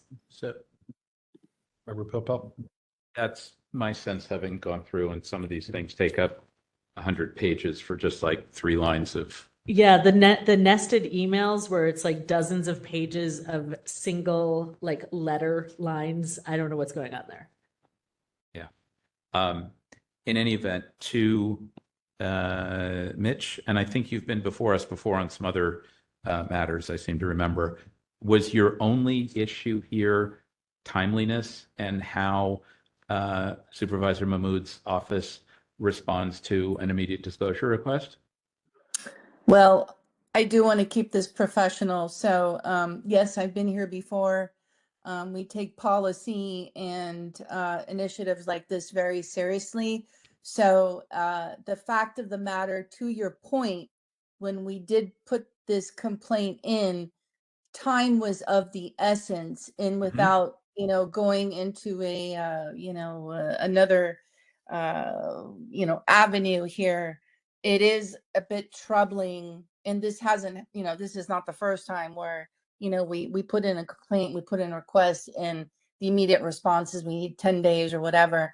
In this regard, we did find this to be a bit troubling because there was a lot going on, and the public at large was kind of swept to the side. So I agree where you're going with this, and I'm wholeheartedly following along, but I'm going to try to keep this professional. I do feel like in some ways we were blocked and stalled, so take that as you may.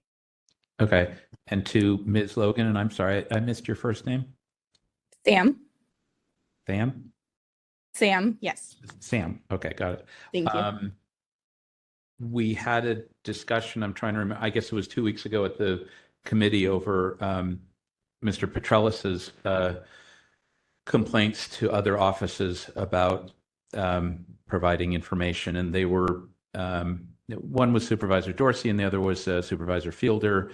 And they essentially both agreed that they could improve the text of what's on their website for how to request public records. I would refer you to that discussion, and just to summarize that whatever you have on Supervisor Mahmood's website, either under staff or how to contact us or somewhere there, if you don't have a short section on how to request records, you could develop that perhaps in consultation with other offices, that if people want requests, here's the best place to send them. Obviously, they have a variety of different ways to do it, but the best way to get the fastest response is to whatever, whether it's Mahmood staff or copy whoever and blah, blah, blah. If it's an immediate disclosure request, it'll be handled in a certain way. Other things are prioritized, et cetera, et cetera. But to just give people a working set of expectations for how they can best get your attention or your office's attention to get the records that they're looking for. Something around that. Does that make sense? Yeah, absolutely. I'm happy to work with our IT department and also check in with Supervisors Fielder and Dorsey to see where they're placing that, whether it's under district resources or on their main page. Yeah, and you all have some discretion about how to do that, just so that a member of the public can reasonably figure out how to get, again, the information that they're looking for as quickly as possible. Absolutely, happy to do so. Okay. I'm good. Okay. Before we move to rebuttals, does anyone have a motion to find jurisdiction? Since we're acting as the committee and the... I'll motion to find jurisdiction. Okay, moved by Member LaHood to find. I'll second.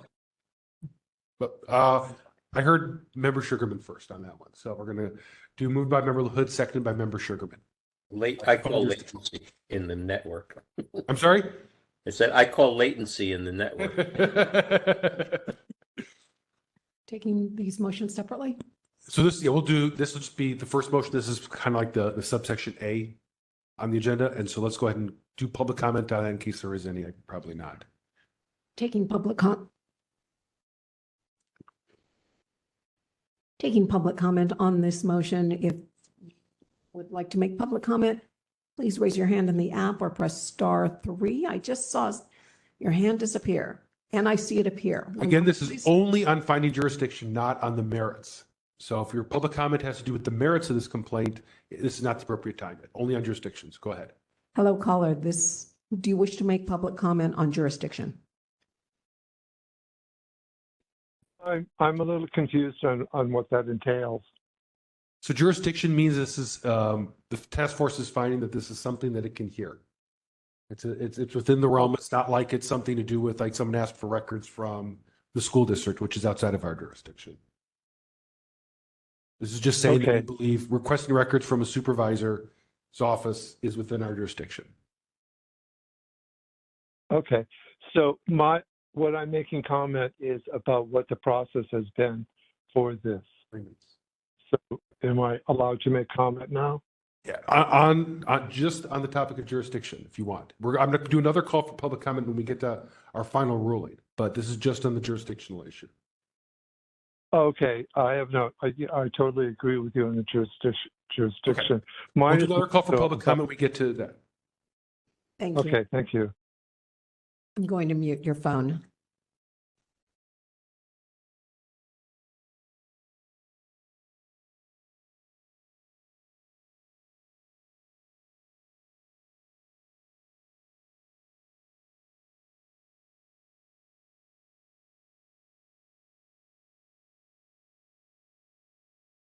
Taking the vote on that motion. Yep.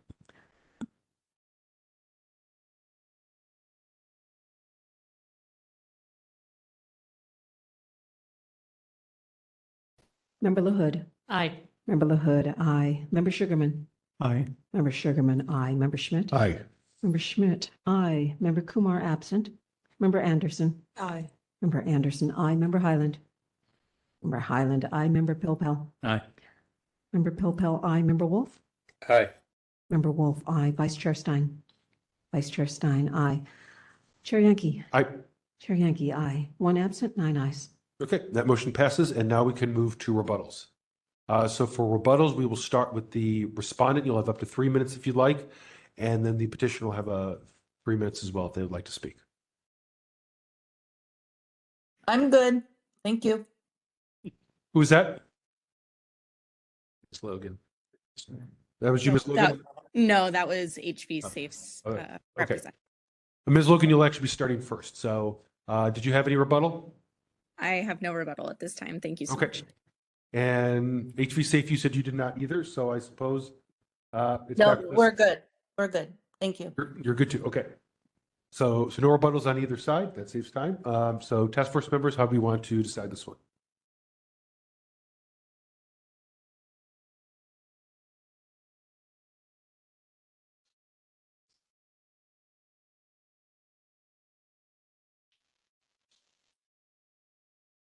Member Sugar. Oh, I'm sorry, Member Sugarman. I feel like we saw a similar case recently, and in my similar perspective of like looking at the request, it doesn't look simple or routine to me. But it does request information on a rolling basis, and in both cases with like city agencies, that seems to have been overlooked. And that's, I don't have like a proposal, I'm just observing that. And also that, I mean, it does also seem like maybe this office and it's only, with a recently appointed supervisor, like maybe they were inexperienced. That's possibly also true. But anyway, those are my observations. I'm a little confused, Mr. Chair, on order. Are we now into Q&A or where? No, we did Q&A. So we're at the final stage. We're in deliberations. Oh, we're into, okay. There were no rebuttals. Okay. Both sides forfeited rebuttal. They didn't have any. So. Oh, I see. Okay. Okay. Yep. So I'd like to go if you don't mind. Go ahead. So yeah, it's just getting a little tiresome. The folks thinking that they can change IDRs into regular requests, and I think using the 10-day extension and the rolling basis gives them a lot of leeway to be able to provide them with as much additional time as reasonable. And so I just have concerns about that, and I don't necessarily know we have any kind of like I think we've done determinations based upon that before. But otherwise, I think there's value in complainants, their complaint at this point. I don't have a motion ready to go yet. No. Okay, thank you, Member Wolf. I'll just speak real fast. I kind of on the same page that Member Sugarman is. It looks like just following I think it's a pretty easy one to look at the timeline for. There was a request was made on June 3rd. The initial response was made on the same day, June 3rd. So that was timely, right? This is a voluminous response. So I don't think we can expect that everything would have been turned over within 24 hours. It looks like it took 2 weeks or 10 business days, however you want to call it. There were no rolling responses. So it sounds like perhaps technically there were a few days off and they should have done it perhaps on a rolling basis. But aside from timeliness on that regard, I don't see too much here. Do you have something, Member Popo? I'm in a similar place. I think the only place I might find a violation is on the rolling production. It specifically requested on page 2 of the request, citing the code section. I don't feel particularly strongly on this, and I think the office has perhaps acknowledged that they could do a better job in the future and that they're going to try to do that.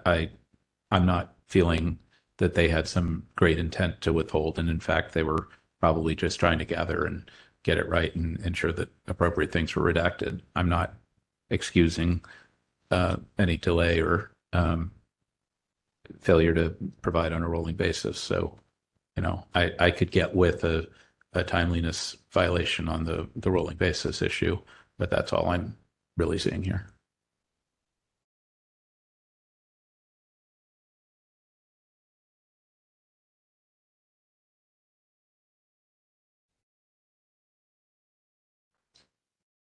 Does anyone want to make a motion? I am sympathetic to the wanting or having expected rolling responses, because some of these are very straightforward records. Like these were, emails sent out to mailing lists. Like these things could have been, somebody could have searched for these and produced them, within the hour of the request being received. I do understand that there were other things that had to be reviewed. I am going to make a motion to find but I do want to acknowledge that the group who responded to this did respond, it appears, in full. And I am happy. I did scan through look at the redactions, and I think it appears that only things that needed to be redacted were redacted. So there was nothing excessive there. But I do think that there was a violation of 6725D in terms of failure to provide responses on a rolling basis. I don't know. Others might not agree with me, but I'm going to make the motion and we'll see what happens. Okay, so motion by Member LaHood to find a violation of 6725D for not providing records on a rolling basis. Mm-hmm. Is there a second to that? Second. Seconded by Member Sugarman. Okay. Want to go to public comment on that? I think we have one person who wants to provide public comment. So, go ahead, Pat. Hello, caller. Do you wish to make public comment on the merits? Yes, I do. Okay, one moment, please. Are you ready for your 3 minutes? Yes. Thank you. Your time begins now. Basically, I have to ditto what Mish said earlier. Basically, it was like this was an issue that was coming and moving through the board very fast, and we were given a late heads up to this, so time was of the essence. And as what people have said, it's like there wasn't a whole lot of redacting that was done to the document. So I just think it's a message that should be sent to the supervisors that they need to, respond in a timely fashion. If they felt it was going to take longer, as what the commission has said, is that it should be a rolling request. And in this case, I don't think it fit that parameter. So it was just that we were under pressure to get the information so we could testify in front of the Rules Committee and the Board of Supervisors about an issue that we were seeking information about.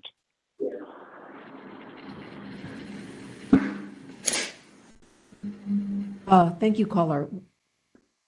Would you mind sharing your name for the record? My name is Richard Johnson. Thank you, Mr. Johnson.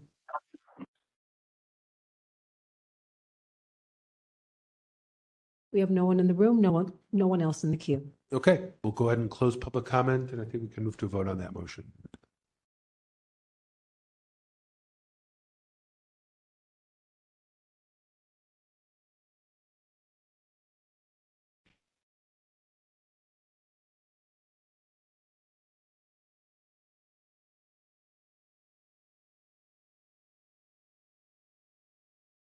And this is LaHood and Sugarman again. Moved by member LaHood, seconded by member Sugarman. Okay. Taking the vote, member LaHood. Aye. Member LaHood, aye. Member Sugarman. Aye. Member Sugarman, aye. Member Schmidt. Aye. Member Schmidt, aye. Member Kumar, absent. Member Anderson. Aye. Member Anderson, aye. Member Highland. Member Highland, aye. Member Pilpel. Aye. Member Pilpel, aye. Member Wolf. Aye. Member Wolf, aye. Vice Chair Stein. Aye. Vice Chair Stein, aye. Member Yankee, or Chair Yankee. Aye. Chair Yankee, aye. One absent, 9 ayes. Okay, that motion passes. Thank you to both parties for joining us this evening. We appreciate your participation. Thank you. Okay, that now concludes our complaints, and we can move back to item number 5.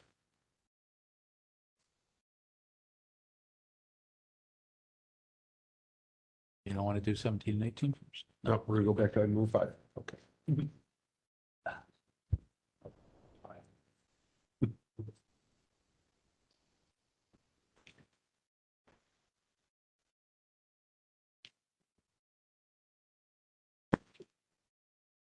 Item number 5, proposed amendments to the Sunshine Ordinance Task Force bylaws. Presentation of proposed amendments to the Sunshine Ordinance Task Force bylaws related to Article 2, Section 2 regarding attendance. Okay, this is just food for thought, we're not voting on this, but I made a couple suggested additions to the attendance part. This doesn't change our attendance requirements, just kind of clarifies the process. Just so that, basically just saying if you're going to miss any meeting or any portion of the meeting, if you could just let Pat know in writing, and either me as the chair or for a committee meeting, let the committee chair know so that we don't have quorum issues. And it just also clarifies that, which we've already been practicing, that we only really count full absences from an entire task force meeting as an absence for the purpose of it, not, portions of it or not committee meetings. Member LaHood? I totally agree with the spirit of this. I have some wording suggestions. Sure. Okay, so I think a little bit of it is ambiguous where we say regular entire task force meetings. I think it might be because entire can mean full or whole, as in like the time length of the meeting. Mm-hmm. So I think it should either be regular meetings of the full task force, or regularly scheduled meetings of the full task force, or regular standing meetings of the full task force. And I don't know if people have strong feelings about that. But instead of saying, let me look at what it says. Right now it says I think what I'm trying regular entire task force meetings, which is very confusing. Right, I was trying to say that you'd have to be absent for the entire portion. Right. Kind of as an absence. So I don't think you actually need to say that, because I think if somebody attends a meeting, they haven't missed a meeting. So you are saying you are not saying you need to be there for the whole meeting. You just need to show up at some point. Right. So that's the practice we've been doing, but some people have been confused by that. So I'm just trying to make it clear. I don't know how else to. So I think if you. We just remove it entirely if you think it was clear. No, I think if you say, sorry, it's hard for me to look at what, okay, so right now, you say who misses 2 consecutive or 3 regular entire task force meetings. But I think if you just say regular meetings of the full task force. If you miss it, you've missed it. There's like being late, you didn't miss it, you were just late. You're either there or you're not. Yeah, Yeah. Member Popo? I have two other ones Oh, too. I'm but- sorry. Go ahead. Finish it. Okay, and instead of saying acting in the absence of the chair, I would say acting on behalf of the chair, because we're already talking about absences and using that word there makes it confusing. That's a good point. And then the final one at the very end, I would change lack of attendance to either just attendance record or insufficient attendance, or that the member is not complying with the ordinance attendance requirements, which is a little wordier and maybe not needed, but I just, lack of attendance. Attendance record. I would say attendance record, I think is the simplest one. Those are my comments. Good comments. Now, Member Popo? Yeah, I like most of that. I think members' attendance record is good, or members' absences, but attendance record is more neutral and positive. Maybe just striking the words entire in both cases, and to clarify, the administrator shall notify any member who misses 2 consecutive or any 3 regular task force meetings in any 12-month period of time. Because the concept is either 2 in a row or any 2 in a row or any 3 in a rolling 12-month. Yeah. Right. I think the key thing here is that when members know that they're going to be absent, whether it's a month before, 3 days before, or the afternoon of, that they should let somebody know. It's the not having quorum because people failed to show, that's the problem, and not knowing, et cetera. Yeah. And if we could do it, if at all possible, in writing, because I know some people might mention it at like parts of a meeting, but Pat has like a lot to do. And if that's the only mention of it, it might not make its way onto her notes. So it's really asking to make sure that it's on her radar as a separate standalone item is the main thing. And my only other thing, it's in a different section, but it just was staring me in the face. Article 1, Section 3, can we change the phone number there to 7724? Because I think the 4442 was Cheryl's direct, and I don't think we're using that as the main contact. Yeah, that sounds good too. And if we're going to post this for purpose of a document May as next well. time, let's do that. I didn't do a broader search. Yeah, this wasn't supposed to rewrite on the entire bylaw. It was just while I was looking to at save page Pat some grief, because it was, I know she had a little, moment trying to figure out how complaints got canceled. So trying to minimize grief. Yeah. Yes. Anything else? We don't have to vote on these. I'm going to take the feedback and we'll vote on this. Oh, Pat, I'm sorry. You had your hand. Yes. I'd also like to add that recently there was a question of whether or not I actually sent the standard email saying that an agenda had been posted to committee members. And I just wanted to note that it appears that is an issue, and I will endeavor to not do that going forward. Even though we do discuss the regular meetings, there is that supportive interaction between me and the committee members that I will maintain. Yep, it'll be a group effort. Okay. Anyone online? There's no one here. Nope, no one online, no one in the room, so there is no public comment. I think we can move on. So we're going to hopefully act on that. Yes. We'll be able to act on that next time. Do you want those of us who had suggestions to email the suggestions That would to be you? fantastic. So I don't have There to we go. listen Then to you the can, audio. right. That would be Fantastic. so Okay. wonderful. Thank you. Okay. And if anyone else has any suggestions, you can say them now, let me know and I can put them in there.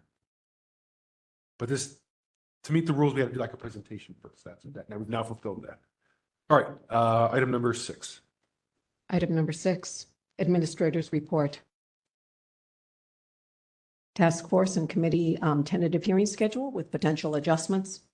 Complaints and hearing requests, pending petitions and complaints, Sunshine Ordinance Task Force member attendance, and recent communications. In the packet, beginning with item 1, for the Administrator's Report, we have the upcoming tentative schedule for the balance of August 2025, and the upcoming meetings for September and October 2025. For October, we have received advance notice from Vice Chair Stein of the fact that she will not be attending the Complaint Committee meeting on October 21, 2025. Okay, any other changes we need to make? As far as, which that isn't going to change, as long as we know that we'll have quorum on that. So just to continue things, any compliance issues will continue to go to EOT, and then CAC will work. I think the tentative plan for that is they'll do and try to finish up the main edits next meeting, and then hopefully Yes.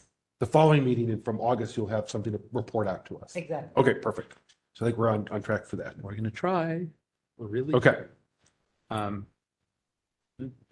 good in August. September 23rd for EOT. I have a Jewish holiday conflict. Can we explore between now and next month if we could move that to the 30th? Likewise for me, same reason. Remember, Wolf, you're not on EOT. Did you have a separate? No, but if there's anything being planned during that time, it's kind of like they're two holidays a week apart from each other. Which dates are problematic? Well, we already moved the October 1st one to October 8th. Which I appreciate. Or, yeah, somebody did that. Yeah. The 23rd is a date problem. Not for me. Anyway, what I'm suggesting is if we can, there happen to be 5 Tuesdays in September, if we can talk to the whatever to try to cancel on the 23rd and move it to the 30th. Administrator Peterson, does that sound like a viable? It's a maybe. It will require some effort, etc.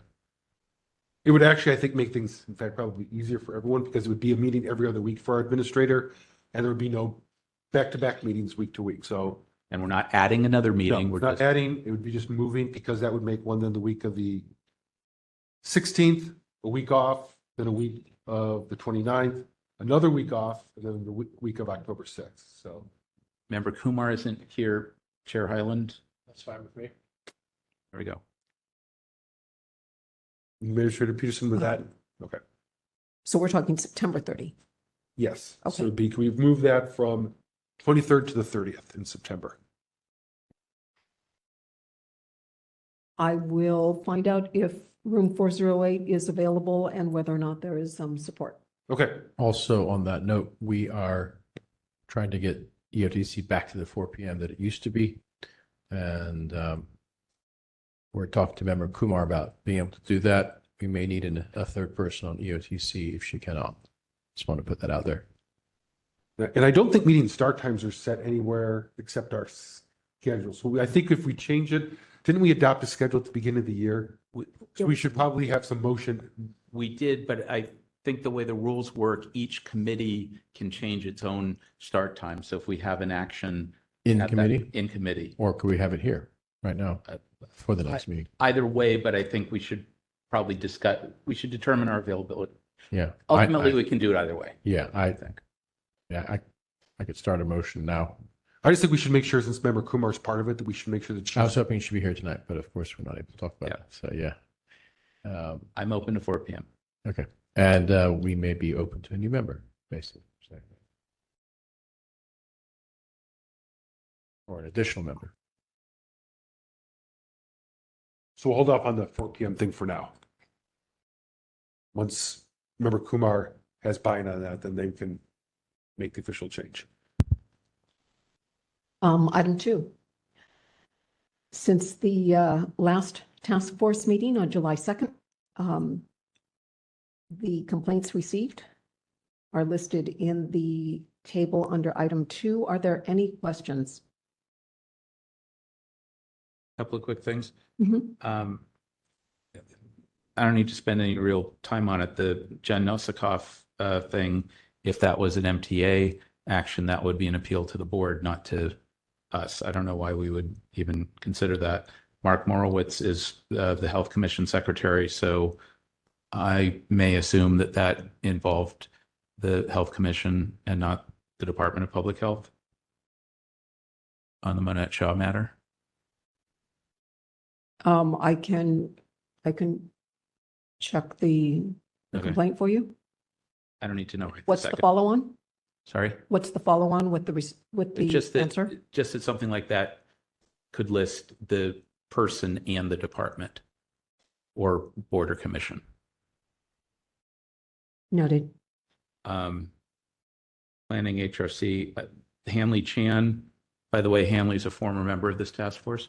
I don't know if the Department of Information Technology, if that's actually the City Department of Technology, or if that's an IT group within some city department.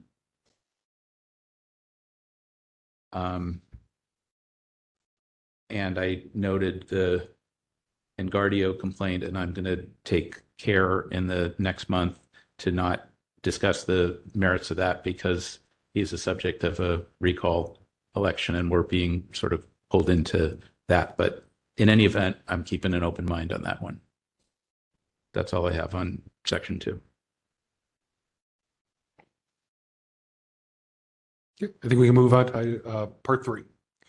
Item 3 is the list of pending petitions and complaints currently before the task force. Getting there on pending cases. Let's see, for 2023,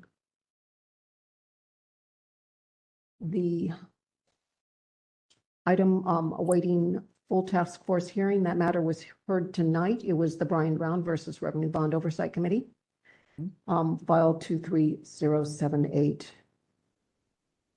On the matters pending follow-up, these are all matters for the administrator to follow up with the petitioners. Review has already been held with Chair Yankee on the follow-ups to be taken so that these matters can be closed. On the matters for pending OD, these are the 5 matters that were heard this evening. This number will go away. Right. The next task force, and under pending compliance hearing, we have the matter of Mr. Roussel versus the San Francisco Planning Department, where the request is to have the matter proceed directly to the task force without a review by compliance. And have it go directly to enforcement. That matter is being discussed with Mr. Roussel. That leaves us with currently 18 matters for the complaint committee. Are there any questions? Can I just comment that these numbers are getting so low and it's really amazing. And I just want to say congratulations. I think that the consent agenda has been a tremendous help. Administratively, it's an administrative task, but I think the consent agenda has really made a difference.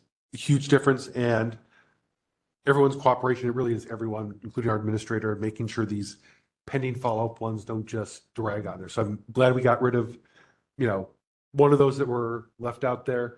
And I met with Pat, we talked probably for an hour a couple weeks ago to go over every single one of them that's older and pending. So I think we have a plan for each of those to get those triaged some way. And so it's just going to be the ones waiting initial committee hearing from this year. They're in the pipeline. Regarding the matters from 2021, those are 3 matters brought by Mr. Zach Karnazes. We are in conversation with him about continuing to schedule something every single month. If 1 month is missed, all the remaining matters, all 3 will be closed administratively, and that'll be brought separately to the task force. Item 4. Okay, I'm very encouraged by all of that. Second, all of that. So perhaps next month we will either have a Karnazes matter on the merits or a suggestion to close, but something's moving on. Something should be moving on that. Excellent. It's important to, yes. I'll skip my joke for the week. And on the 2023 pending follow-up, can we just get a footnote next time if they're still there as to, just a one-liner about what those are? That would be The 3 two, years. the two for 2023 that are listed as pending follow-up. So just for 2023 and Yeah, not- I'm trying to work down through that because that's the next line for which all these ODs, you said those 5 go away. So it's just this pending follow-up 2 in the box. Just trying to get a footnote as to what those are that are sitting. So the threshold is a pending follow-up case that is 2 years old? Yeah, for example. Yes. Thank you. Item 4, Yep, let's move along. the attendance table hopefully has the right 12 months that I'm counting. Going back to August 7 of 2024 through July of 2025. Are there any corrections needed to this attendance record?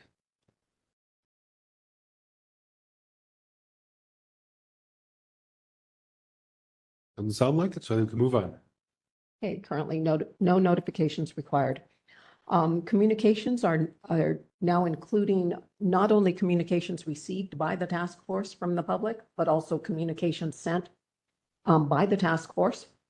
In this case, we're including a letter from the Sunshine Ordinance Task Force dated June 10, 2025, directed to the Board of Supervisors regarding the failure of the Zoological Society to comply with a February 5, 2025 order of determination to produce records and a request that powers to effectuate and or expedite the matter be conferred upon the task force. That PDF is attached. Are there any questions? Nope. Right. Let's go ahead and call for public comment. We If there is, well, no one here, have no no one one online. present. So no public comment, no action. We can move on to item number 17.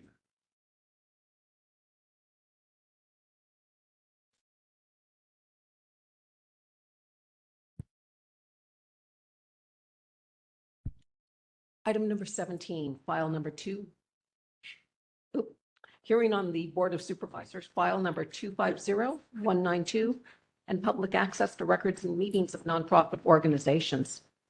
Discuss and consider taking action to provide feedback on a proposed ordinance amending the administrative code to narrow coverage of and reduce meeting requirements in Chapter 12L relating to certain nonprofit organizations receiving funds from the city. Okay, this is Member Pilpel's item, so I will turn it over to him. Thank you. So similar to the letter that I proposed last month that we agreed to, and I revised so that Chair Yankee can. Yes, and that is now with the clerk's office to send out. The wheels are in motion. This was related to Chapter 12L, which we discussed earlier in reference to the Fine Arts Museums and other things. This is some other huge ordinance that does a bunch of things related to contracting.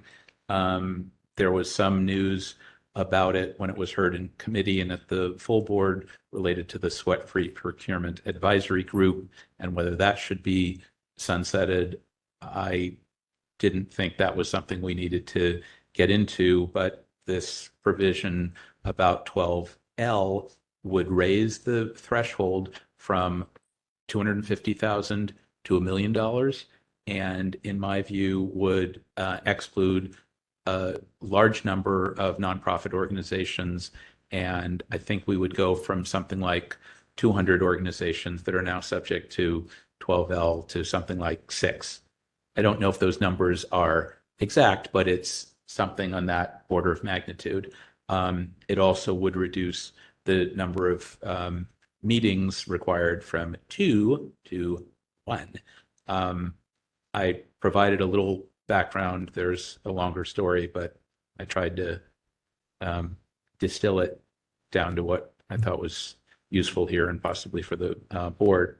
I just think that I again, setting the threshold and the requirements is certainly a policy matter for the board, but the impact is of interest, and there was no analysis or discussion of that impact. So I thought that once again, a letter from this body to the Board of Supervisors suggesting that there be analysis and discussion of that would be warranted. It's another good example of us doing policy work and not just complaint and file work. And so I think this would be a good idea. If people have different views on 12L or whether to communicate or how and whatnot, certainly open to that. But I just thought this was, you know, another good step of our taking a position that transparency is important, and this was a key provision in how the city deals with nonprofits. Thank you, Member Popel. Okay, anyone that have any thoughts? Member Hood? I'm glad you looked into this. I think this is a great question, and I think having questions about this is a good idea, and wanting to understand how many organizations and a little more of the why rather than we're just changing the threshold. And it seems a bit arbitrary. I think the why, actually, I think Member Popel brought it. I think they're trying to align with what the federal single audit standards are. So they're saying if it triggers single audit, that's not that it's necessarily meaningful or that 12L should in any way align, but I think that's the. Okay, so that's the reasoning, but Yeah. still, I mean, I think a list of which organizations this affects would be very interesting and might elicit responses from members of the community about whether they think that's reasonable or not. Comment. Member Wolf, do you have something? Yeah, a few things. I agree with. Thanks, Member Popel, for looking into this. I was kind of floored when I saw it on the agenda. I've been just busy elsewhere and not having been paying attention to the board. But I think the community will really push back on this a lot, though it's not clear to me the Board of Supervisors will care. People are already upset with the quote unquote nonprofit industrial, community, and with regards to the city contractors. And I don't think I don't think the way 12L is currently written is a high bar anyway. It's pretty basic, and they're more or less protected because the contracting agency or department is the middleman. They're the intermediary.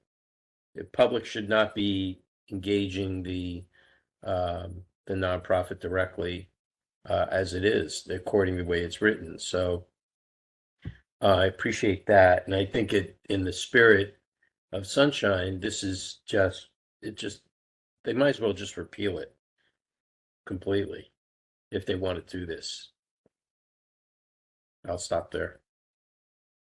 So on that very briefly, in fact, this same ordinance would repeal the equal benefits ordinance and some of the other contracting provisions that the city has had to try to affect social policy changes over the last 20, 25, 30 years. So there is an effort, make no mistake about it, to enact some various types of streamlining in the building, whether it's commission streamlining, contract streamlining, permit streamlining. It's all about streamlining. So if you want to streamline something, now's the time to come in and propose it. But I was hoping that this might catch Michael Petrellis's attention, because this is the kind of thing that he and others have been concerned about. I would note that and this got out of committee with a lot of discussion, but was sent back to committee from the full board, largely over that sweat-free procurement issue on a split vote. And if this passes as it's now written, I think these community benefit districts and business improvement districts, like the Castro CBD and the Green Benefits districts and all that, would still be subject to the Brown Act under state legislation, but these nonprofits that are only subject to 12L, in many cases, if they're below $1 million, wouldn't be subject to any city disclosure requirements. And that just seems odd. And this was all about having a reasonable, not an unreasonable, but a reasonable level of openness in terms of meetings and records for nonprofits that do business with the city, that provide public services using city funds. It was a big deal thing, in 1998. So I'll just stop there, and I hope we can agree to send this letter or some version of it. Mr. Chair. Yep. This is also conveniently on the tail end of the Parks Alliance debacle. And that is what's problematic, because obviously this is just a way to help protect organizations like that that also receive city money. There was something else I want to say. I can't remember. All right, that's it. Thank you for listening. Okay, so do we have a motion on this item? Well, David, if you've got a letter drafted, I mean, I would support it. I'd support the idea of sending sentiment forward that we're opposed to this. Sound like a motion. Member Highland will second. Okay, so moved by Member Wolf, seconded by Member Highland to authorize a letter to the Board of Supervisors expressing our concerns on this. Okay. Let's see. No one online for public comment. No one in the room for public comment. So there's no public comment. We can move to a vote on that.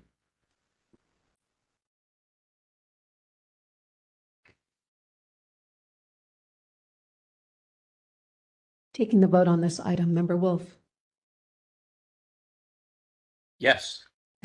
Member Wolf, aye. Member Highland, Yes. Member Highland, aye.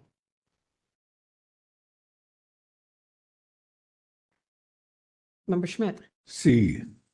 Member Schmidt, aye. Member LaHood, Aye. Member LaHood, aye. Member Sugarman, Aye. Member Sugarman, aye. Member Kumar, absent. Member Anderson, Aye.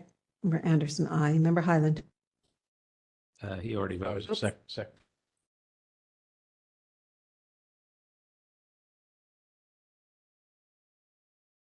C. Member Popel, Aye. Member Popel, aye. Vice Chair Stein, Aye. Vice Chair Stein, aye. Chair Yankee, Aye. Chair Yankee, aye. One absent, 9 ayes. Okay, so that motion passes. Thank you again, Member Pelfel, for bringing that to us. I think that would have slipped by because it was in a 100 and some page ordinance. So if anyone has time and wants to review these long ones, you never know what you'll find. Okay, let's move on to item 18. Item 18, hearing on Sunshine Ordinance amendments. Discussion regarding amendments to the Sunshine Ordinance and potential action to guide the related work of the Compliance and Amendments Committee.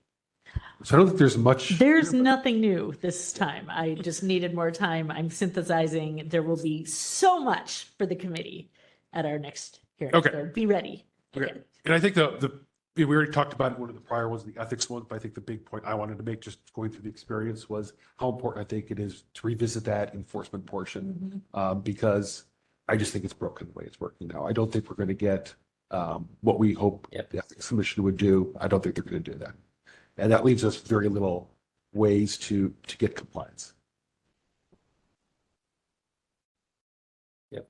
And on that same point, I think we ought to start pointing out to those of the citizens of San Francisco and anyone else who comes before us that we are pressing to try to get some sort of enforcement for them, because we aren't doing it for us. We're doing it for the people who appear before this body. So, and garner as much public support in trying to do that as we possibly can. Yeah, and actually, and to that point, and in the spirit of streamlining things, we saw what happens when we couldn't enforce our things. Eventually, it went to court, right, with the police issue, right, and so it ended up exactly where we wanted it to end up. 2 years prior, but now it costs the city a lot more money defending a lawsuit.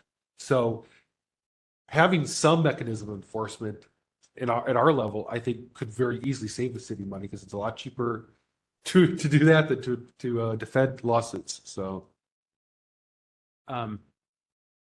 Let me also just say briefly, in touching on the commission streamlining meeting in this room this afternoon, they addressed the issue of how much authority should governance bodies, mostly boards and commissions in the charter, have over budget, policy, and contracts.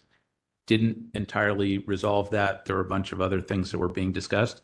There is, I definitely feel an effort, again, between that and some of these other streamlining efforts to just smooth things over. So whether it's the mayor or a commission that remains that has power, that will be able to do much of what they want, whoever appoints will appoint, whoever can remove may be able to remove people, but fewer reports, less transparency. I mean, that effort is well underway as I see it.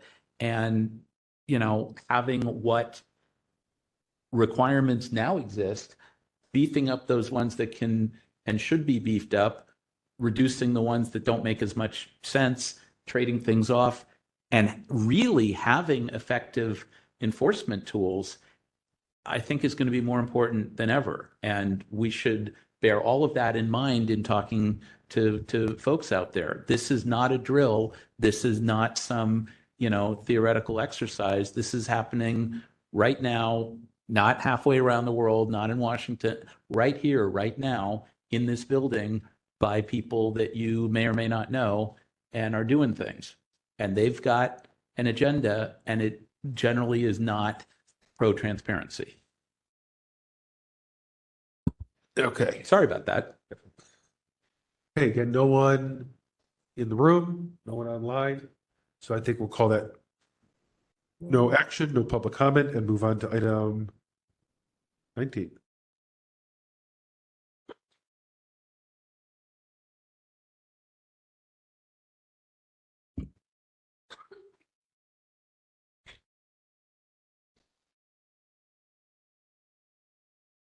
Item 19,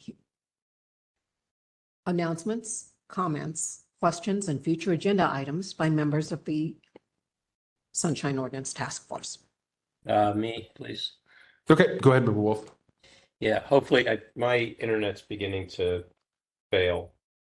I don't know whether it's on your end or my end, but if you hear me pop out, let me know if it gets too bad. I attended a presentation. It was an informational session regarding artificial intelligence and the use of bots, chat bots, and what have you in the city. There's a huge effort to implement this. According to them, there was, I don't know, some policy and maybe an ordinance in 2022 to look into it. And it was quite extensive. They have a set of guidelines that they invited a lot of the city family to participate and contribute to, except for us and maybe a bunch of other people that are really important. And some of the things they were saying were disturbing because it felt like it was going to be implemented that will have a result of creating more distance between people who work in the city, staff, and the general public. And we already have been dealing with some of those issues on and off. So I think from what I took, my takeaway from it was there was going to be an increase in complaints for us because of it. Because AI is going to get it wrong a lot of times. They have problems. They're going to have problems with confidentiality, redactions, stuff like that. They're going to run into that. They're not using a lens. They're using a lens of transparency, but not in the way that we think of it. It seems seems like they're using it more on, what is absolutely just necessary to be included in the use of it. And the other thing I found is that the kind of priority or the preference of the use of AI in providing like useful resources to the public on the front end, it's not being focused on certain needs now, like public records disclosure, social services, and whatnot, before other things that are not necessarily such a high priority, that still work okay, like getting construction permits and what have you. So I'm waiting for the slide deck because it'll be a little more. They really ran through it very quickly, and they really didn't want to take any questions, which I found to be pretty odd. So this is the some like Department of Innovative Technology under the Data SF umbrella, and they really are trying to fast track this pretty quickly. So if you have any concerns, any light bulbs that come up for you about the interaction of or the implementation of AI with regards to public records, I think that's going to be important. I did think of one interesting use of it, though, is that you can have an AI bot monitor a public meeting and then pick up flags of like Brown Act violations or Sunshine violations by listening, because it's live. It relies on data, so they can hear it can hear, quote unquote, hear the stream and be able to determine what's if there's something that's gone awry, and then flag it for those bodies. I mean, we do hear complaints about public meetings not being followed properly, and not easy for us to get it corrected. So that's kind of long and the short of it, and it's going to be fast tracked through the end of the year. So I'll keep you posted. The director of, I can't remember her name, but she wanted to have a meeting. So I'll have a meeting. I'll bring back a report. If we can have more people at the meeting, I'll send out a notice. I'm sorry for the short notice on this one, because it just came across my inbox yesterday. So that's it for me. Thank you, Member Wolf. Member Popel, do you have something? Member Wolf, if you have a policy proposal, a one pager like I've, come up with, feel free to draft that and, we can talk about it here. This is a huge spectrum to cover, as you can might imagine. So, but we'll try to put something together for that. Thank you. Okay. I briefly had something. Just wanted to remind everyone to follow, if possible, the work of the streamlining task force as far as commissions go. Staff is scheduled to make recommendations specifically about us, to have them published by Friday, October 17th, and then voted on by the streamlining task force on November 5th. That's their current calendar. I'm not sure what templates they'll be using. They've been looking at a lot of. We're currently classified as a regulatory body by them. I think the spreadsheet's incorrect. It says that we're a BOS ordinance body versus a voter approved body, so I think that's wrong. I've seen recommendations range from eliminating seats so that certain commissions can only have a max number of seats. I've seen term limits proposed. Elimination of things like healthcare. So they're covering all sorts of things. How and where we fall on that, I don't think is yet determined. Maybe in a month it will be, or maybe it will become more clear. So if anyone has anything specifically about the streamlining task force that they want us to look more closely on, let me know so I can put it on the agenda. I think it's a bit premature now for us to send any communication since there's not even a framework I think that's agreed upon yet, but we need to watch it because it may impact us quite a bit. I think we need a legal interpretation on, the how that a body like that can affect a body like ours. Well, I think essentially my understanding is that if they're going to do it, because we're a voter approved body, if they want to affect us, it would need to go back to the voters, likely packaged up from what I understand, with a bunch of other changes that would affect similar voter approved bodies, and they would go to an election next year. For ones that are BOS approved, I think the BOS can just make that themselves, or even the Streamlining Task Force might be able to even do those. And then charter ones, I think, obviously have to be voted on as well. So even if Streamlining recommends to eliminate us, I think then that has to go to a full hearing of the board. Then the board might want to put that on the ballot. So it would be the first stage of a multi-layer process. But nonetheless, if we don't like, I don't think any of us wants to see us end up in even that first iteration in a place where we don't want to be. Well, I really hope they don't try to invoke Prop B, like allowance. Because the way Prop B was written, it basically gave them some level of carte blanche to mess around with the ordinance. A little bit, but I mean, remember, we've talked about, even with our DCAs, what was it, about a year ago, and we even had pushback from changing, was it physically handicapped to disabled? And they said that would go beyond what Prop B allowed. So I don't think eliminating half of our seats. But we were able to change the appointing organization for one seat under Prop B. So we'll see how it plays out. I don't think the Streamlining Commission is looking particularly at Prop B and targeting just us. I'm just afraid more so that we'll be lumped in with other quick decisions that they're having to make.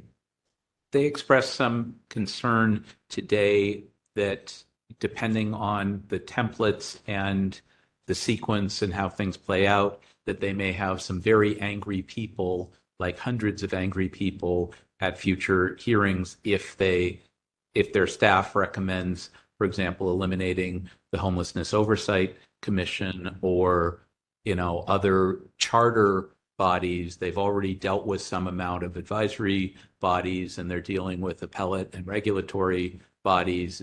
They've got all kinds of different categories and classifications. I'm happy to chat with Chair Yankee, and maybe we can craft something to get ready, and maybe the October meeting is more timely as it plays out. We'll see how things. Yeah, like one of the just as an example, they currently have us classified as basically an other type of regulatory body, but not falling in the category that needs protection from political influence, like ethics or civil service or elections does. So there's some kind of weird classifications that staff has made, but I don't think those have been voted on by. And they decided not to go down that route today with protected governance bodies. But there was a suggestion that bodies such as us should be no more than 7 members. There was some discussion about health benefits and the possibility that in the future, new members might be eligible for health benefits, but existing members would be grandfathered in, that in all cases, appointments would be for 4 years, that there might be a 3-term limit. They have all kinds of crazy ideas about how to structure the world in a cookie cutter way. But then they said, when they get to each individual body, they'll set out exceptions. So they're spending a lot of time on this idea of templates. But then when you apply that template, it turns out the Planning Commission is not the same as the Airport Commission, is not the same as the Health Commission. Surprise. Anyway, it's both fascinating and entirely frustrating. Yeah. We'll leave it at that. So yeah, just keep watching. Stay tuned. Yeah. Anything else for this item? No, just that, I think about the work that we do, and it feels like the more time we spend here, the better we get at it. And I'm sure that it's, and Yeah, I don't know. And I know, again, things are different with different types of commissions, but with stuff like, I feel like we are faster, the more, the more time we spend adjudicating the same kinds of cases over and over again. Yeah, I agree. One of the important comments that was made, I'm sorry to take another second on this. They've talked a lot about bodies that are inactive or meet infrequently. And a comment that was made, and I'm not sure if it was made officially or off to the side, was those bodies that meet frequently, have subject matter, are actually doing things, should probably not be eliminated. Those bodies that meet infrequently are looking for things to do, aren't really doing anything, that they're prime candidates to eliminate or consolidate. So the more we meet when we're actually doing real work, the better off we are. Working down, all the things that we do, we continue to do those and do those well. That sets us up in a good place as far as that person was concerned. Keep doing what you're doing. Okay, see no one in the audience, no one online. There's no action, no public comment. Final item. So move adjournment. Okay. It's adjourned at 9:49 There we PM. go. Microphones are off.